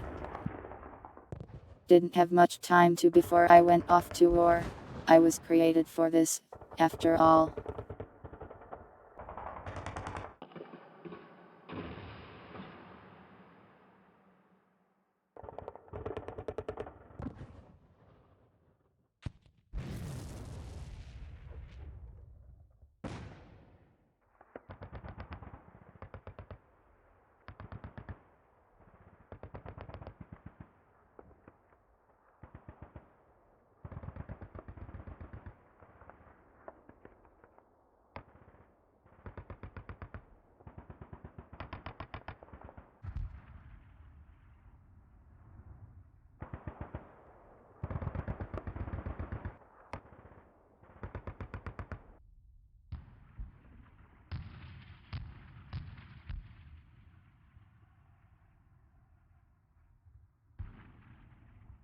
The magic orb. That's one way to describe it. People call that an idea, roaming impulse of strong desire. Some say it can grant wishes, others say they get twisted in some way. The usual advice is to never go near one, unless you want your life cut short.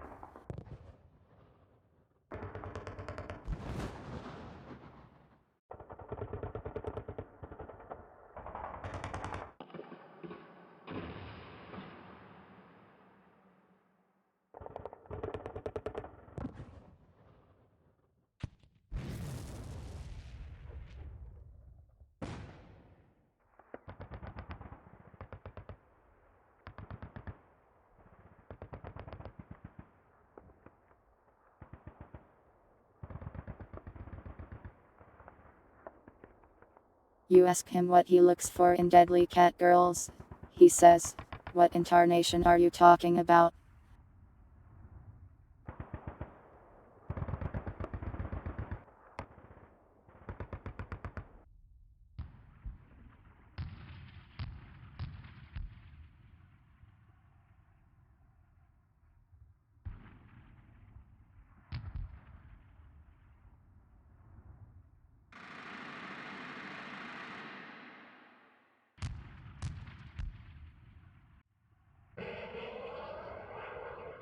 You ask him what he'd wish for if he could.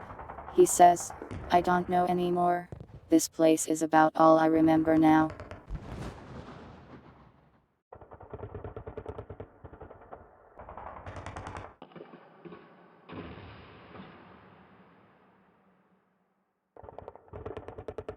You look at your memory of the raccoon, and it motivates you to keep going.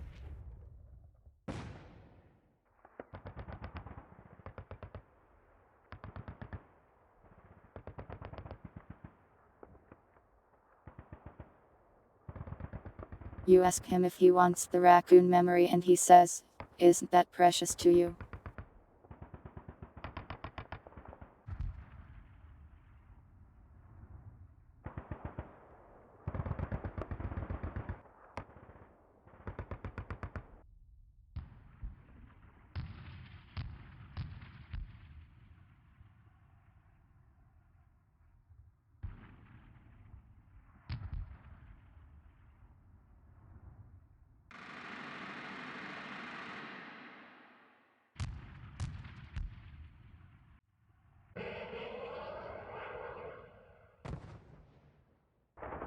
Only one of your memories is a raccoon.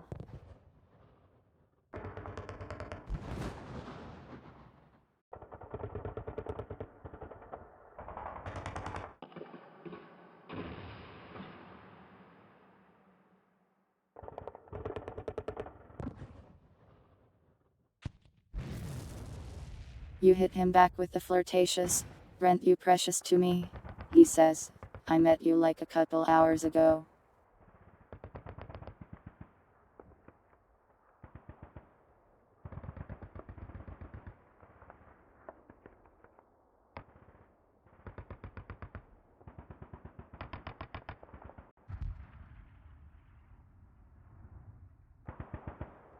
After all your chatting, you finally arrive at the radio tower, and it looks quite strange indeed. You give him the raccoon memory and he says, "Thanks."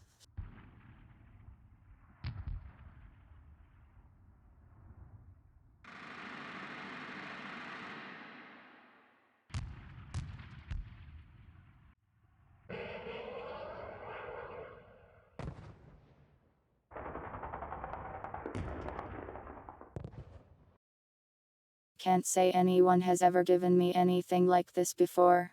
Good luck in there.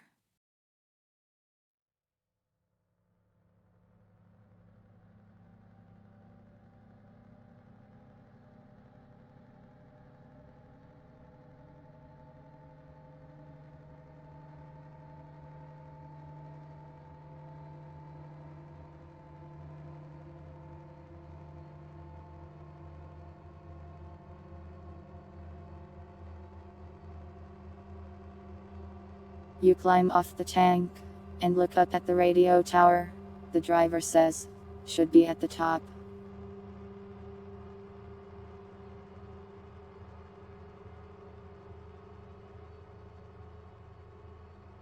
You check to see if he's turned into a raccoon man, and no, he has not.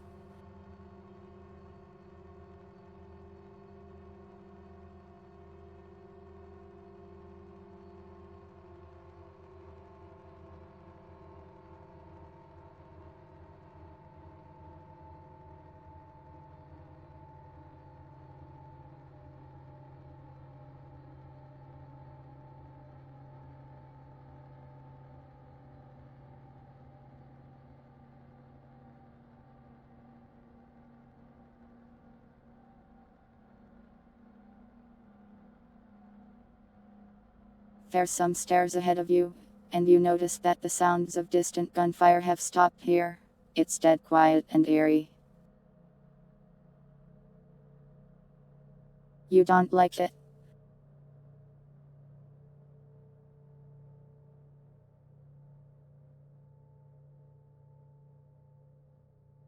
You get the sense that something is watching you.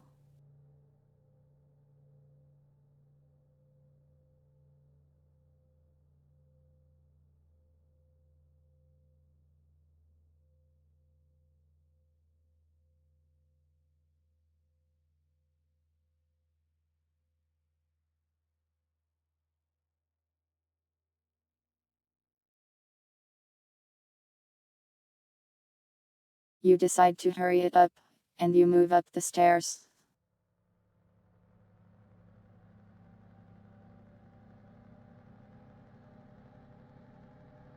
You climb up the stairs on all fours, like a creature. Why?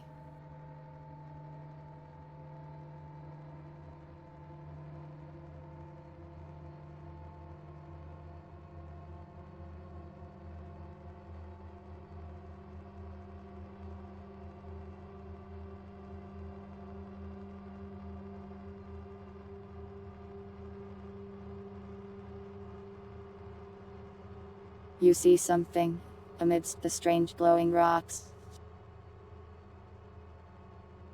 It has spotted you.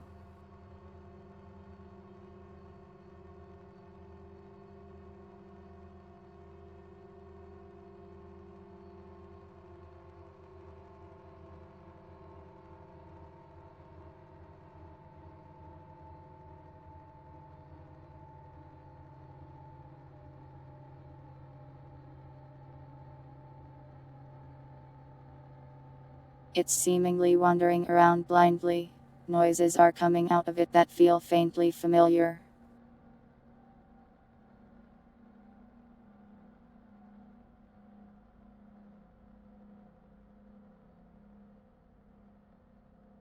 You think, just like my skibidus, and you feel a small part of yourself die at this statement.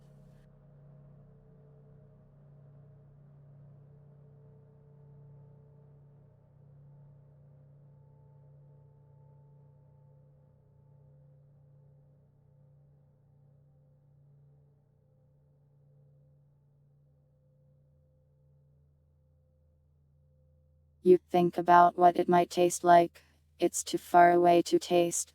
You could sneak up on it, but it doesn't look friendly.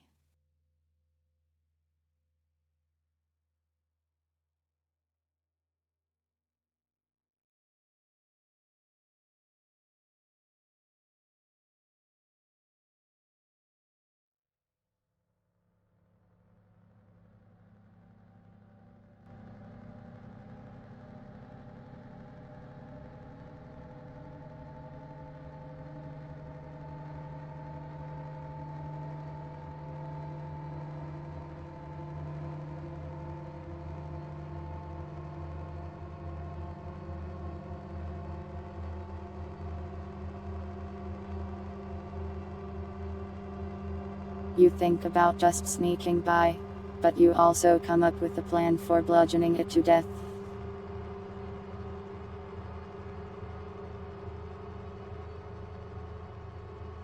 You're not sure what to do, but you feel very uncomfortable even just standing here. Something feels off, something feels wrong.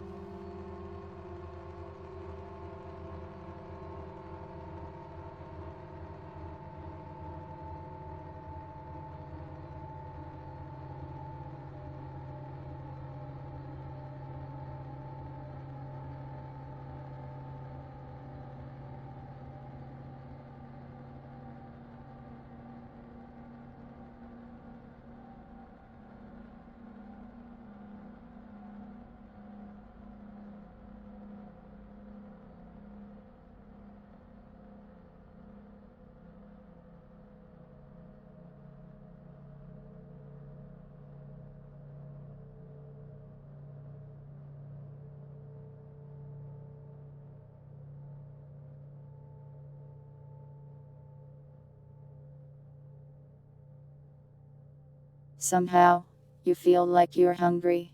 You're not sure if you're imagining it, but you're thinking of food a lot. And eating.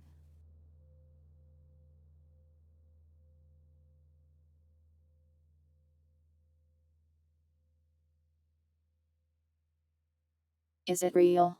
Is something wrong with you? Or are you just imagining it? You can't tell. You decide to hurry up and you quickly sneak by the monster.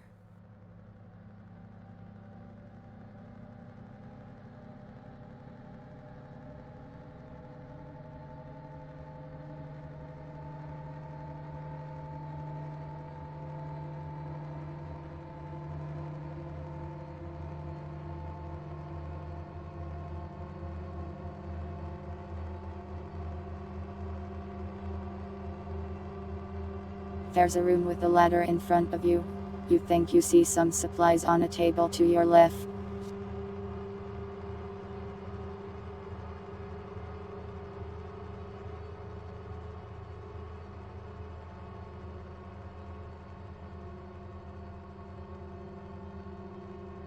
There's no door here. It's just open.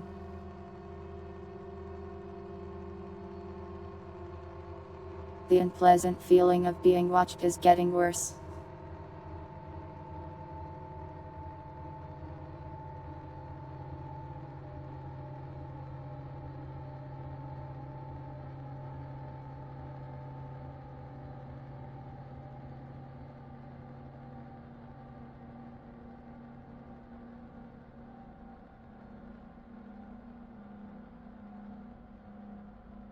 One of the voices in your head says, Naya, and you quietly says, Naya, under your breath, so as to not alert any enemies. Naya.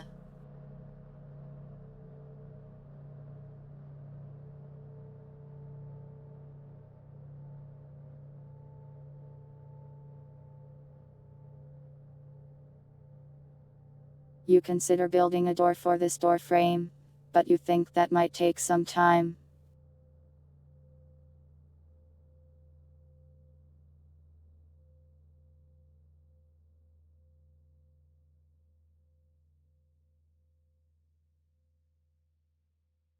It's a rather big frame, would need a big door too.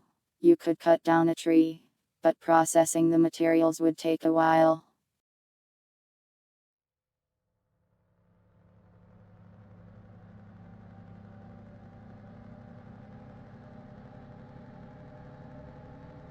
You head forward into the ladder room, and check to see the supplies in there.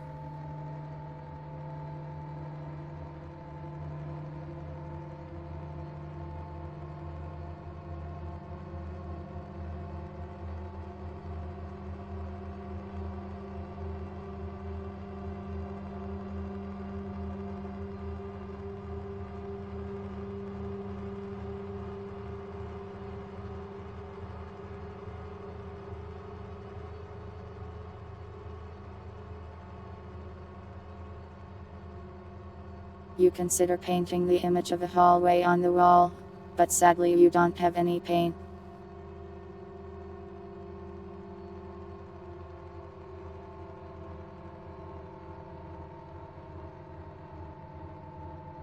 On the table you find some shotgun shells, a first aid kit, and some bandages.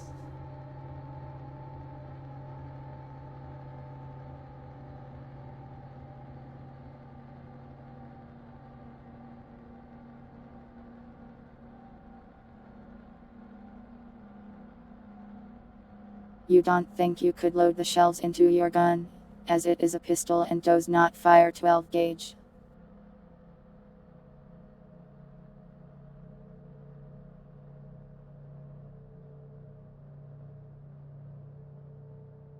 You grab everything, and shove it into your backpack. You give the bandage a nibble. Yeah, that's a bandage alright. It's real.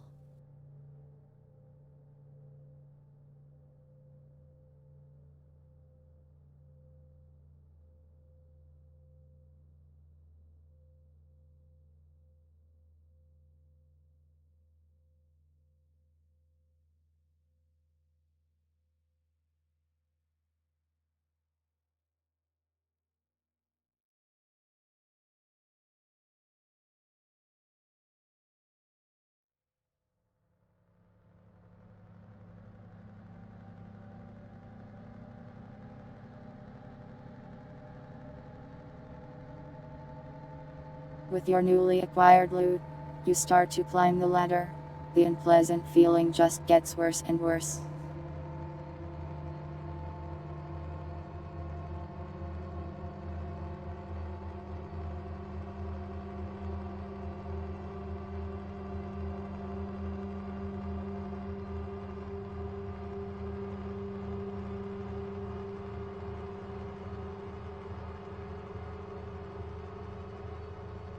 You look out around the area, checking if there's any McDonald's around. You just see snow, mountains, and trees from up here. Sadly, no McDonald's in sight.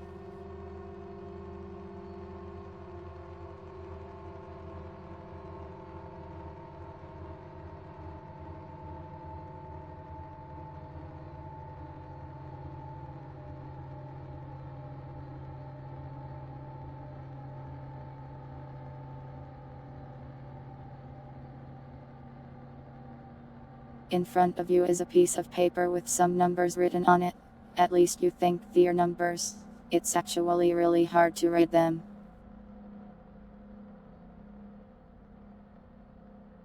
The radio seems to be speaking to you too. It's very distorted and you can't quite understand it.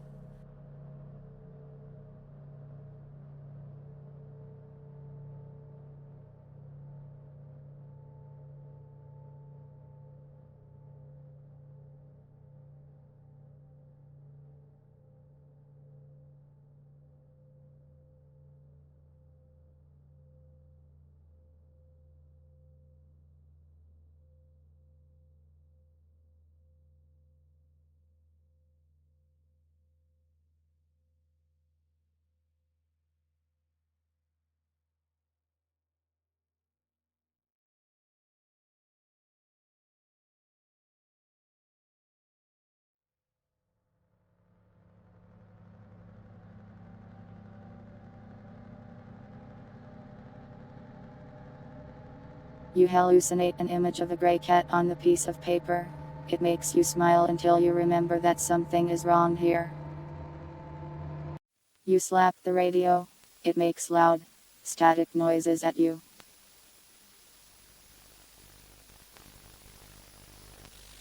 You feel sick.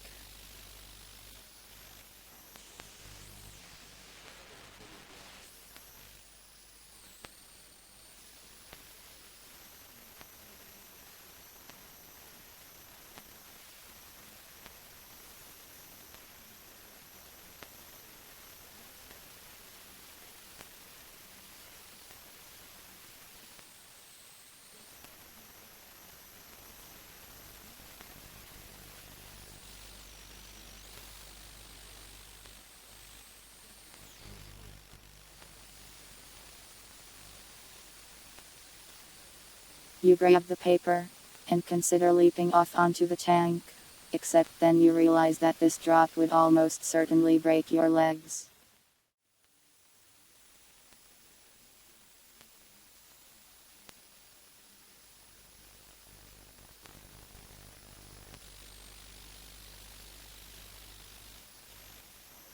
You consider breaking the radio, as it's making you very uncomfortable.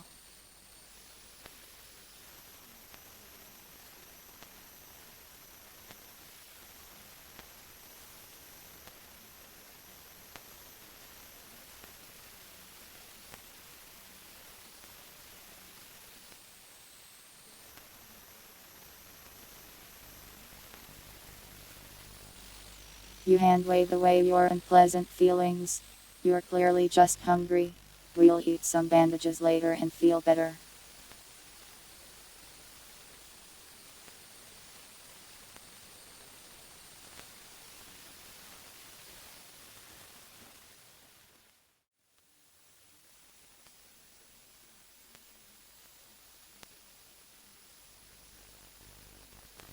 You climb back down the ladder, but you find your vision blurring. You feel your gaze drawn to something.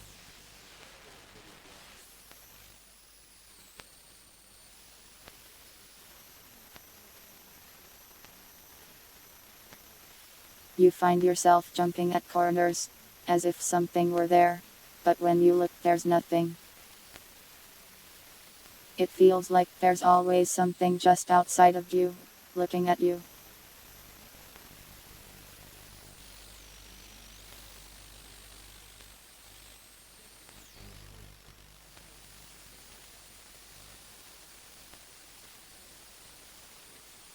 Nah, you say to yourself, to calm your nerves.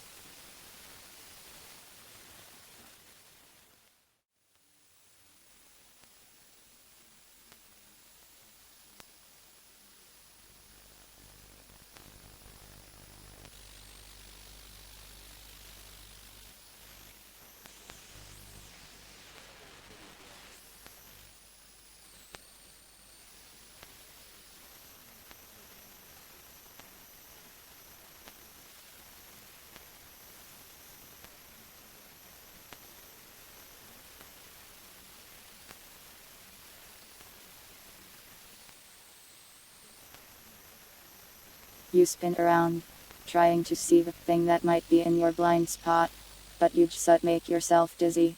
You fall onto the floor outside of the room.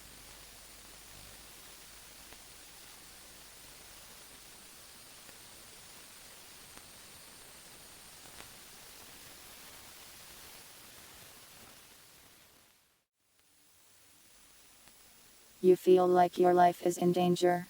Something sees you. You're vulnerable.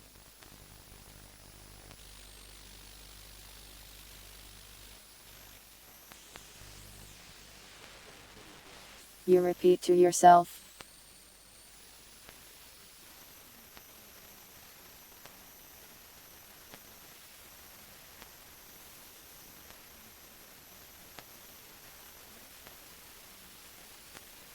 I was crazy once. They locked me in a room. A rubber room. A room with rats. Rats make me crazy. I was crazy once.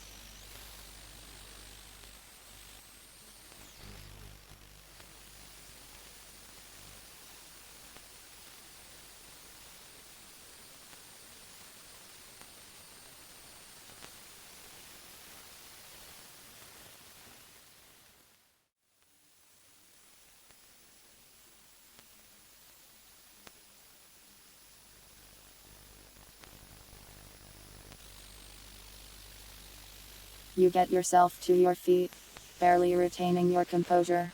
You slowly make your way back to the tank.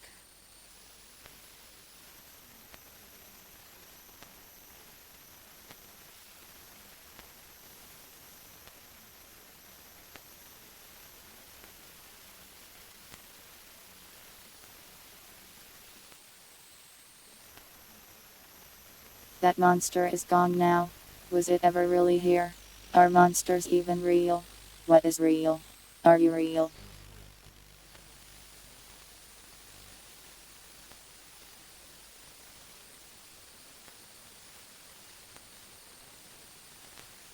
You pull out your pistol and look around in a panic.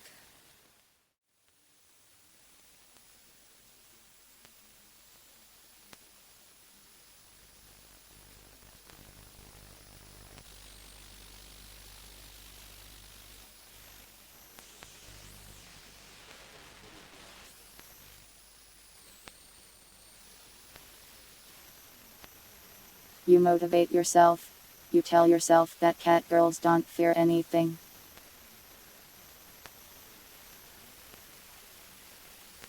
Except probably like the vet, water, spray bottles, dogs.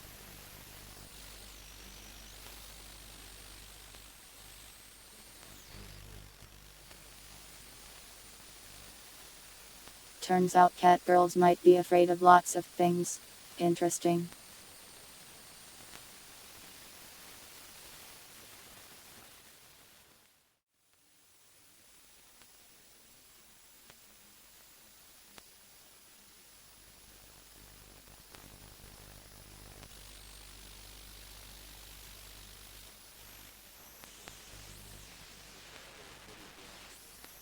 You pull out your halberd and spin around.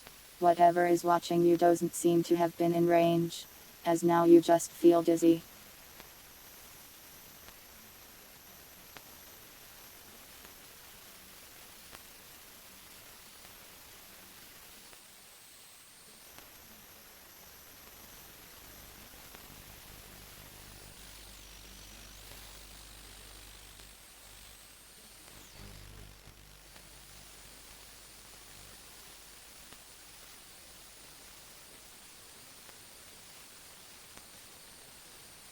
You stumble down the stairs and fall into the snow right in front of the tank.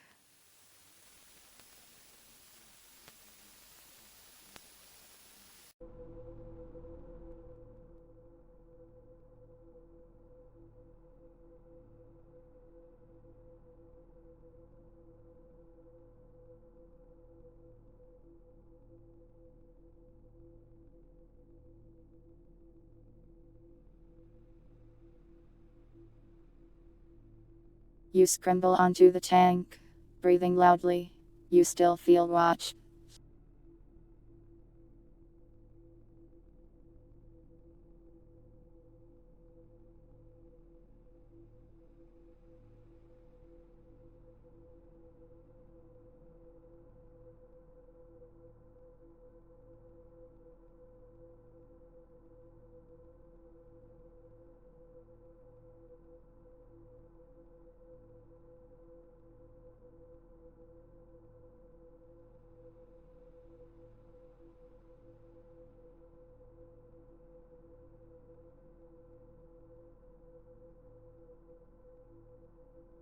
You tell the tank man, watched, and then you scream incoherently before handing him the piece of paper.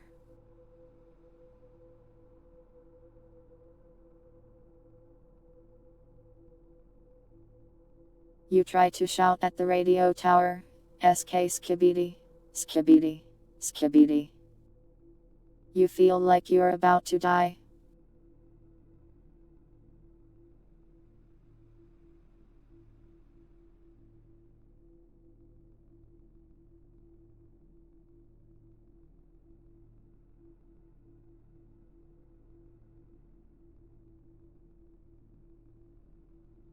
The tank driver starts to drive the tank away, sensing that you don't really want to be here anymore.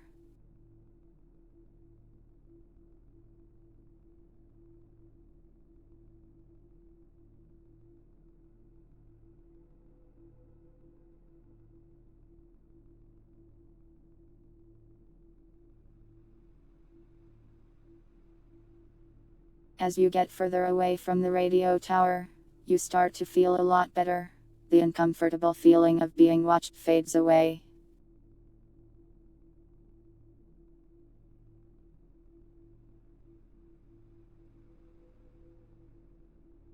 You weren't sure what was going on there, but you really did not like it.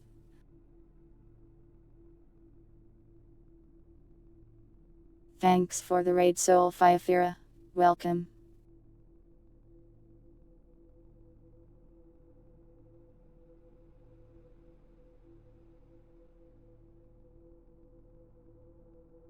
I am doing a weird thing today, it's hard to explain, but welcome.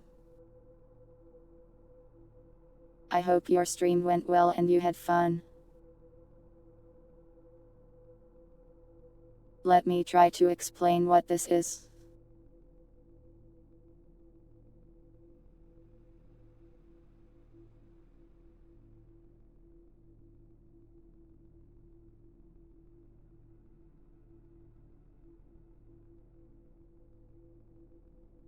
So, this is like a story, except chat makes the decisions for the main character. 7192, otherwise known as numbers, will narrate what happens with your actions. Basically, it's going to be really confusing.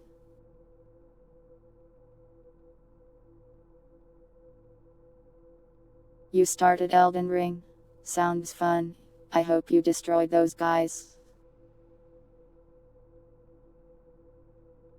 Yeah, basically this is an improv choose your own adventure story.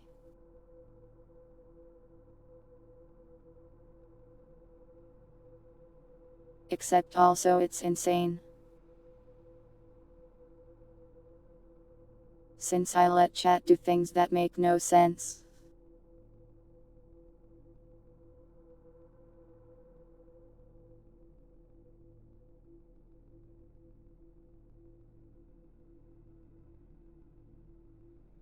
To summarize what's happened up to this point.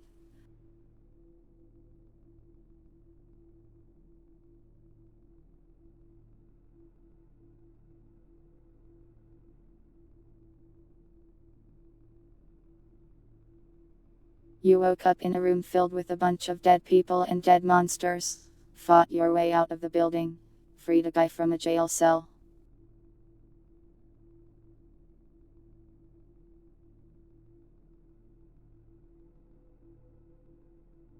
The guy helped get a tank up and running.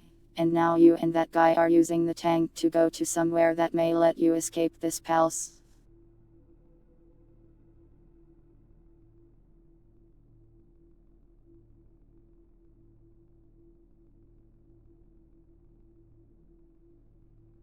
You've gathered a lot of things, and should have everything you need to escape now.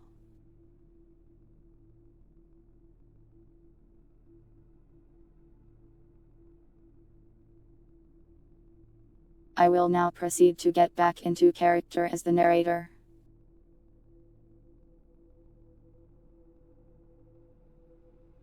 Why are you a cat girl?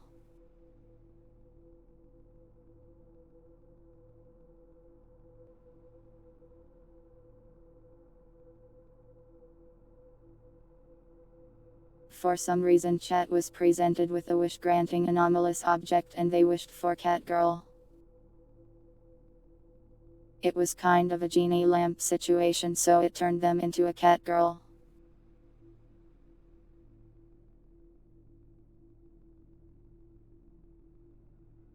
Their wish was twisted into something not quite what they wanted.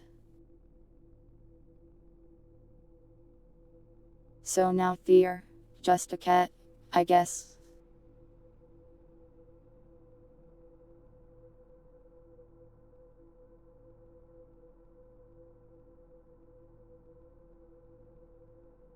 I am sure that's going to be great for the main character's psyche.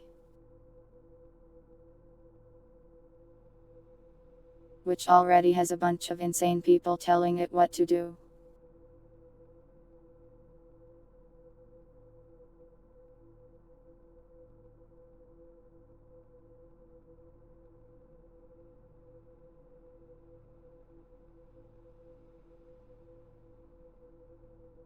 Anyways, I will now start narrating again. Thank you once again for the raid.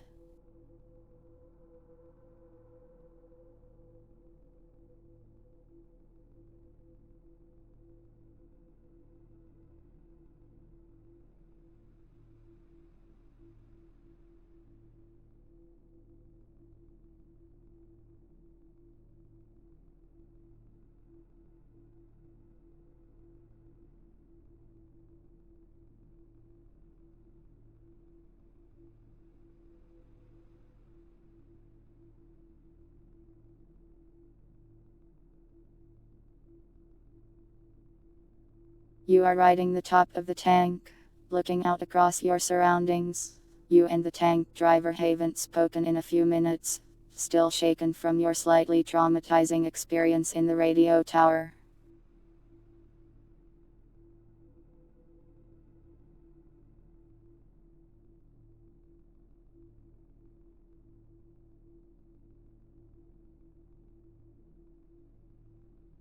You inspect your halberd idly as you ride the tank. It's made of scrap parts, and has a bunch of broken swords taped to it. An unwieldy weapon, but it's served you well so far.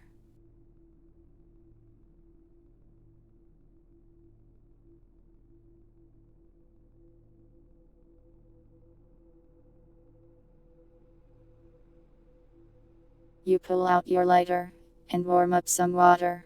You put a bandage in it, making some kind of bandage soup. It doesn't taste good at all. Inedible, actually.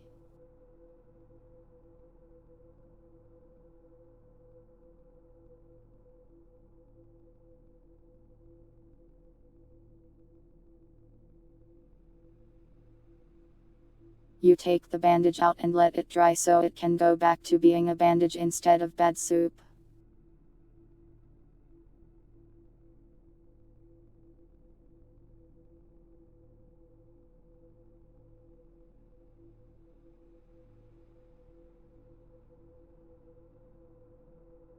You try to convince yourself that actually the bandage is edible, but it's just not tasty at all.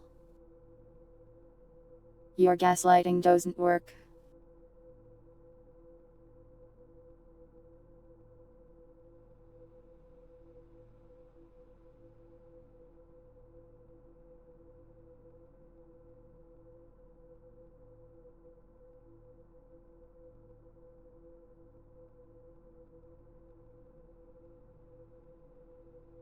You consider replacing the narrator with an AI, automation stealing yet another job.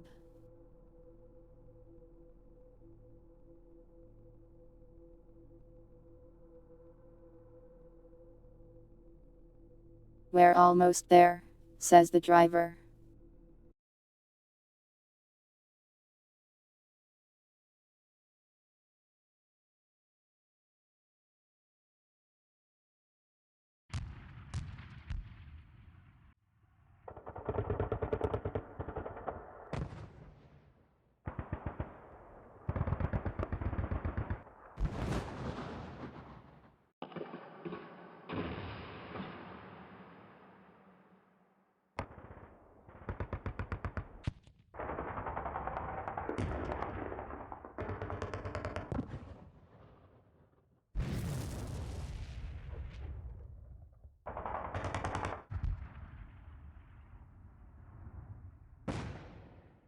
You ask the driver if he wants some soup.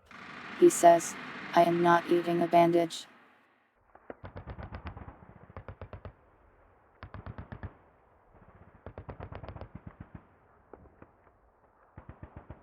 You ask the driver about the horrible radio demon, and he says, I don't remember that place.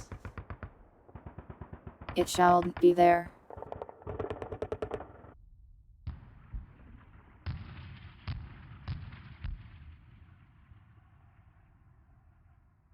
Suddenly, you see some movement on your left side.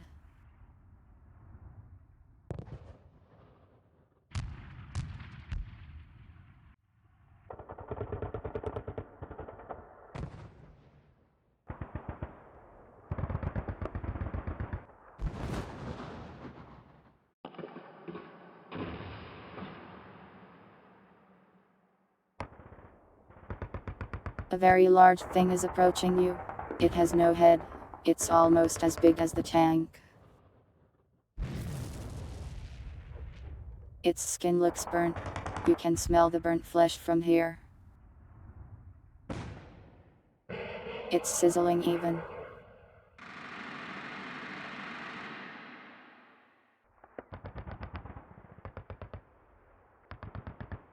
You try to throw a can of chili at it, but alas, you have no cans of chili.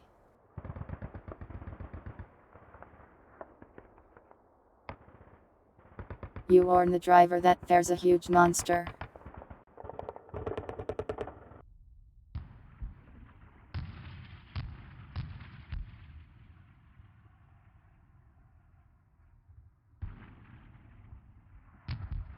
You say, "Aim for the nuts." The driver says, "What the hell are you talking about?"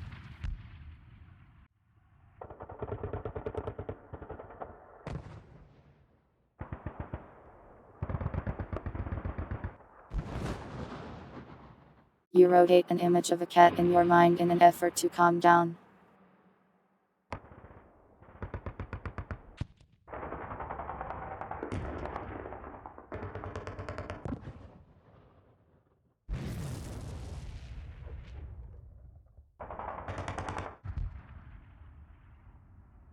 You throw your soup at the monster. It evaporates into steam on contact with its body.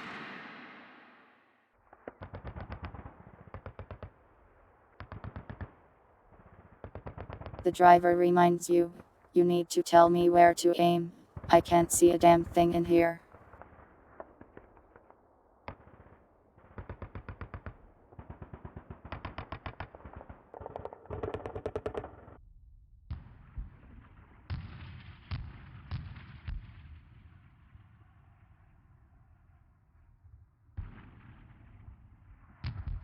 The monster is getting closer.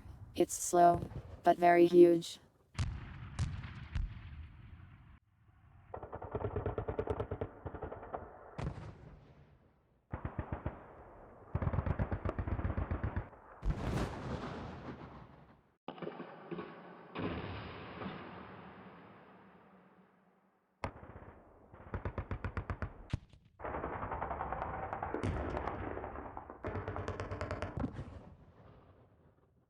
You insult the monster with terms only a wizard would understand. It seems unaffected.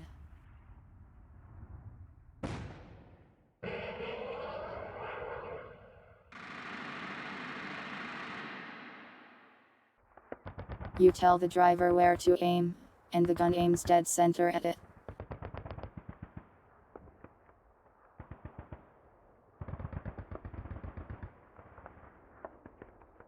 You try to stab at it with your knife, but it's still too far away.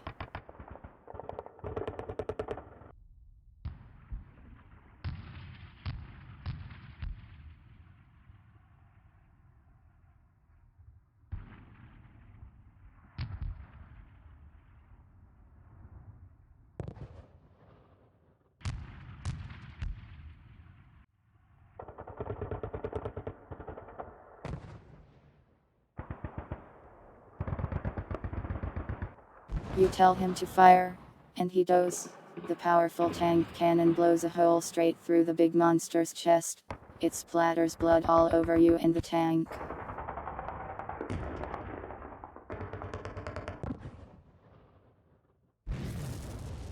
You insult its mother, as its body goes limp onto the ground.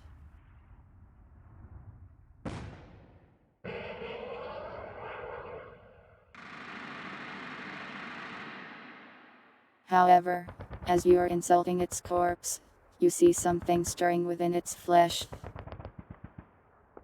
Something is crawling out of it.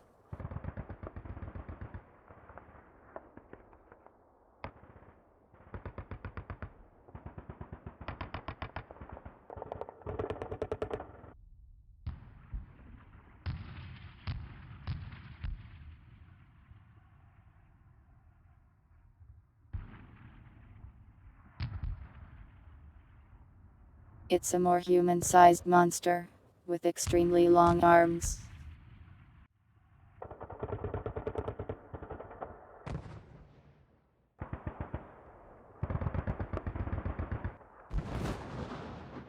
It's moving faster than the other one, but not much more than a jog.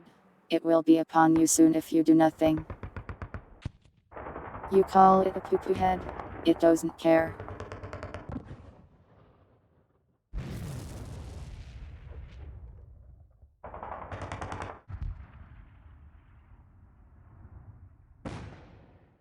You then ask if it wants to be your friend.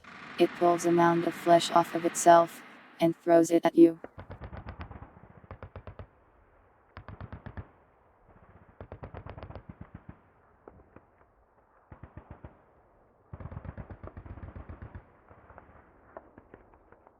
It hurts you in the chest, and splatters you with boiling hot blood. It burns. You don't think it's friendly.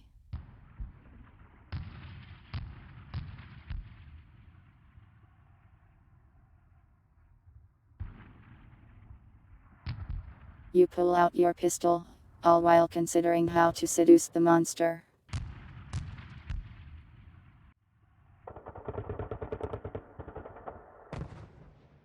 You're so sad that it won't be your friend. A tear starts to form in your eye. Mostly from the pain though.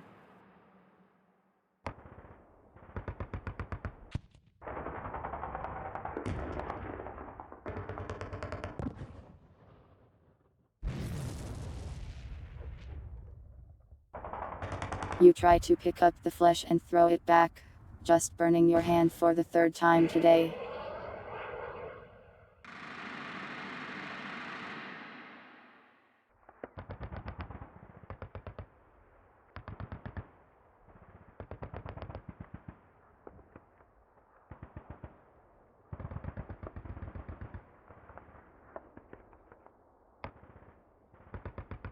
You then tell the driver where to aim, and fire.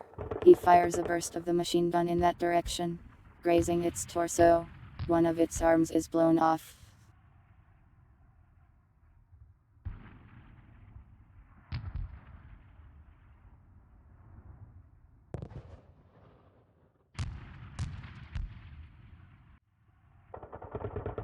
With your pistol you fire into its center of mass twice, and while you are getting ready to shoot into its head, it collapses into a head of flesh on the floor.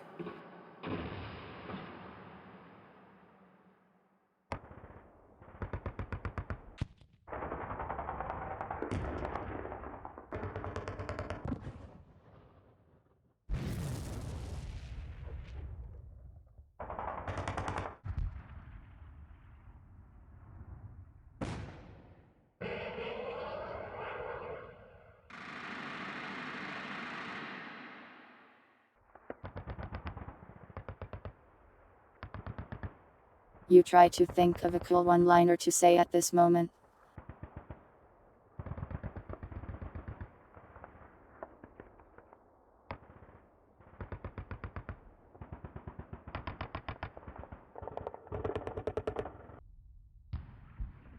You are cooked, you say.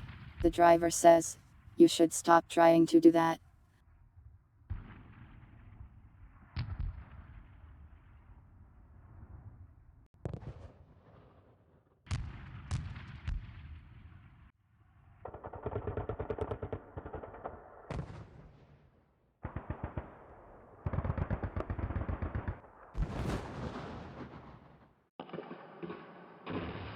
You drink the water in celebration. You feel hydrated and happy that you survived that ordeal.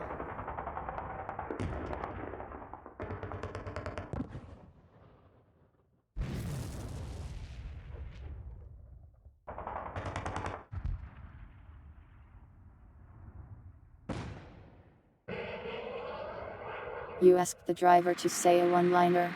He says, no, thanks.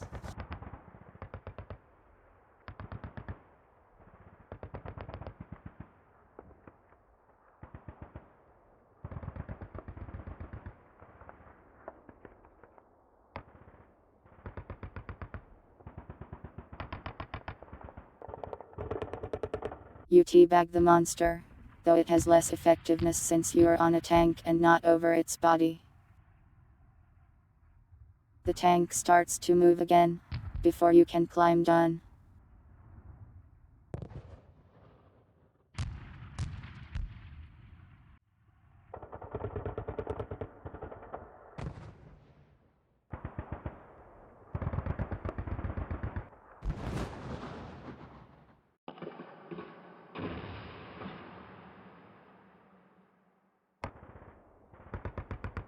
You tell the driver that he can have an opinion once he risks his life for once.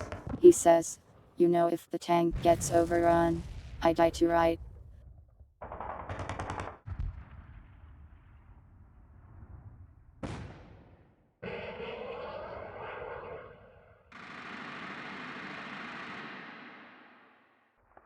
You pour a little bit of water on the boiling hot monster.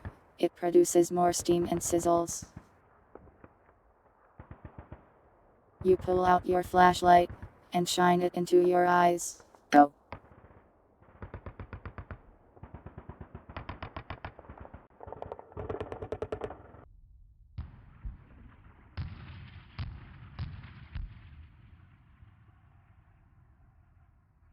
You take a bandage and you perform a little first aid on yourself as the tank continues to drive.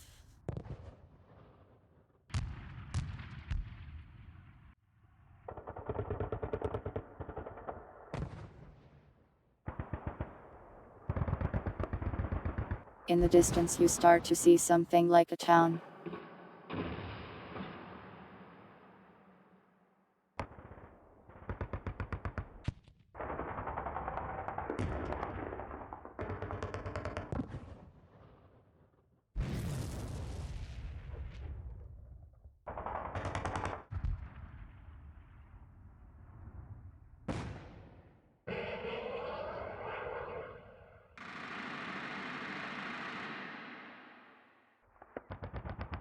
The tank rolls into the town, which seems largely abandoned, and in a parking lot you see something best described as purple.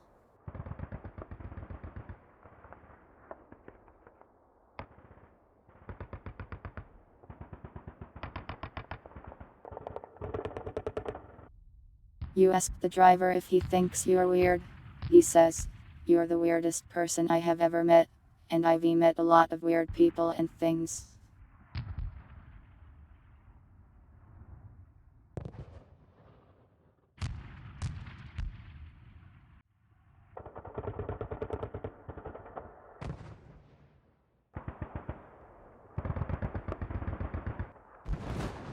You exclaim, "The cavalry is here," to nobody in particularly.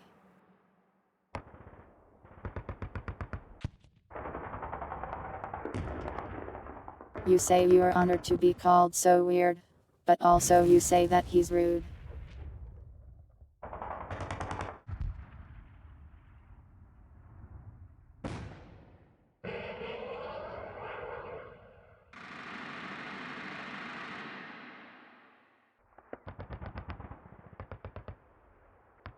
You throw a coin at the purple object. It bounces right off. The driver says, "It's not on yet."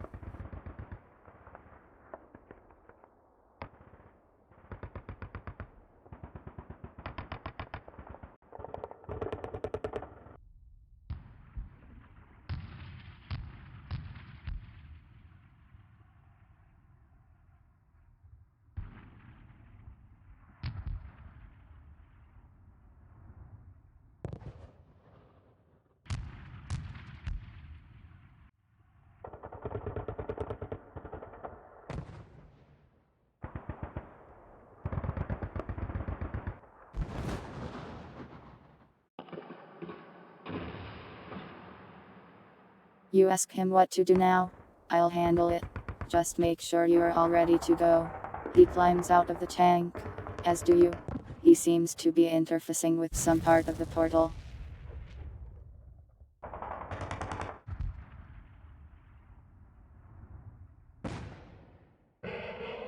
He puts your glowing red crowbar into a part of it, and it lights up. He then starts inputting some numbers off of that piece of paper you retrieved.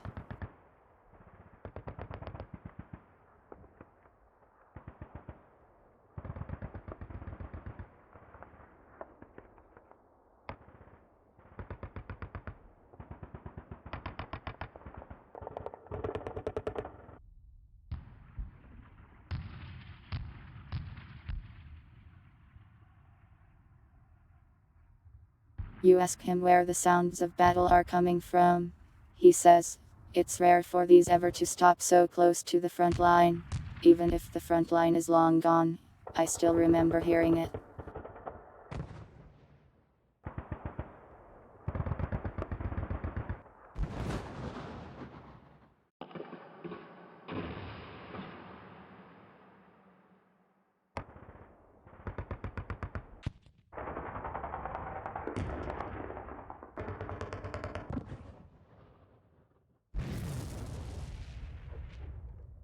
You yell at the portal for not being on already. The driver explains. It ran out of juice as the last evacuees were leaving. We're not even an afterthought.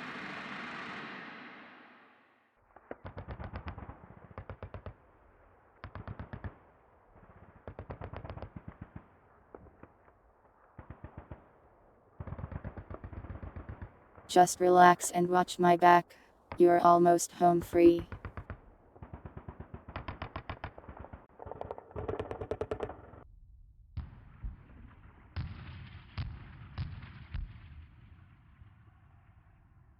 You tell him he's a good friend, but he smells.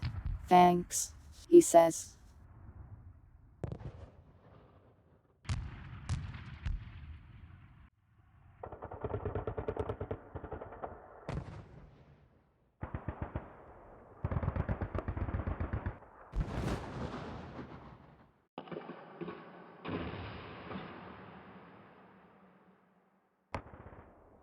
The portal seems too weird to life, making loud, electrical noises. He hands you back your crowbar, which is now not red.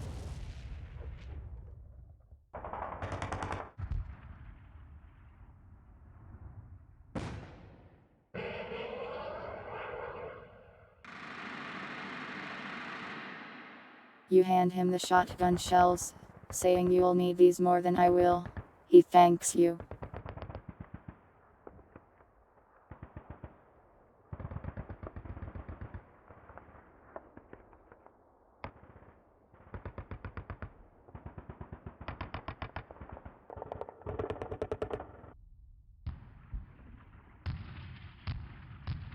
You ask him if you smell bad.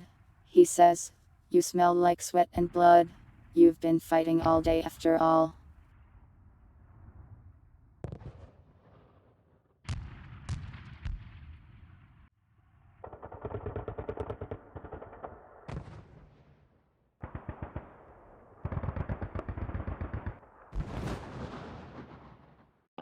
Time for you to get out of here.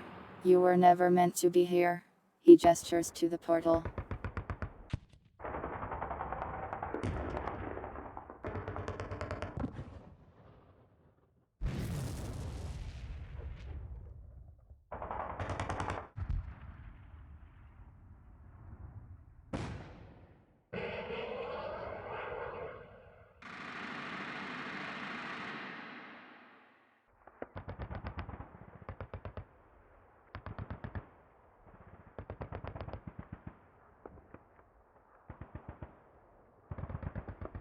You him if you'll ever meet again. He says, if you're lucky. No, it's amazing you survived just this once. Don't count on a second time.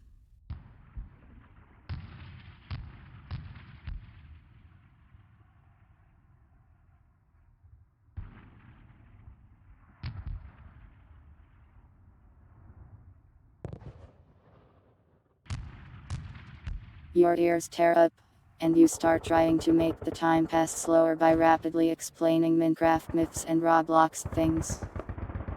I not ears.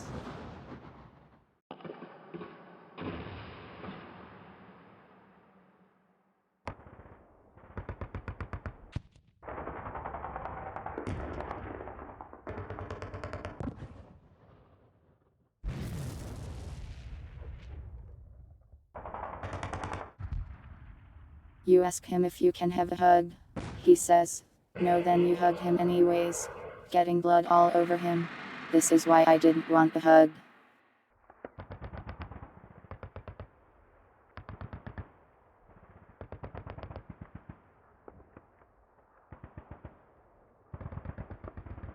You ask him why he was in jail.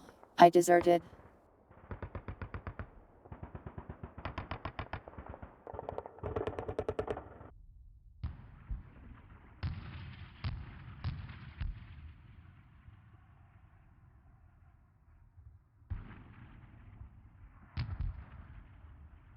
You cry from your ears in a metaphorical sense.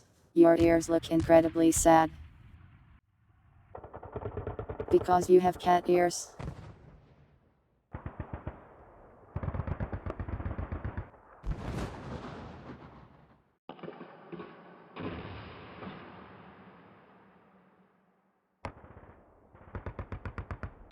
You tell him he's a sweet dessert. He looks at you like he's looking at some kind of weird creature in a zoo.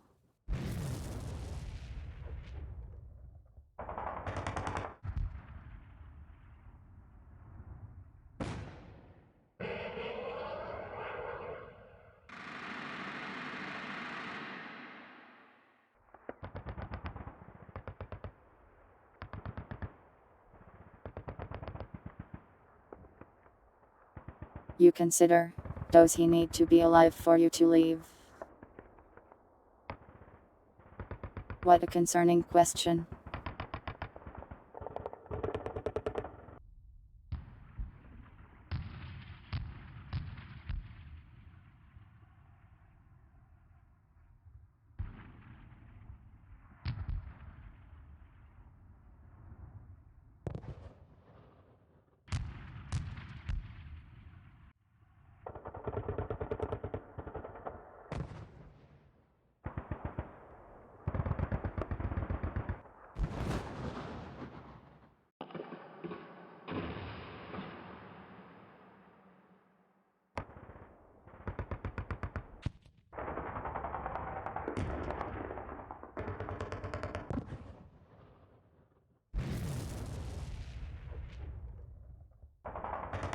Eventually, you convince yourself to leave through the portal. Your last sight of that place was your friend getting back into the tank as a pack of creatures approached from down the road.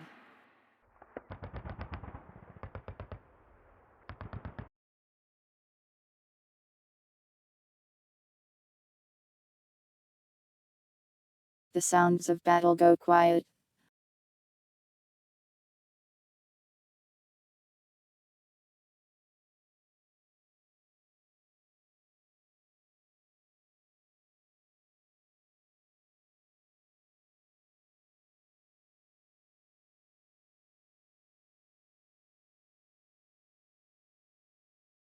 One part of your brain thinks, I didn't get to shoot him, in a psychopathic way.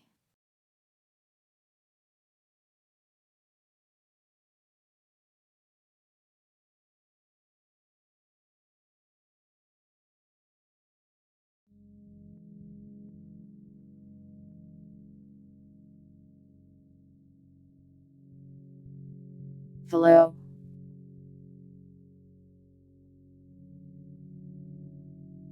I hope you enjoyed the story thing.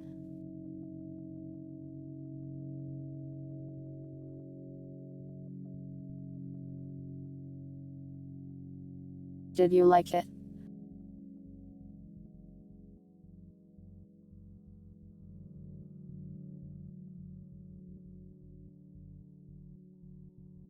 I hope so.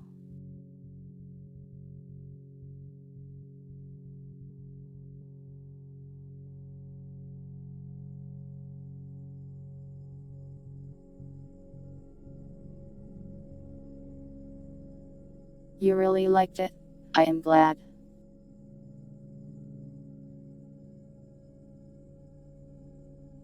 I should do more. I am trying to do one of these every month.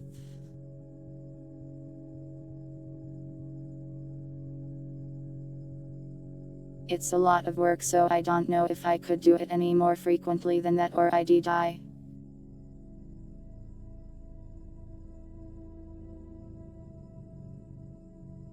But yeah, we'll try to do it again next week. That's okay, Trimple, it's fine to just lurk and relax as well. What other things would you have gotten with other wishes? It could have been like literally anything. You could have asked for a nuclear bomb and I would have given you one.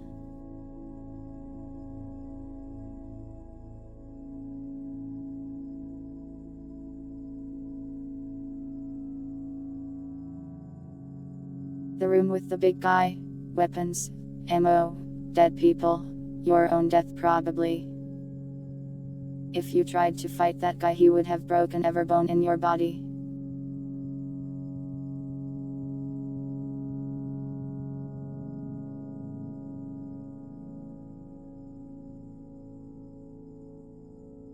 If you wanted to be God, I would have figured something out. Home. Secret.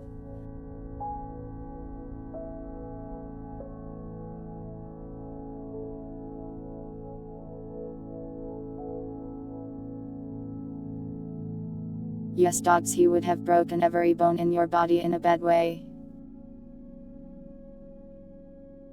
Not in a good way.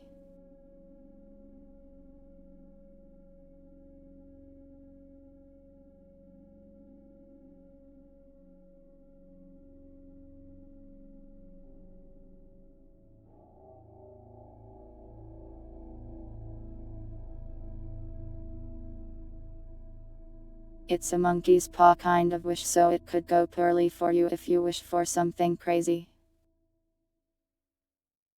Though I did not expect you to wish for a cat girl.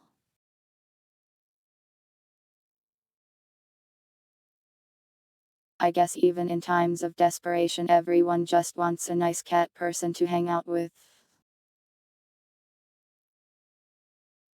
If you wished to nuke Canada, would I have done that?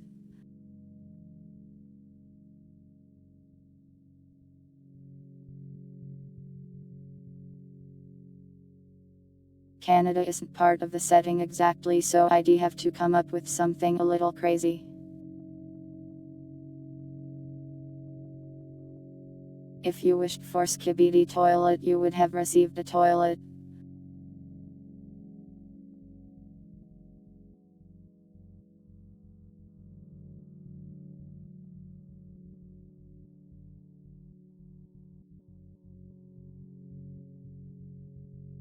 One-on-one sessions. I tried that out a couple times where I did one-off respite collabs with people. I'd like to do more, but talking to people is scary.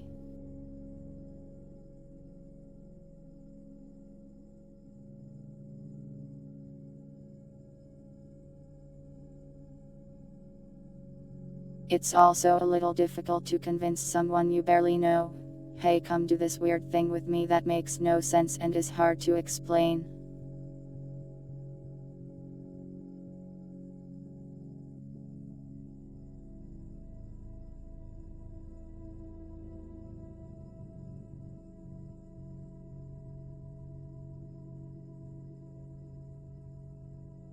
If you wish to be a tank girl, I don't know, it's improv, I would have to think of a solution at that time.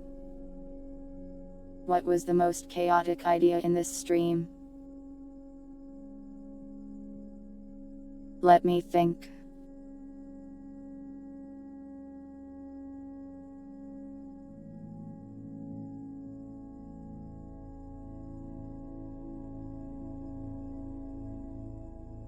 You guys like to hug random scary objects? That's not very chaotic, but it's not very well advised.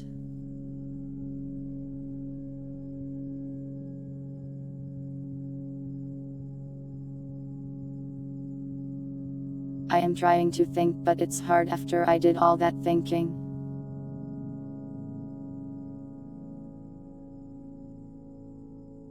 I thought all my thinking out of my thoughts.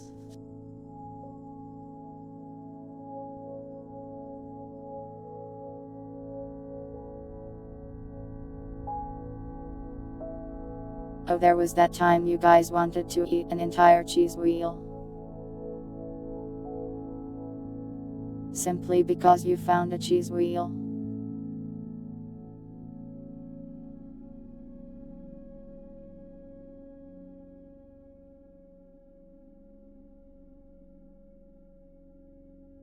What if you wish to pull me into the story? I am already part of the story, in a weird roundabout way. That's my setting after all.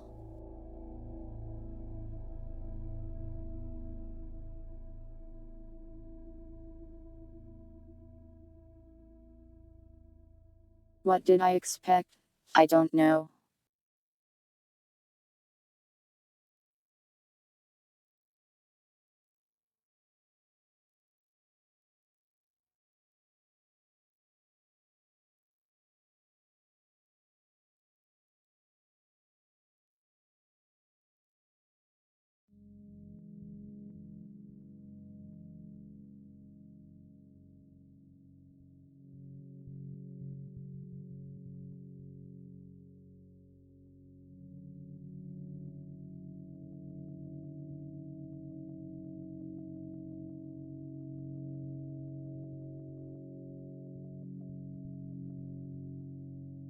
How many calories is an entire cheese wheel? Guess it depends on the type of cheese.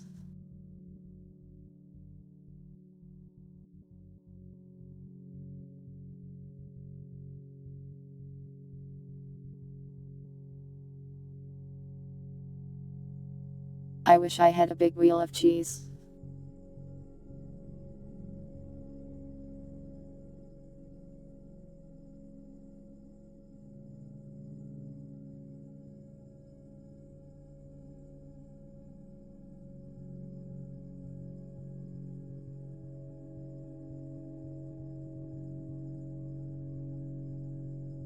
Spin.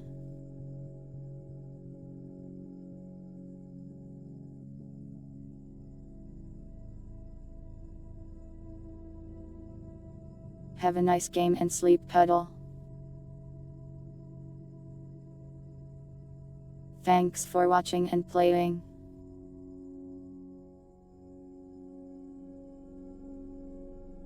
You can't go back. What's done is done. There will be no sacrificing sorry.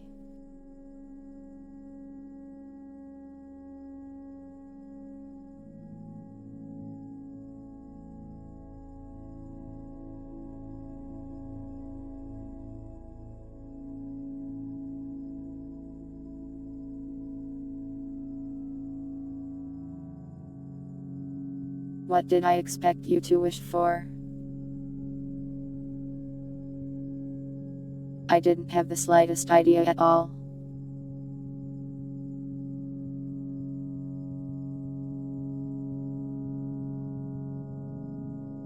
It's fun to throw a little chaos into the story, isn't it?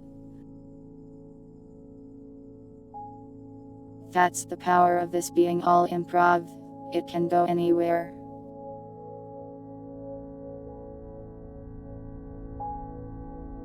Isn't it more exciting that way?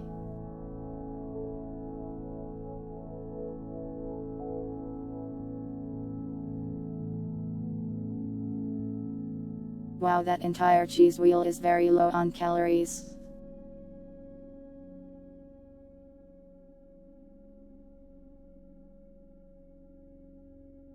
Imagine eating 72 pounds of cheese and it's like 110 calories. You're hungry again later that day.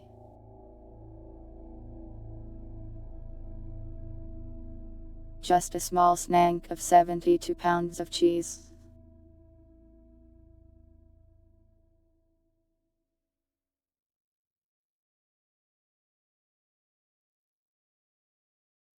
No, that wasn't a respite orb. That was an idea. Different thing.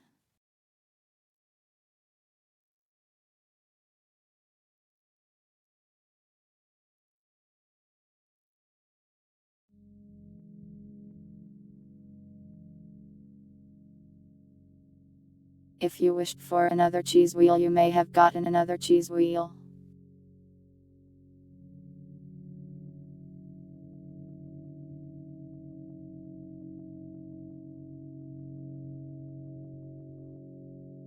Another idea in the future. Very rare, maybe. I haven't make any concrete plans at all for future episodes.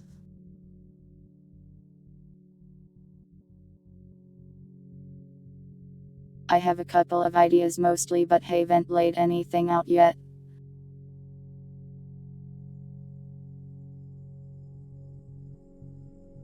Dogs, I am not that old.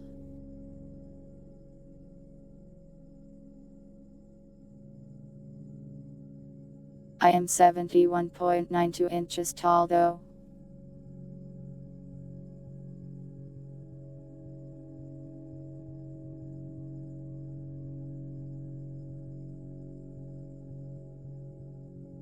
That's an impossible question to answer, Lady J.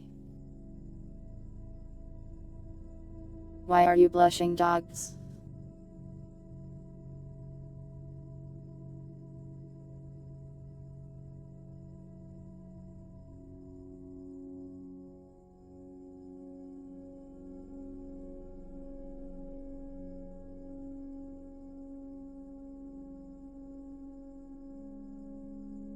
Purity drew me as that tall, so it's the canon height now. That's just under 6 feet tall.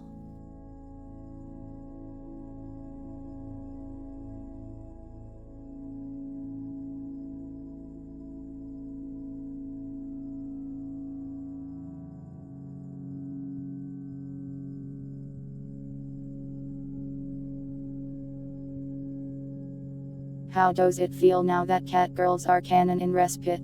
I could just say, none of this is real, and undo it if I really wanted to. But I won't.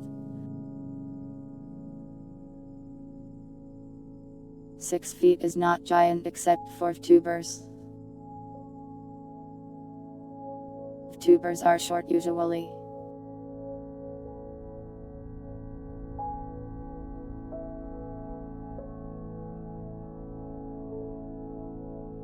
Tubers are usually like under 5'6" or something.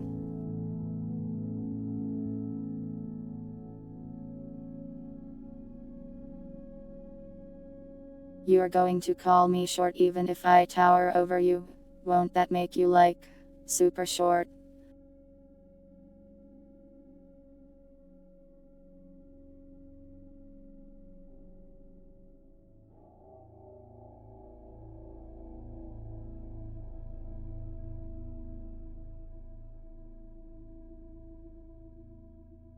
I don't really care about height that much anyways. You are not in my floors, I checked.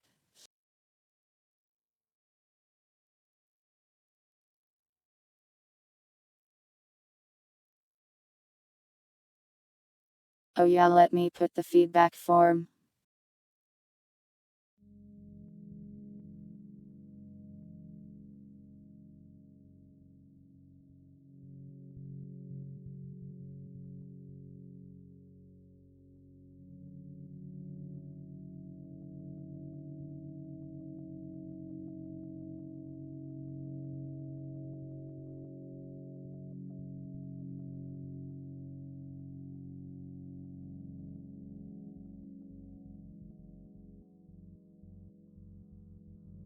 A giant image of tuber heights. There's like infinite tubers, that would be hard.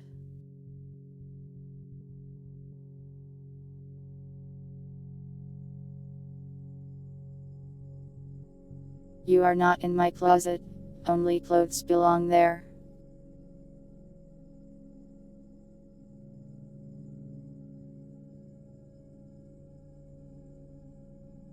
Have a nice sleep, pilots.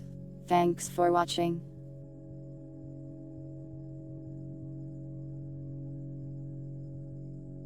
Joke's on you, bald head. I don't have an air conditioner.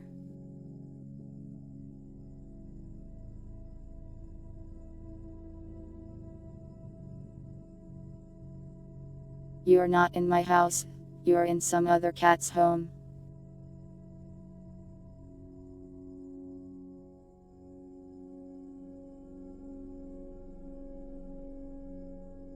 Besides, stop trying to hide in my house. I live in your skull anyways. So you're just hiding in your own house.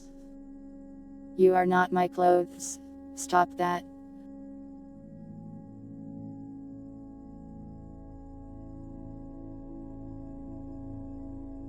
Since when did my chat become full of shapeshifters and invisible people? I have an air fryer actually.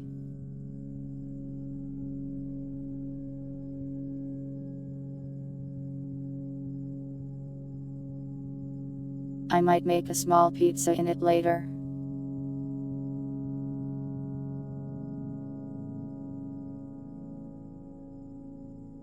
My grandma sent me a bunch of these small pizza things. However, monkey's paw.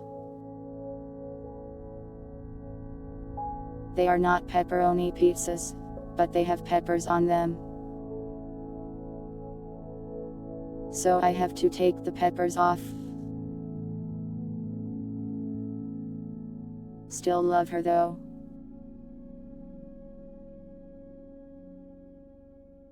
You are my walls. Not that you are in them. You're literally my walls. What if I punched the wall? Would you suffer?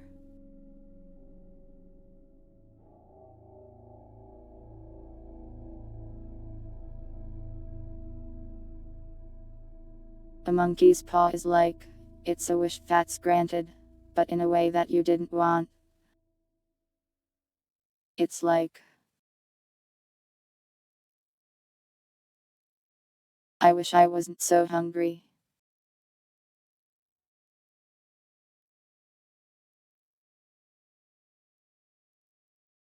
And then someone gives you some food you're allergic to eat.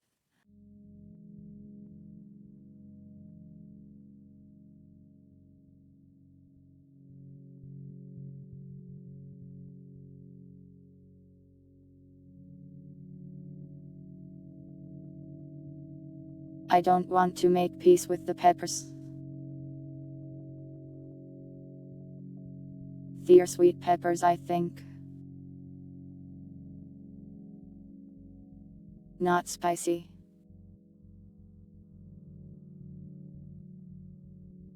I don't like how they taste.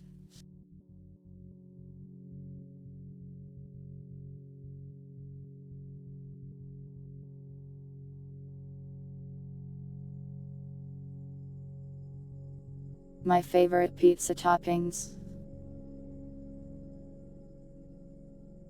I am pretty vanilla, I just like pepperoni.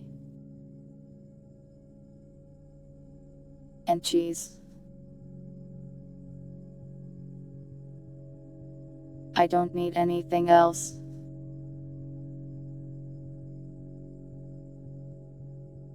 Ghost pepper. I don't think I am particularly bad with spicy things, but I am not very good with them either. Nya. There is your Nya. Don't steal my cheese, you rat.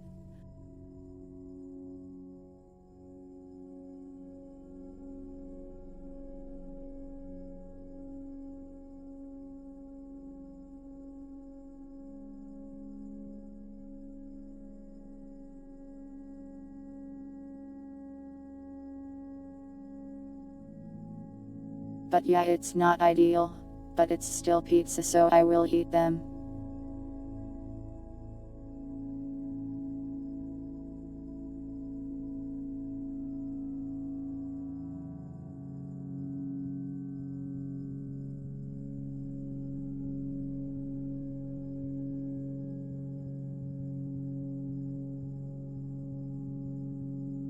I am not a cheese. I am a cat.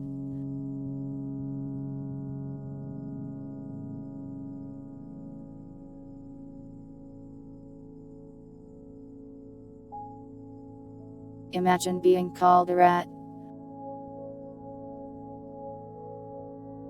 I actually like rats a lot. And rat tubers are cool too. So it's not that bad.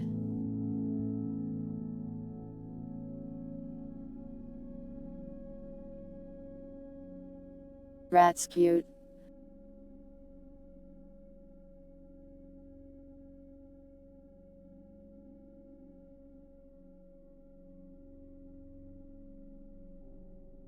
Is it ironic or in character for a cat to be a rat fan?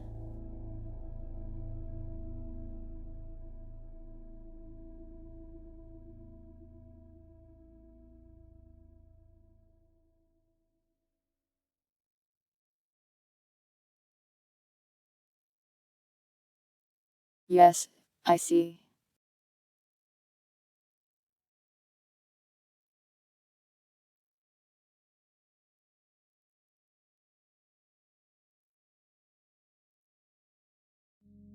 Anyways, it's been like 5 hours.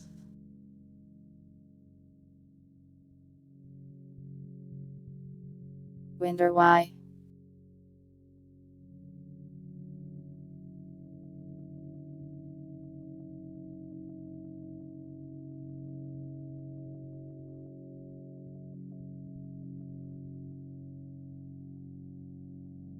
This is probably more clowny than I've ever looked.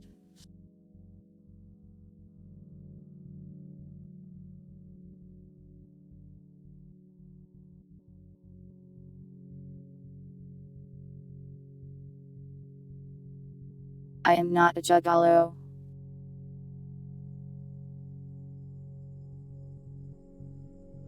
I am not.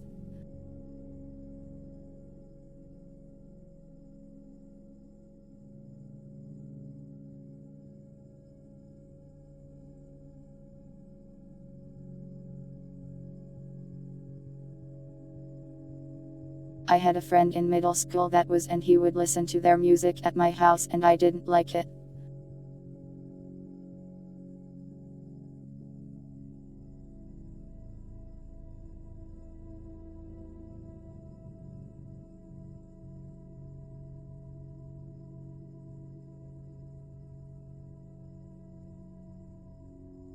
What was I saying? Oh yeah, we should probably go soon. Unless there's anything more you guys would like to talk about. I am losing coherent thought.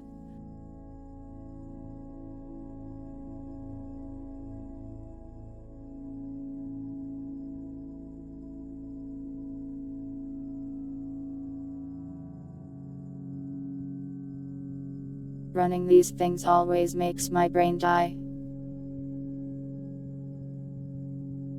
Since I use all the thinking power to do it. You're welcome, dogs.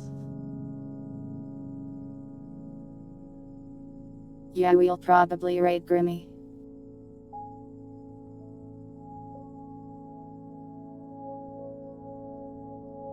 Grape is on too. Hard choicky. You have to tell me something.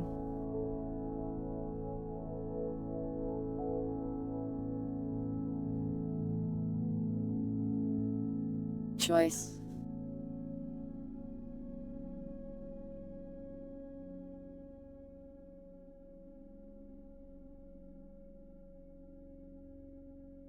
Thank you, Spooky. No, you.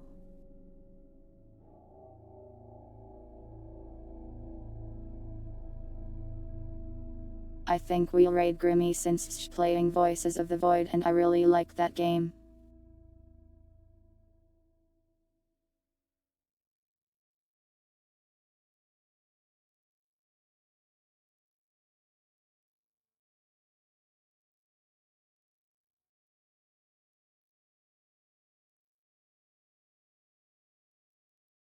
Raid message. Help.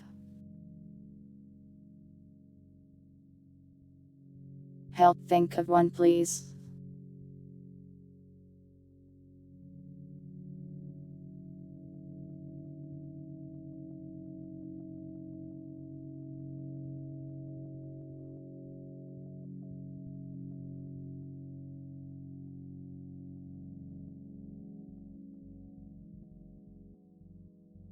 How about Life narrated by Cat Raid? How does that sound? Oh, the voices compel you to become a cat. I like that. Trimble, you are good at raid messages.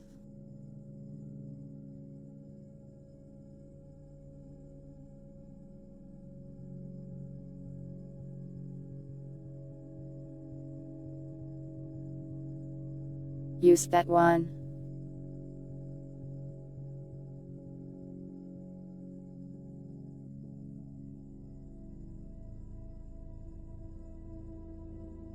Anyways, time for me to go.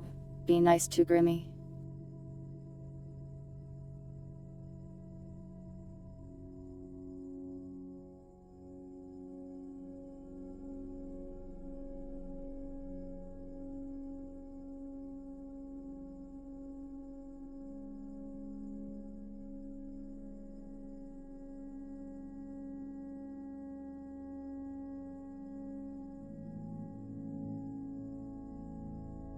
Thank you all for watching, whether it was live or the VOD. I hope you all have a nice day and or night, and I will see you next time.